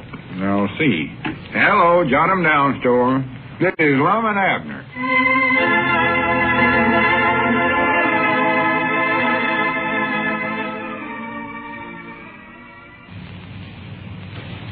You know, let's see what's going on down in Pine Ridge. Well, through a misinterpretation of one of Lum's old-eddered sayings, literal-minded Abner got the idea that Lum wanted to go into the owl business. Abner couldn't see the wisdom of this business venture, but he was willing to go ahead with it if that's what his partner wanted. So, to show his willingness to cooperate, Abner sent Cedric and Mousie out to catch owls. As we look in on the little community today, we find Abner and Cedric in the feed room looking over the previous night's catch. Listen. Yeah, that's it now, Cedric. Just cover the window up good. These owls will like it a heap better in here if it's dark in the feed room, I think. Yes, Mom, they like it dark, all right. Oh, yeah. Be careful that owl in the corner there. That's Mousie's favorite owl. Well... That's the one that hoots at him at night. Oh, yeah, that's the one that's just like a mother to him. Yes, Mom. Yeah, whereabouts is Mousie at, Cedric? Is he bringing in some more owls? No, Mom, he went home to get some sleep. Oh. We had to go clean over to that old deserted barn west of town to get most of these owls. Well, you sure done a good job, Cedric. I'll say that for you. Here, I better pay you, and you can pay Mousie his share when you see him. Yes, Mom, he gets half of it. Yeah, let's see now. How many owls... Partners in this business. Well, how many owls is there here now, Cedric? 14. 14, huh? Yes, Mom, I kept count while we was catching them, putting them in the box. Yeah, let's see then, 14 times 25 cents. That's what I said I'd give you for them. Quarter, yes, Mom, 2 bits. Let's see, 10 times 25 is $2.50. You better figure it up, Mr. Abner. I am. That's what I'm doing, Cedric. That's 10 of them took care of. Now there's 4 more at 25 cents. That's 14 altogether. Yeah, that's 10 and 4 at 25 cents. That's $3.50. Yeah. Now let's see. Let me get the money here. Here's 1, 2, $3, and here's a 50-cent piece for you, Cedric. One of these is them big deals, ain't it? Yeah, well, I got this money from Elizabeth. She's had it buried somewhere over at the place. Buries everything, worse than a pet coon. Well, much obliged, Mr. Abner. You want us to get some more owls tonight? No, I reckon this is enough for a starter, Cedric. I ain't sure how many Lum was figuring we'd need. Maybe later on we want some more and I'll call on you. Yes, Mom. Fact is, we might have too many right now. I don't know. I still think we're going to have an awful hard time selling these things. But Lum was so set on it, I figured he must know more about the owl business than he's told me to want to get into it so bad. Well, who you aiming on selling them to, Mr. Abner? Well, I ain't sure, Cedric, but there's some folks over in Tennessee that... Uh-oh, wait a minute. There's Lum out there in front of the store. You better go out the back way, Cedric. I want to surprise Lum with these owls.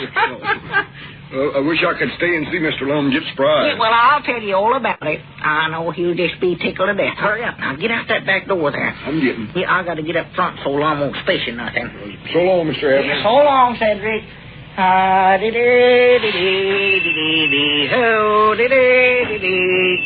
morning, Lum. Morning, Abner. What you so happy about this morning? Oh, nothing.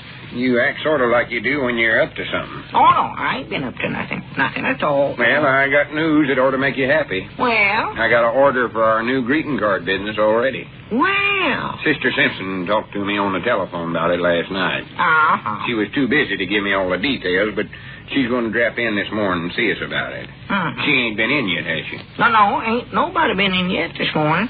It looks like she's chairman of some club or society or something, and this is a special week they're having, and she wants to send out some kind of greeting cards and tell the members all about it. Tell them all about what? About this special week, whatever it is. Oh. She never got around to telling me.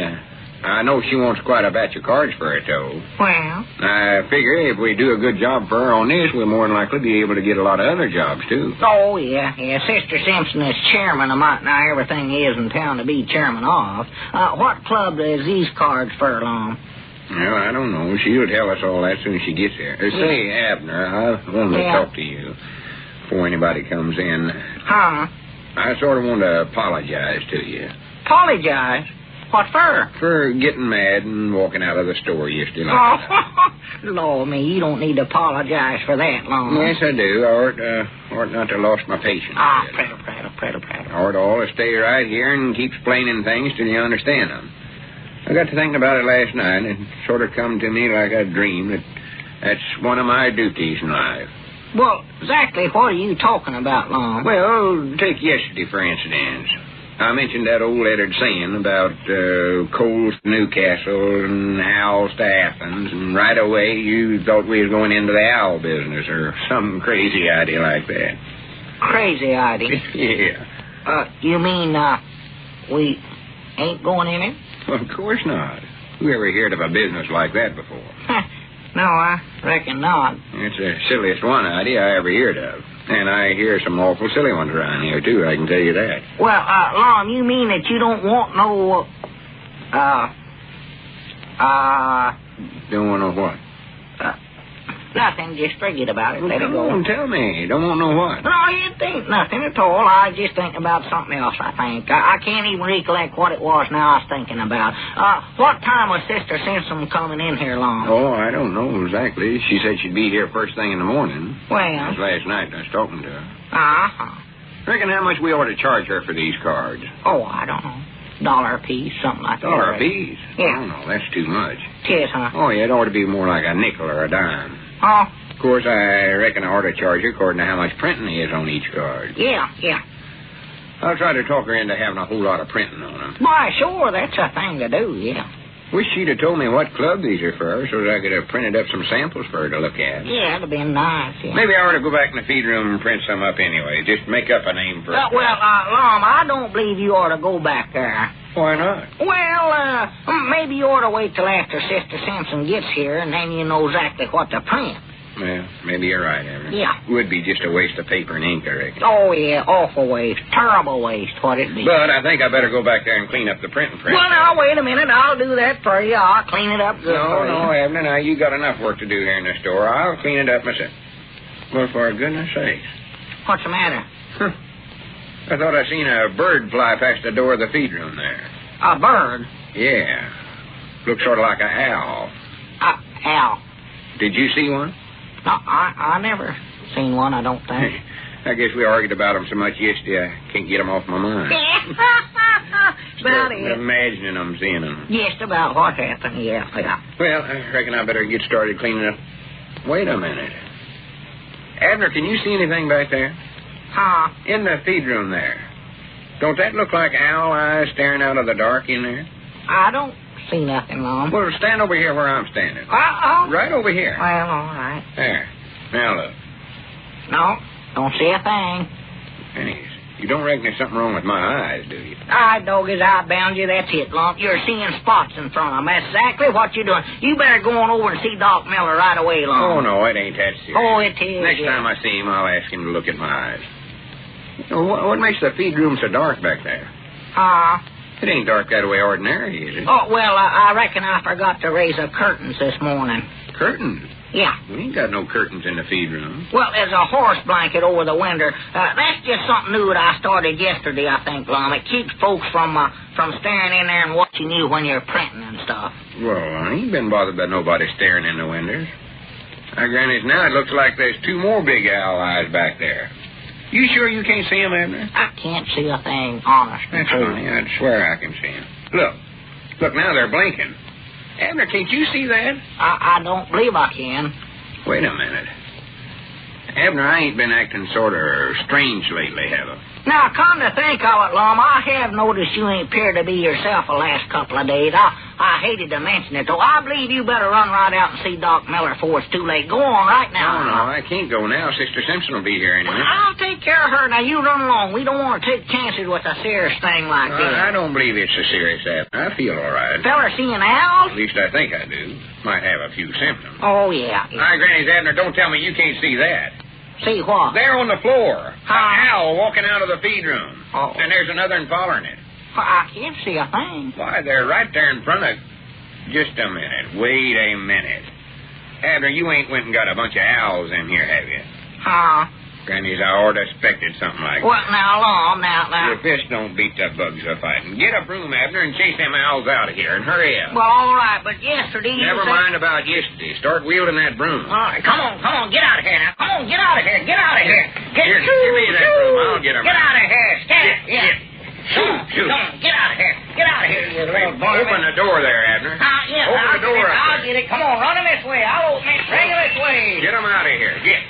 Now, how many more owls you got back there? Oh, not many. It's just about 14 altogether. 14? Yeah. Oh, my goodness. Come on, get out of here. Yeah, get out. Grab a stick or something, Abner, and help me. Yeah, I'll get something here. I'll get them. I believe that's our ring, Lum. Yeah, I heard it. You take the broom. I'll get the phone. Yeah, here, give it here. I'll get them. Come on. Shoo, get out of here. No, jot them Get down out of now, here. store. Jot them down store library. Long later, so. Cat, come on. Get out the door. Oh, hello, Sister Simpson. Come on, get out the door. Here, boy. Get out the door there. That's it. Canceling the order. Well, yeah, I was doing that, but... Get on. Well, how did you see me? Shoo. Come on. Oh, well, now, listen, Sister Simpson. Sister Simpson. Hello? Hello. Granny's, now you did it, Abner. Did what? You've lost us a big printing order. That's what you did. How could I do that? Well, Sister Simpson's right across the street there, and she's seen me chasing the owls with a broom. Well, what's that got to do with losing the order for them cards? Well, it's got everything to do with it. Them cards was for the Ladies' Woodcraft and Feathered Friends Club, and this is to be Kind to Wild Birds Week.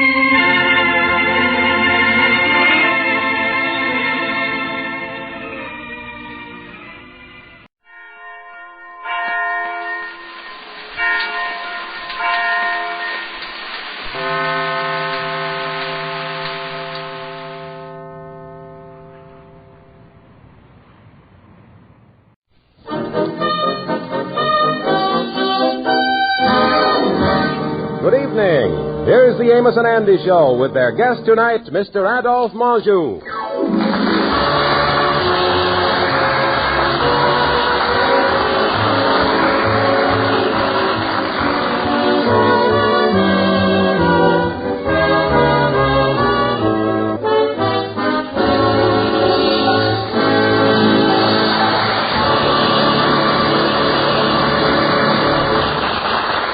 Early this afternoon, Amos dropped in at Andy's office and said, If you ain't doing nothing tonight, Andy, me and Ruby would like to have you come over and meet a friend of Ruby's.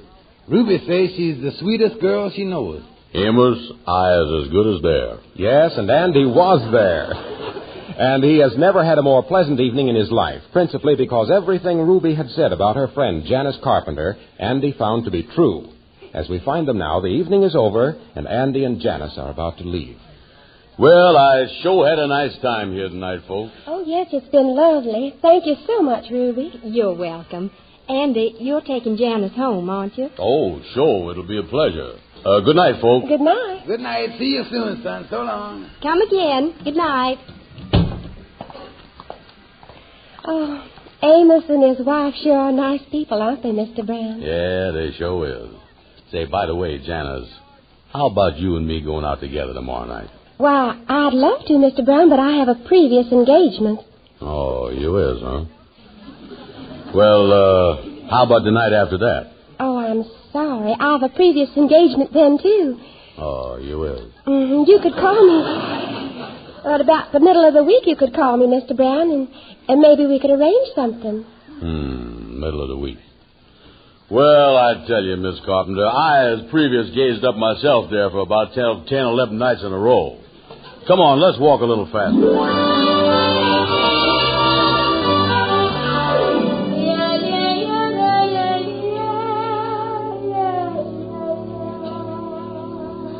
Come on in, Andy. Well, hello there, Brother Andy. Hi, Kingfish. Hello, Amos. Yeah, how'd you like that gal that we had up at the house last night, Andy? Well, I liked her fine, Amos. That's the trouble. She seemed to like you, too. Well, listen, if she liked me so much, then how come that after only being in town a couple of weeks, and she says she don't know hardly nobody, I still couldn't get no date with her for either one of the next 2 nights? Well, maybe she was playing hard to get. You know, that's the way with some of these babes. Listen, Kingfish, don't call Miss Carpenter no babe. She happened to be the nicest gal I done ever met in my life. Oh, pardon me, King Lancelot. I didn't know that you was in love with the beautiful princess. Well, I don't know whether I'm in love with her or not. All I know is that when I was with her, I gets a kind of nice, warm feeling inside of me, just like I done had a bowl of hot soup. Well, if it's just a warm feeling you was after, stick to the soup, son. You'll find it a lot cheaper, I tell you that. Andy, you was right about this Janice Carpenter, though. She is a swell girl. And as far as her being busy for the next couple of nights, she wasn't just dusting you off there. She wasn't? Oh, no, Andy. You see, when she first got to town, she met a guy, well, a fella that kind of fell for her, and he sends her candy and everything, and, well, naturally, she goes out with him. Who's the fella? A fella called Racy Russell. I think you know him. Yeah, I know him. A big spender. Not only that, but a smart dresser, too. He wears them light tan pointy shoes with the black shoelaces on them. Well, I got to get going now, Andy. I just thought I'd let you know that so you'd see what the situation was. Yeah, well, thank you, Amos. So long, Amos. So long, fella. Pointy shoes. I can get a pair of them, too. Kingfish, I'm going to get me a job. Yeah, well, if I... what's that, Andy? I say I'm going to get me a job so I can make some money. And I know where I can get one, too. There's a fella downtown that runs a florist shop that's looking for a big Zechariah. I'm going to get that job.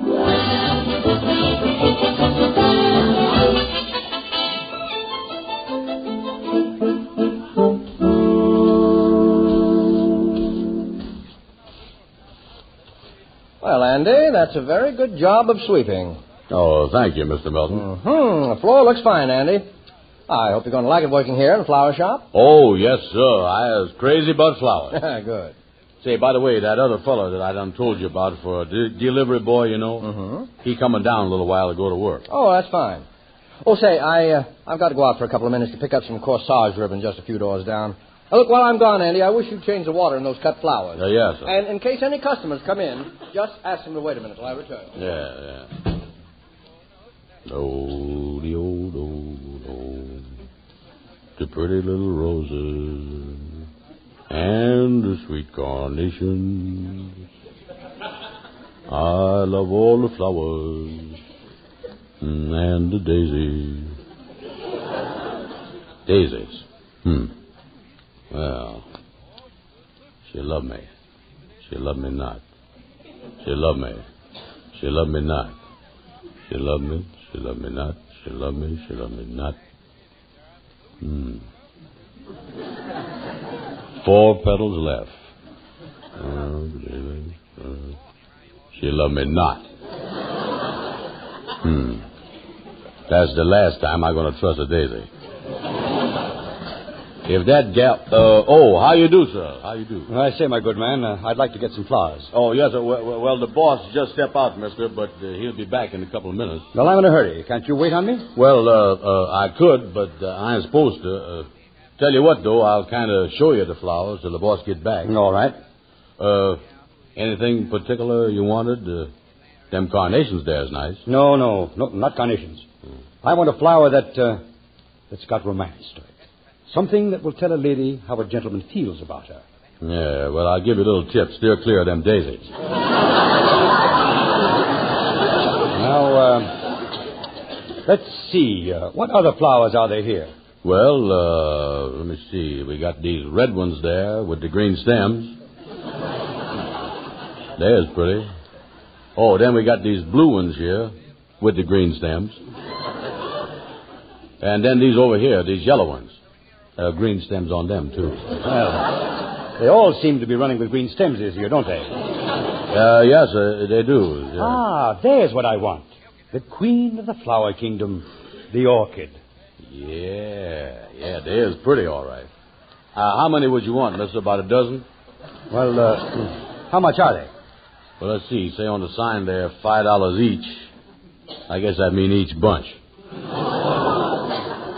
I ain't sure that's a full bunch, though. Look kind of skimpy, don't it? No, that means $5 for each flower. Each flower? Yes, I've bought them here before. There are exactly 14 here. Oh, look, I'll take them all. You mean you're going to take 14 orchids at $5 each? Well, of course. Why not?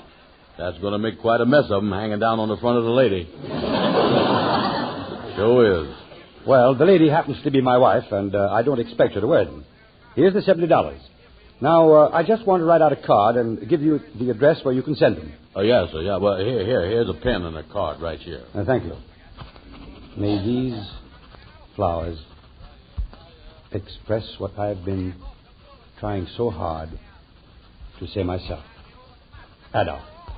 There. Put this card inside the box and send it to Mrs. Adolph Monju at this address. Yes, sir. I sure hope your wife liked these, Mr. Monju. Well, I have a feeling that she will.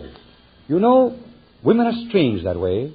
Sometimes they see in the petals of a flower that which they cannot see in a man's face. They do? Do that work with all women? Oh, yes. Flowers seem to whisper to a woman exactly what she wants to hear. Say, you done give me an idea. I think you got something there.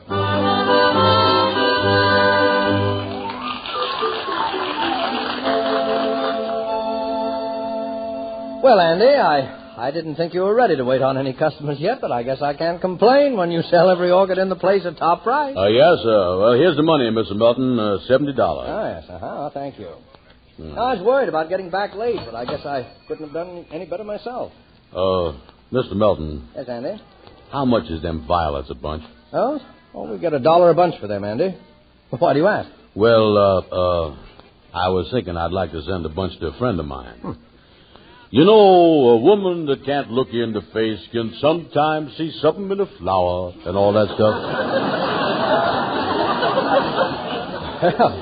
Go right ahead, Andy. And you can have them for 50 cents. Oh, thank you, Mr. Melton. All right. Oh, by the way, did that delivery boy get here? Oh, yes, sir. He's in the back room sleeping. He sleep in between delivers, but when he's awake, he kind of hop around. We call him Kangaroo Lightning. I see. Well, I've got Mr. Monju's orchids all packed in this long box here, Andy, and you can have him deliver them right now. Yes, sir. Yes, sir. Oh, Lightning. Hey, Lightning, is you awake? Yeah, sir. I was right on my toes. Yeah, well, I got a couple of rush deliverers here for you. Yeah, sir. I'll rush you, Miss Andy. Where you want me to whiz them to? Well, there's 2 boxes here, this big long one and the one I was wrapping here. One go uptown and one go downtown. Well, you don't want to take one of them yourself, would you, Miss Andy? Well, I would, but I'm afraid of that walking. You see, I'm going to be wearing light tan pointy shoes in a couple of days, and I don't want my feet to get all swole up on me. Well, which one of these boxes go where? Well, this big one here goes to Mrs. Adolph Monju at this address on this piece of paper. Yeah, sir. And this little bitsy one go to Miss Janice Carpenter at this address right here. And you be sure to tell Miss Carpenter that they is from Mr. Brown. Okay, Miss Andy. I'll take care of everything.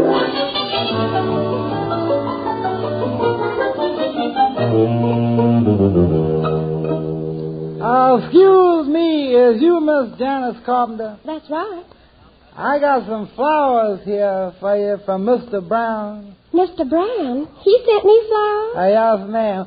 He was going to bring them himself, but he buying pointed-toe shoes, and he said his feet was swole up on him. Oh, well, I must look at him right away. Yeah, I'd like to see him, too.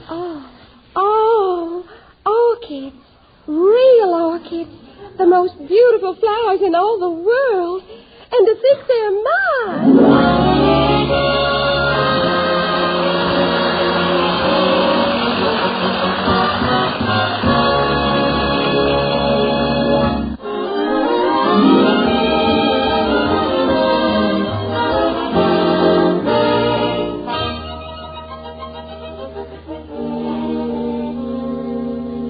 Now back to Amos and Andy and their guest, Mr. Adolph Monju. Andy's girl, Janice, is very happy. She's received the flowers. Now we join Andy and the Kingfish in the flower shop. Andy, you say the boss is up in the front of the store, huh? Yeah, Kingfish, he's fixing up some flowers. Yeah, well, the reason I come down here was to tell you that gal that you was crazy about, that Miss Carpenter, called you up at the office looking for you. And I know you didn't want her to know that you was a porter down here in the flower show. So she said that if I seed you, to have you phone her right away. Oh, hot diggity. Lightning done got there with the violets. I'm going to call her up right away. Yeah, sending the gal flowers, huh, Andy? Yeah, I think you're doing the wrong thing. What you mean? Well, when I was quoting the battle axe 17 years ago, I give her a bunch of flowers one time. She's been bothering me for another bunch ever since. Well, this don't happen to be the kind of a... wait a minute. Hello? Oh, Miss Carpenter? Yes, Mr. Brown? Hello. Excuse me just a second. I was at the office here. Say, will you stenographers and clerks be quiet with them typewriters and ad machines and stuff? Hello? Oh, Mr. Brown, I hate to bother you, but I wanted to tell you how much I appreciate those flowers you sent to me. Oh, that was nothing. Nothing? Well, they're the most beautiful things I ever saw. You think they is beautiful? Oh. Miss Carpenter, why don't you let the flowers look at you? Oh. Andy, that was a humdinger. Yeah, I really rolling here, ain't I? You sure is. Wait a minute. You say you like the flowers, huh? They're so nice. And something tells me that you're kind of nice yourself. Oh. I is? If you still want to go out on a date tonight, I'd love to. Oh, sure I do. I'd love to, too. Well, I'll be expecting you, Mr. Brown, and I'll wear one of the flowers in my hair. Yeah, well, did you say one? Ain't that going to look kind of skimpy? Well, after all, I wouldn't want to wear all 14 of them at once. 14? What's the matter, Andy? Just a second, Janice.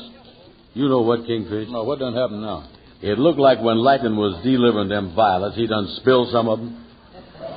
14.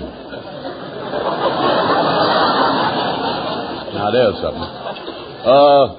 Janice, you ain't got a skimp, because I'm going to send you a bunch of flowers like that every day. A bunch? Oh, how I'll be thrilled with just one of them. Yeah, well, I tell you what, I'll see you about 7:30. Oh, that'll be fine. Goodbye, Mr. Brown. Goodbye, Janice. You sound like a dying calf there that laughed there. Oh, listen, Kingfish, I want to tell you something. That is the kind of gal I ought to have all the time. Mm-hmm. A gal that's happy with one violet. Well, it's always that way in the beginning, Andy. Well, funny thing, though. Nice as she is to me, she always called me by my last name. Maybe if I could... wait a minute. I'll get it, Mr. Melton. Okay, Andy. Melton Flower Shop speaking. Hello. Hello. This is Mr. Monjou. Who? Adolphe Monjou. You ain't next door by any chance, is you? No, I'm not next door. Are you the man who waited on me when I bought the orchids? Yes, sir, I is the man. Well, what's the idea? Excuse me a second, Mr. Monjou, while I change ears here. This right ear is numbing up on me. Now, what was that? What's the big idea of sending my wife violets instead of orchids? What was that again? You sent me violets instead of orchids. Hold the phone. Kingfish eyes in a mess. Yeah, well, don't look at me. Mr. Monjou, something must have done gone wrong. Yes, and something's going wrong with you if I don't get more orchids. Yes, sir. Well, what are you going to do about it? Well, I'll tell you. Don't tell me anything. You come right down here to my apartment and straighten this thing out. Yes, sir. Yeah, you really in trouble, aren't you? Is I in trouble? I'll say I is. What happened? Lightning done got the boxes mixed up on some flowers. Mr. Adolphe Monjou's wife got a bunch of violets, and my gal, Janice Carpenter, got $70 worth of orchids. Wow, what is you going to do, Andy? I don't know. What can I do? I don't know how to get them orchids back from her. I got to do something. Help me, Kingfish. Oh, that's a mess. Wait a minute, where are you going? Oh, I'm going out in the fresh air and try to get up enough nerve to face Mr. Monjou. Then I'm going up to see him. I'll see you later, Kingfish. Do something to help me, will you, please? Oh, me. Okay, Andy, okay. He is in trouble. I sure wish I could help him.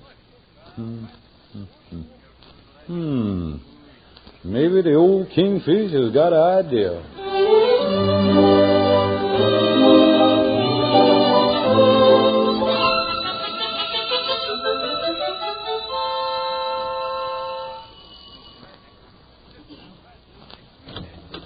How do you do? Miss Carpenter? Yes? Permit me to introduce myself. I is Professor George Stevens of the Harlem Horticultural Society Department of Flowers. Oh. Well, won't you come in? Oh, thank you. I'll put my high silk hat here on the hat rack, and I'll put my white chamois gloves and tail of my long tail coat. Well, sit down, won't you? Oh, thank you. Miss Carpenter, in some businesses, they have what is known as spotters. You know, they spot different things. Now, in the flower business, we has got what is known as smellers. That kind of smell things as they pass them, you know. Mm-hmm. Yeah, now, it has done come to my attention through my smellers that you has received 14 of the most beautiful orchids in our fair city. Well, what about them, Mr. Stevens? The orchid you has got is so rare that our society, that is the Horticultural Society Department of Flowers, they want to take some pictures of them to put in the books for our children to see and for our children's children. Oh. In other words, for prosperity. Now, what I would like to do is to take them away, and I'll bring them back to you after we have done something.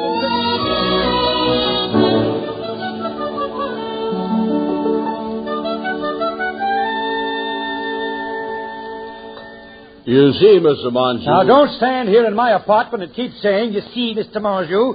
Do something. Yes, sir, yes. Where are my orchids? Well, I'm doing everything I can to figure out how to get them back here. But when do I get them? When? It may be too late even now. Too late? What you mean, Mr. Monjou? Well, if you must know, I had a special reason for buying those orchids for my wife. You see, for the past 2 weeks, there's been some slight friction in this household between Mrs. Monjou and me, and it so happens that the orchids might serve to cure everything. And they're the only ones in town that I could find. You and your wife having trouble? Yes, Mrs. Monjou has been a bit perturbed, and rightly so, by what she has sometimes been known to refer to as the boy in me. Yeah. I've been in the doghouse myself. Well, I'm not interested in where you have been. I want those orchids or there'll be trouble. Well, I'm sorry your wife is mad with you, Mr. Monju. It so happens that there's another little thing that enters into it, too. Oh, it is? Just the mere fact that I happen to be madly in love with my wife, and I... Oh, what's the use? You've bungled everything. And our maid tells me that when the violets came, my wife put on her hat and coat and walked out of the house with tears in her eyes. Yeah, sad, all right. Let me tell you something, young man. Well, I'll go and try to get the orchids for you, Mr. Monju. Well, you won't get them standing around here. Why don't you go out and look for them? Yes, sir. I'm going to go out right now. Excuse me, Mr. Monju, though. I don't guess you want them violets. Would it be all right if I took them with me? I'll be glad to give them to you. Yeah, I'll wait right here for them. Well, Hilda, before you answer that door, tell me, what did Mrs. Montague do with the violets? They're on a dressing table, sir. Well, I'll get you the violets of all the stupid things I've ever heard of. What is it, please? Excuse me, but this is Mr. Adolph Montague. Oh, wait a minute. There's the man who wants the Ender. Oh, Kingfish, you got him. Oh, yeah. Here you is, son. Here is the orchid. Oh, boy, you done saved my life. How did you get him? Don't ask no questions now. All I can tell you is that Janice won't know the difference till the time comes that she ain't gonna get them back. I got you out of this jam, too, didn't I? You got me out of one, but I got into another one. What is Janice going to say when she gets the violets back instead of the orchids? Yeah, well, I can't do everything for you. Wait a minute, here it comes. Mr. Montague, here it is. Here's your orchids. Orchids? I'm afraid they've arrived a little too late. Too late? But, Mr. Montague... Well, I have decided to keep the violets instead. Perhaps this note I just found on the dresser will tell you why. Dearest Adolph, how strange that so many years have passed before you discovered that a woman's heart is wrapped up in little things. Do you remember a few years ago, it was just a week before we were married, we walked in the country and you stopped by a peaceful brook and picked me violets. You said that if it were ever possible to love me more than you did then, you would tell me with violets. Adolph, you've given me many lovely gifts since then, but today my violets came. The loveliest present you've ever sent me. I'm glad you didn't forget your loving wife. Gee, that's the prettiest thing I ever heard. Yeah. It sure is. It's pretty to me, too, boys. Now will you take these orchids and get out of here? Take the orchids? Yes. Before my wife thinks I didn't buy her the violets.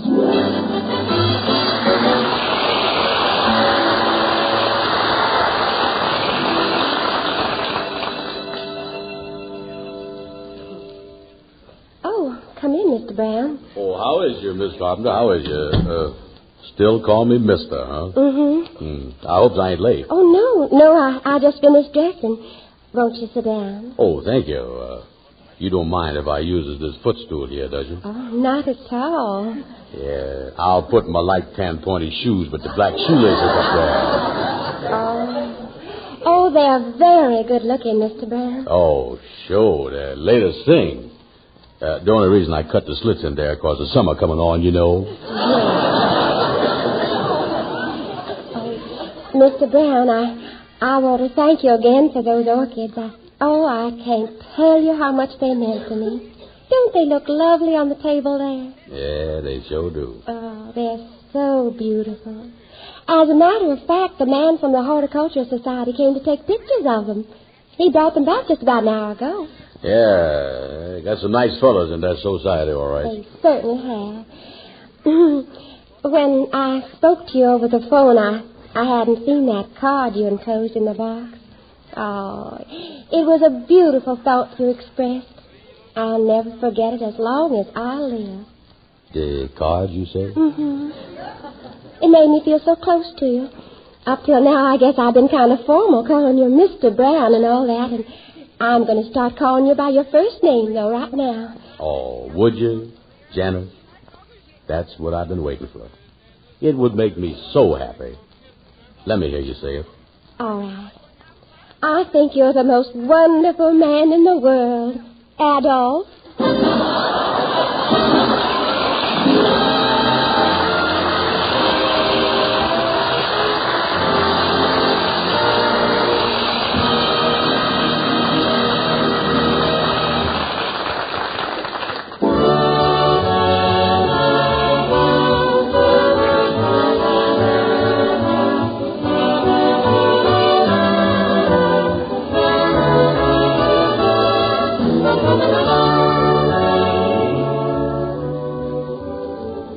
Next Friday at this same time, Amos and Andy will have a show that you'll surely want to hear. Make certain you don't miss it.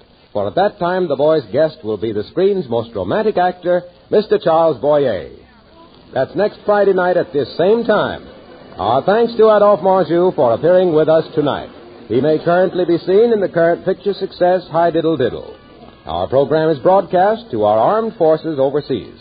This is Harlow Wilcox bidding you all good night, and don't forget, next week, Amos and Andy and Charles Boyer.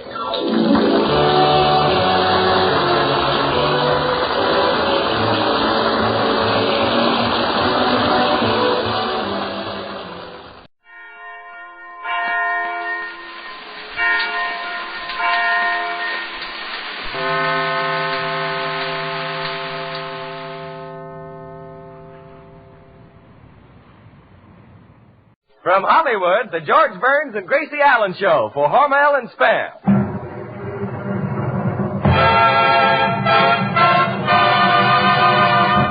Crazy people.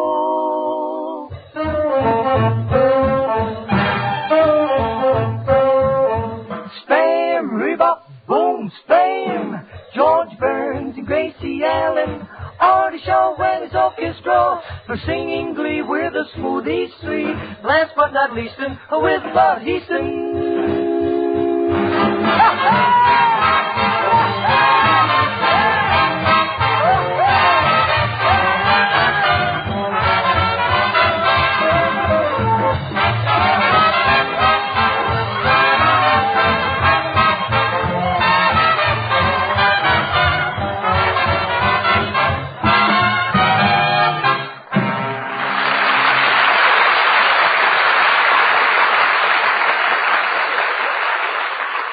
Friends, we have an answer to that age-old question, what can I give the family for breakfast?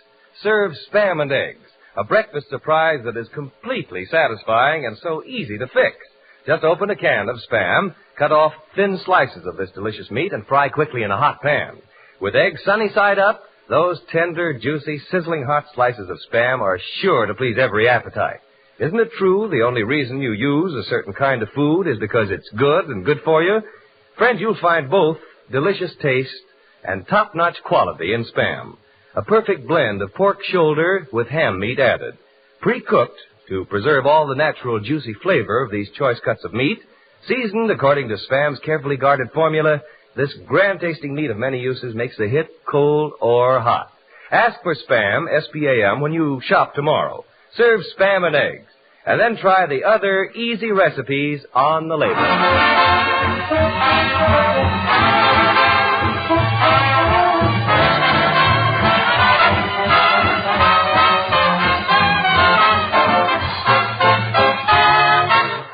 And here they are, your two Spam ambassadors of fun, George and Gracie.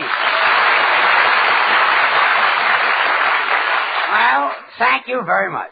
Am I happy tonight? Oh, you should be, George, winning that $200,000 breach of contract suit against Elsie Trelifair. And boy, did I celebrate. Say, you know that judge took me home after the trial, and he tried to kiss me, but I wouldn't let him. Try to kiss you? Yeah, he must be a pretty good lawyer. What makes you think so? Well, all evening he kept trying to break my will. Gracie, that happens to be a very fine judge. Did you know that he's greatly feared on the bench? Well, I don't know about the bench, but he certainly scared the life out of me in the rumble seat. Anyway, I'm very happy that the case is over, and let's forget it. Yes, George, it must be quite an ordeal to have the arm of the law after you. Oh, that's nothing. I had it around me. What a feeling that was, to get to a court and find out the man I hit with a car is the judge who was trying my case. And as soon as I saw him, I got 5 years older. Oh, good, George. Now you can start collecting your Social Security. No. Nice going, Bud. Oh, thank you. Well, running into the judge was nothing to worry about, though. It was just a little accident. Nothing to worry about. Do you know what you can get in Los Angeles for hitting a pedestrian? Yeah, a driver's license. Well, anyway, I want to thank you all for being my character witnesses. Saben que yo estoy muy orgulloso de señor Burns por la manera I get it. Yes, fine. Artie, what's Senor Lee saying? He was proud of you at the trial when you took the offensive. Oh, well, thanks, Senor Lee. In fact, he says you were the most offensive man in the whole courtroom. That's right. If that Artie Shaw doesn't keep that guitar player quiet, he's going to find a pink slip in his envelope. George, I don't think Artie Shaw wears a pink slip. Of course he doesn't wear a pink slip. I know something that you don't know.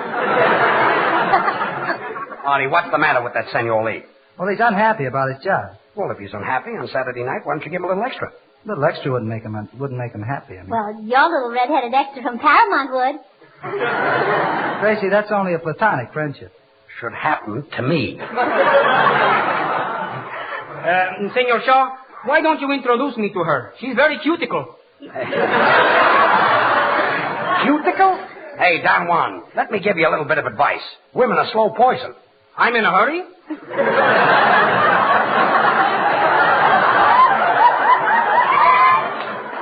Did you know that I had less trouble in court last week than I'm having here? Oh, you should worry, George. You saved $200,000. What $200,000? Boy, if I had that kind of money, I'd spend $199,999.95 for spam. What's the other nickel for? To call up the grocer in case I run out. out. I thought so, yes. Well, stop with that $200,000.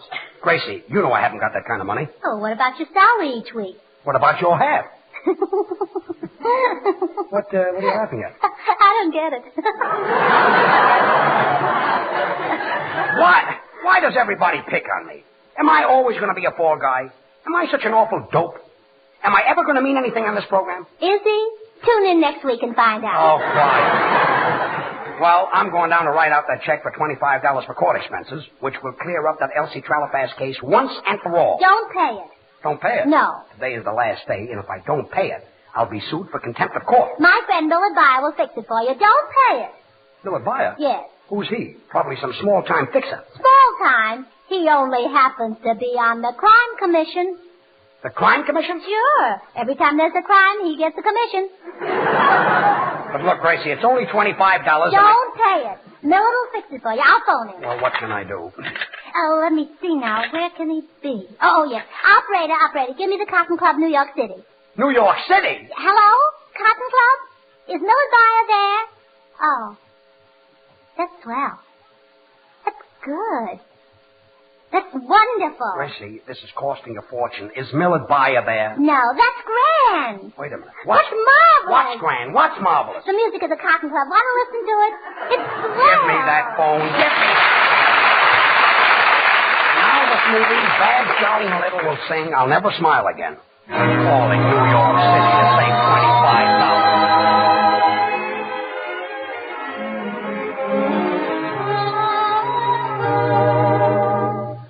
I'll never smile again until I smile at you. I'll never laugh again.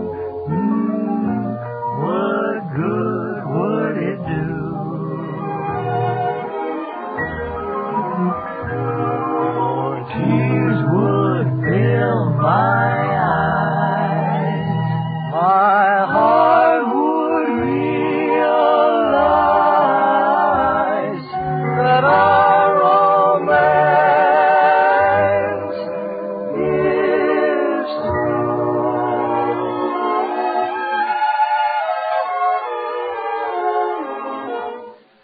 I'll never love again. I'm so in love with you. I'll never thrill again to somebody new. Within my heart, I know I will never start to smile again until I smile at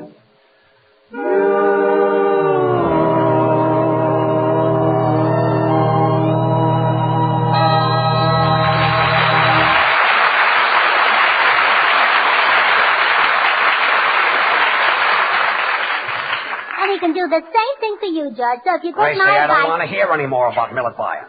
That last call cost me $19. I've got to pay this $25 court expenses. Today is the last day, so stay out of it. Now, wait a minute, Gracie. I didn't mean to hurt your feelings. I know you were trying to help me. Oh, forgive me, Gracie. Now I feel awful. I feel like a skunk, scoundrel, rat. Gracie, will you please forgive me? I'm not crying about that. No? What are you crying about? Did you see that picture, Rebecca? It was very sad, but will you stop crying? I still haven't sent the check. So, George, before you do that, let me make one more tiny little phone call to Millard. Well, all right, but no New York. No. Number, please. Get me Gladstone 1131. That's better. Montreal. Montreal? Montreal, Canada speaking. I want to speak to Millard Buyer. How do you spell the first name? With difficulty. Did you say Hillard Buyer? What? Did you say Hillard Buyer? No, Millard Buyer. M as in Millard, I as in Millard, L as in Millard, A as in Millard, R as in Millard, and D as in Dave. Here's your coffee. Hello, Dave speaking. Dave? How do you spell it? D is in Dave, A is in Dave, V is in Dave, E is in Elmer. Hello, Elmer. Hello, Dave. What's going on here? Where's Millard? Take it easy. He's out with Slavko Vorkapich. How do you spell it? S is in Dave, L is in Look, will you hang up? Hang up! That call will be $152. Charge it to George Burns. $152. Give me that phone. Who's this? This is George Burns. George Burns of the radio? Yes, George Burns of the radio. I never miss you. You don't miss me? I don't hear you and I don't miss you. Thanks.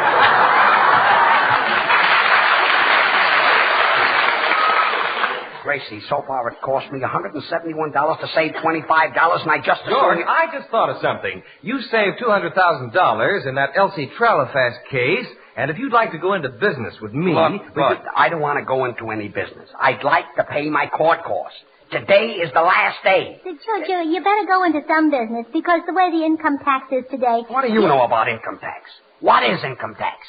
Well... Yeah, what is it? The way it works is the government takes your salary. Yes. That's it. The government takes your salary. You said it. George, you don't have to invest all that $200,000. I've got $200,000? Who believes that? You know, I spend a few dollars. Who believes that?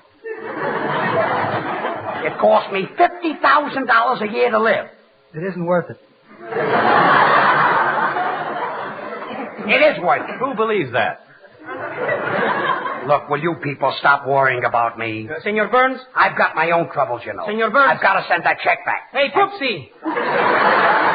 Stop calling me Poopsie. What is it? Senor Burns, if you want to go into business, why don't you buy a string of racehorses like Bang Crosby?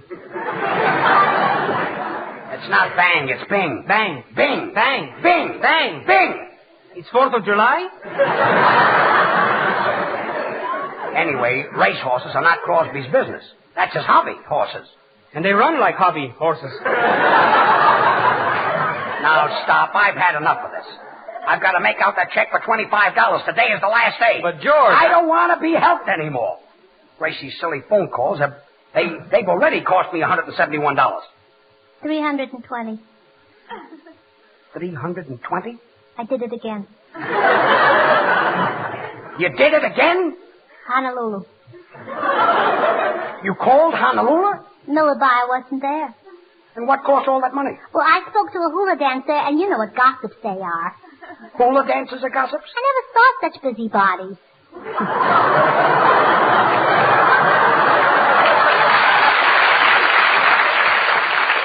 Gracie, I owed the court a few dollars, which I was very happy to pay. And now I owe the phone company $320. 480.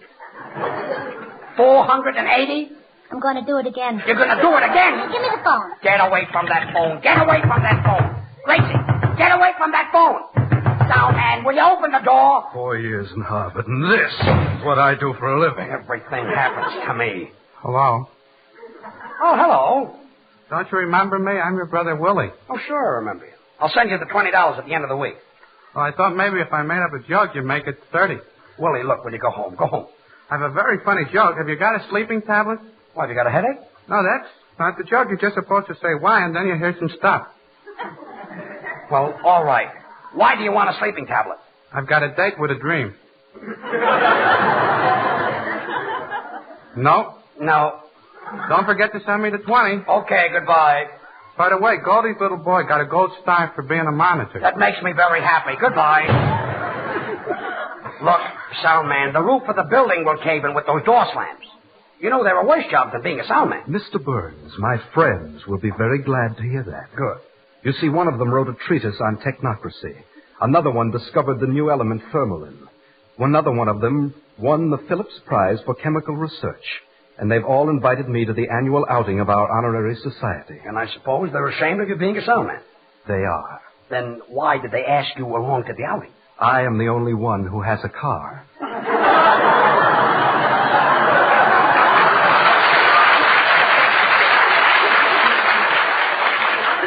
I better write out that check before it's too late, or Where's Gracie? I'm here. Gracie, are you still on the phone? Please. Hello? What? What's that you say? Miller's buyer isn't there? Gracie, why are you speaking so loud? Well, you gotta talk loud when you talk to Egypt. Egypt? Doesn't the Millard buyer ever go to Pomona or Long Beach? Sorry, Millard buyer isn't here. He left for the West Indies. Have you tried Bahamas?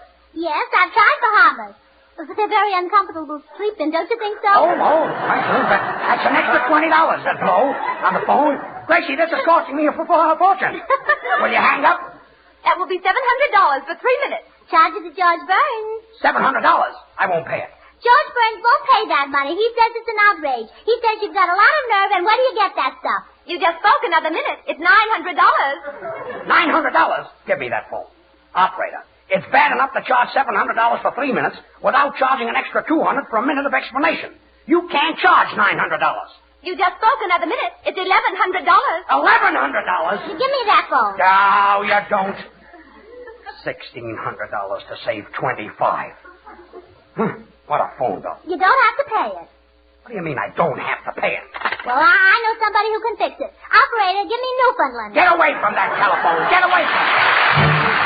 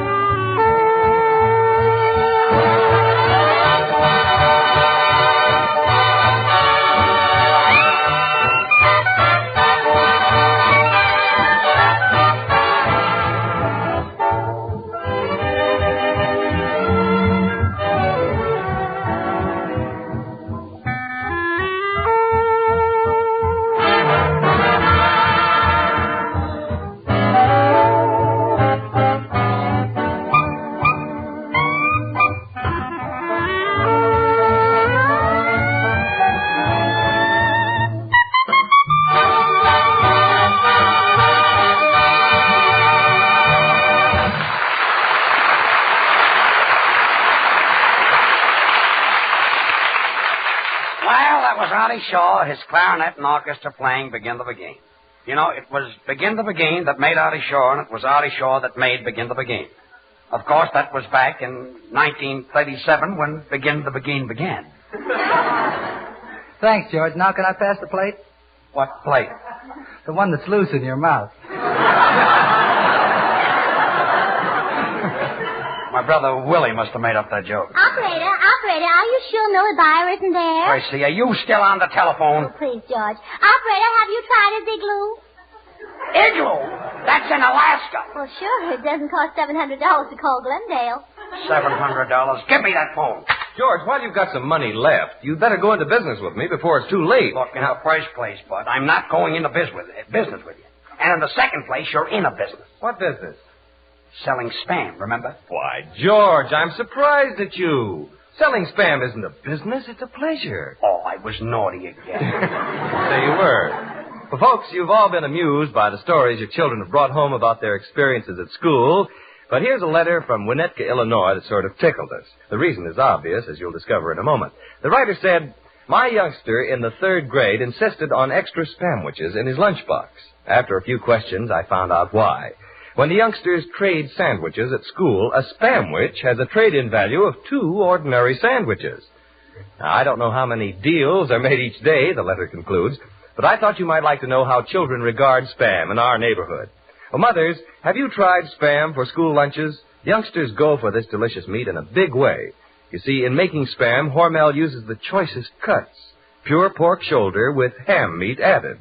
All ready to eat as soon as you open the spam can, this tender, juicy meat saves you time. Whether you fix a school lunchbox or the youngsters come running home at noon, spam is wholesome food that sticks to the ribs and satisfies the children's taste.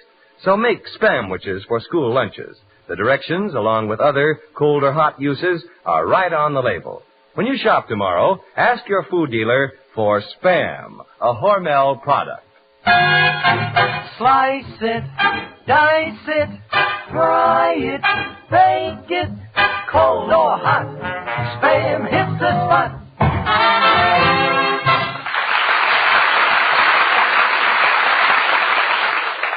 Well, slice it, dice it, slice it. No matter how I slice it, I'm still in the ground. Fine thing.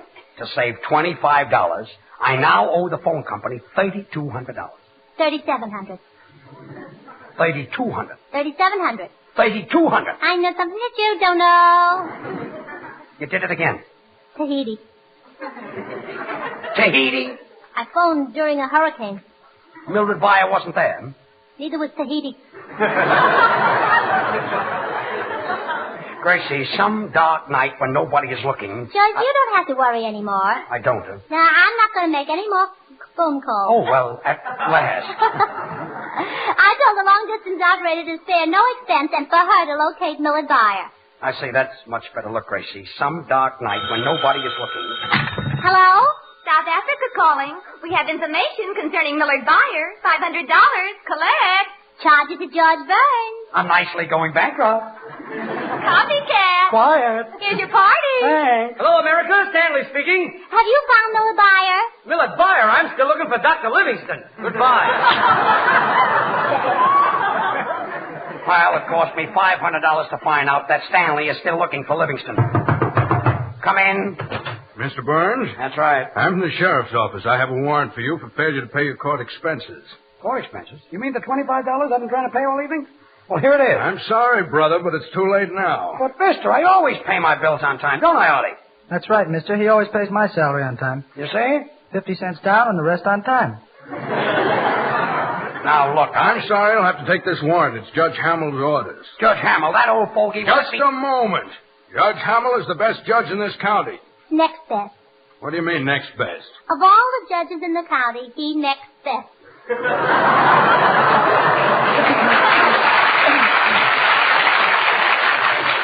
Well, mister, I'm not going to take this warrant because I had every intention of paying the $25. Senor Sheriff, don't worry. Senor Burns has an honest face. Really? Honest, that's a face. Now, look, I'm not going to take that warrant. Well, you'll have to. Well, give it to me. Gracie, you can't tear that up. We certainly can. Tearing a warrant, eh? Well, mister, you'll be fined $1,000 for contempt of court. Oh, yeah? Well, George knows Millard Byer who can fix it for him. Someone who can fix it, eh? Well, that's bribery. That'll cost you another $1,000. I didn't say anyone was going to fix it for me. Now, denying it, eh? Well, that's perjury. That'll cost you another $1,000. Now, wait a minute. Did you ever hear of me? I happen to be George Burns of the radio, and I get $5,000 a week. For what? For being a comedian. Taking money under false pretense.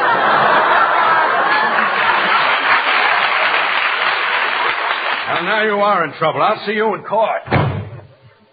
Well, Gracie, I can thank you for all of this. Oh, it was nothing. I'd do it for anybody. Instead of paying $25, I wind up paying $25,000. Hello? This is Zanzibar calling. Zanzibar? Is the Millard Byer there? No, he left last week for Mandalay. Mandalay? Where's Mandalay? Where the dawn comes up like thunder out of China, across the beach. George, it's a George Burns. Give me that phone. And I don't want any more phone calls. Don't touch that phone. Well, it might be Millard Byer. I don't care. Don't touch that phone. Well, never mind. Just say I'm not in. Hello? What? Who? George Burns? Oh, I'm sorry. He's not here. Goodbye. Oh, you should have answered it. Who was it? Millard Byer? No, it was the Pot of Gold program. The Pot of Gold?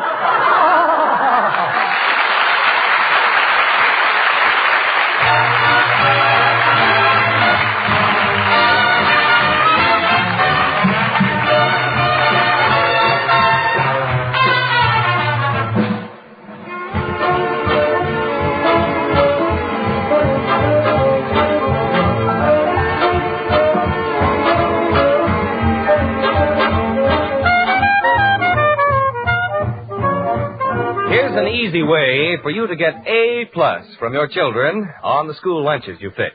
Serve Spam. This grand-tasting meat makes a hit with active children who want food with a swell flavor, food that fills you up. You'll like Spam because this satisfying meat is all ready to eat as soon as you open the can. Just slice Spam and make Spamwiches for the lunchbox.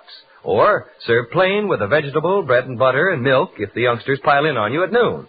Let Spam, S-P-A-M, solve your school lunch problems. Ask your food dealer for Spam, and be sure to try the easy recipes on the label. Well, thank you, Bud. Well, Gracie, say goodnight. Good night. George, are you going home? No, I'm good and sore. $25,000 for phone calls. Mr. Burns, you've got no reason to be sore. You had a swell show tonight. I watched it from the first row. Well, who are you? I'm Millard Byer. Good night, folks. Good night.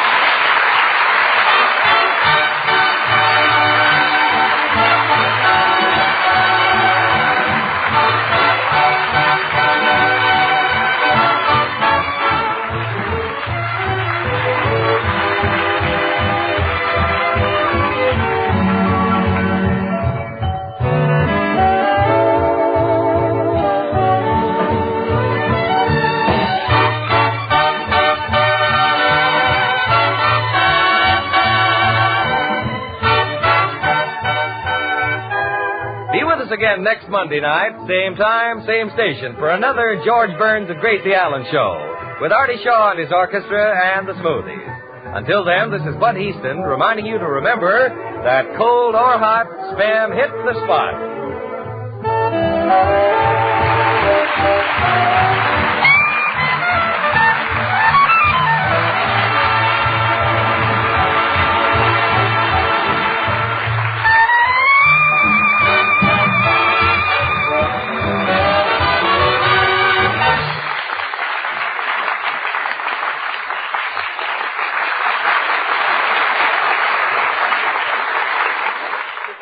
Have you tried Hormel chili con carne? You may think you don't like chili, but chili con carne, the way Hormel makes it, is different, and everybody likes it.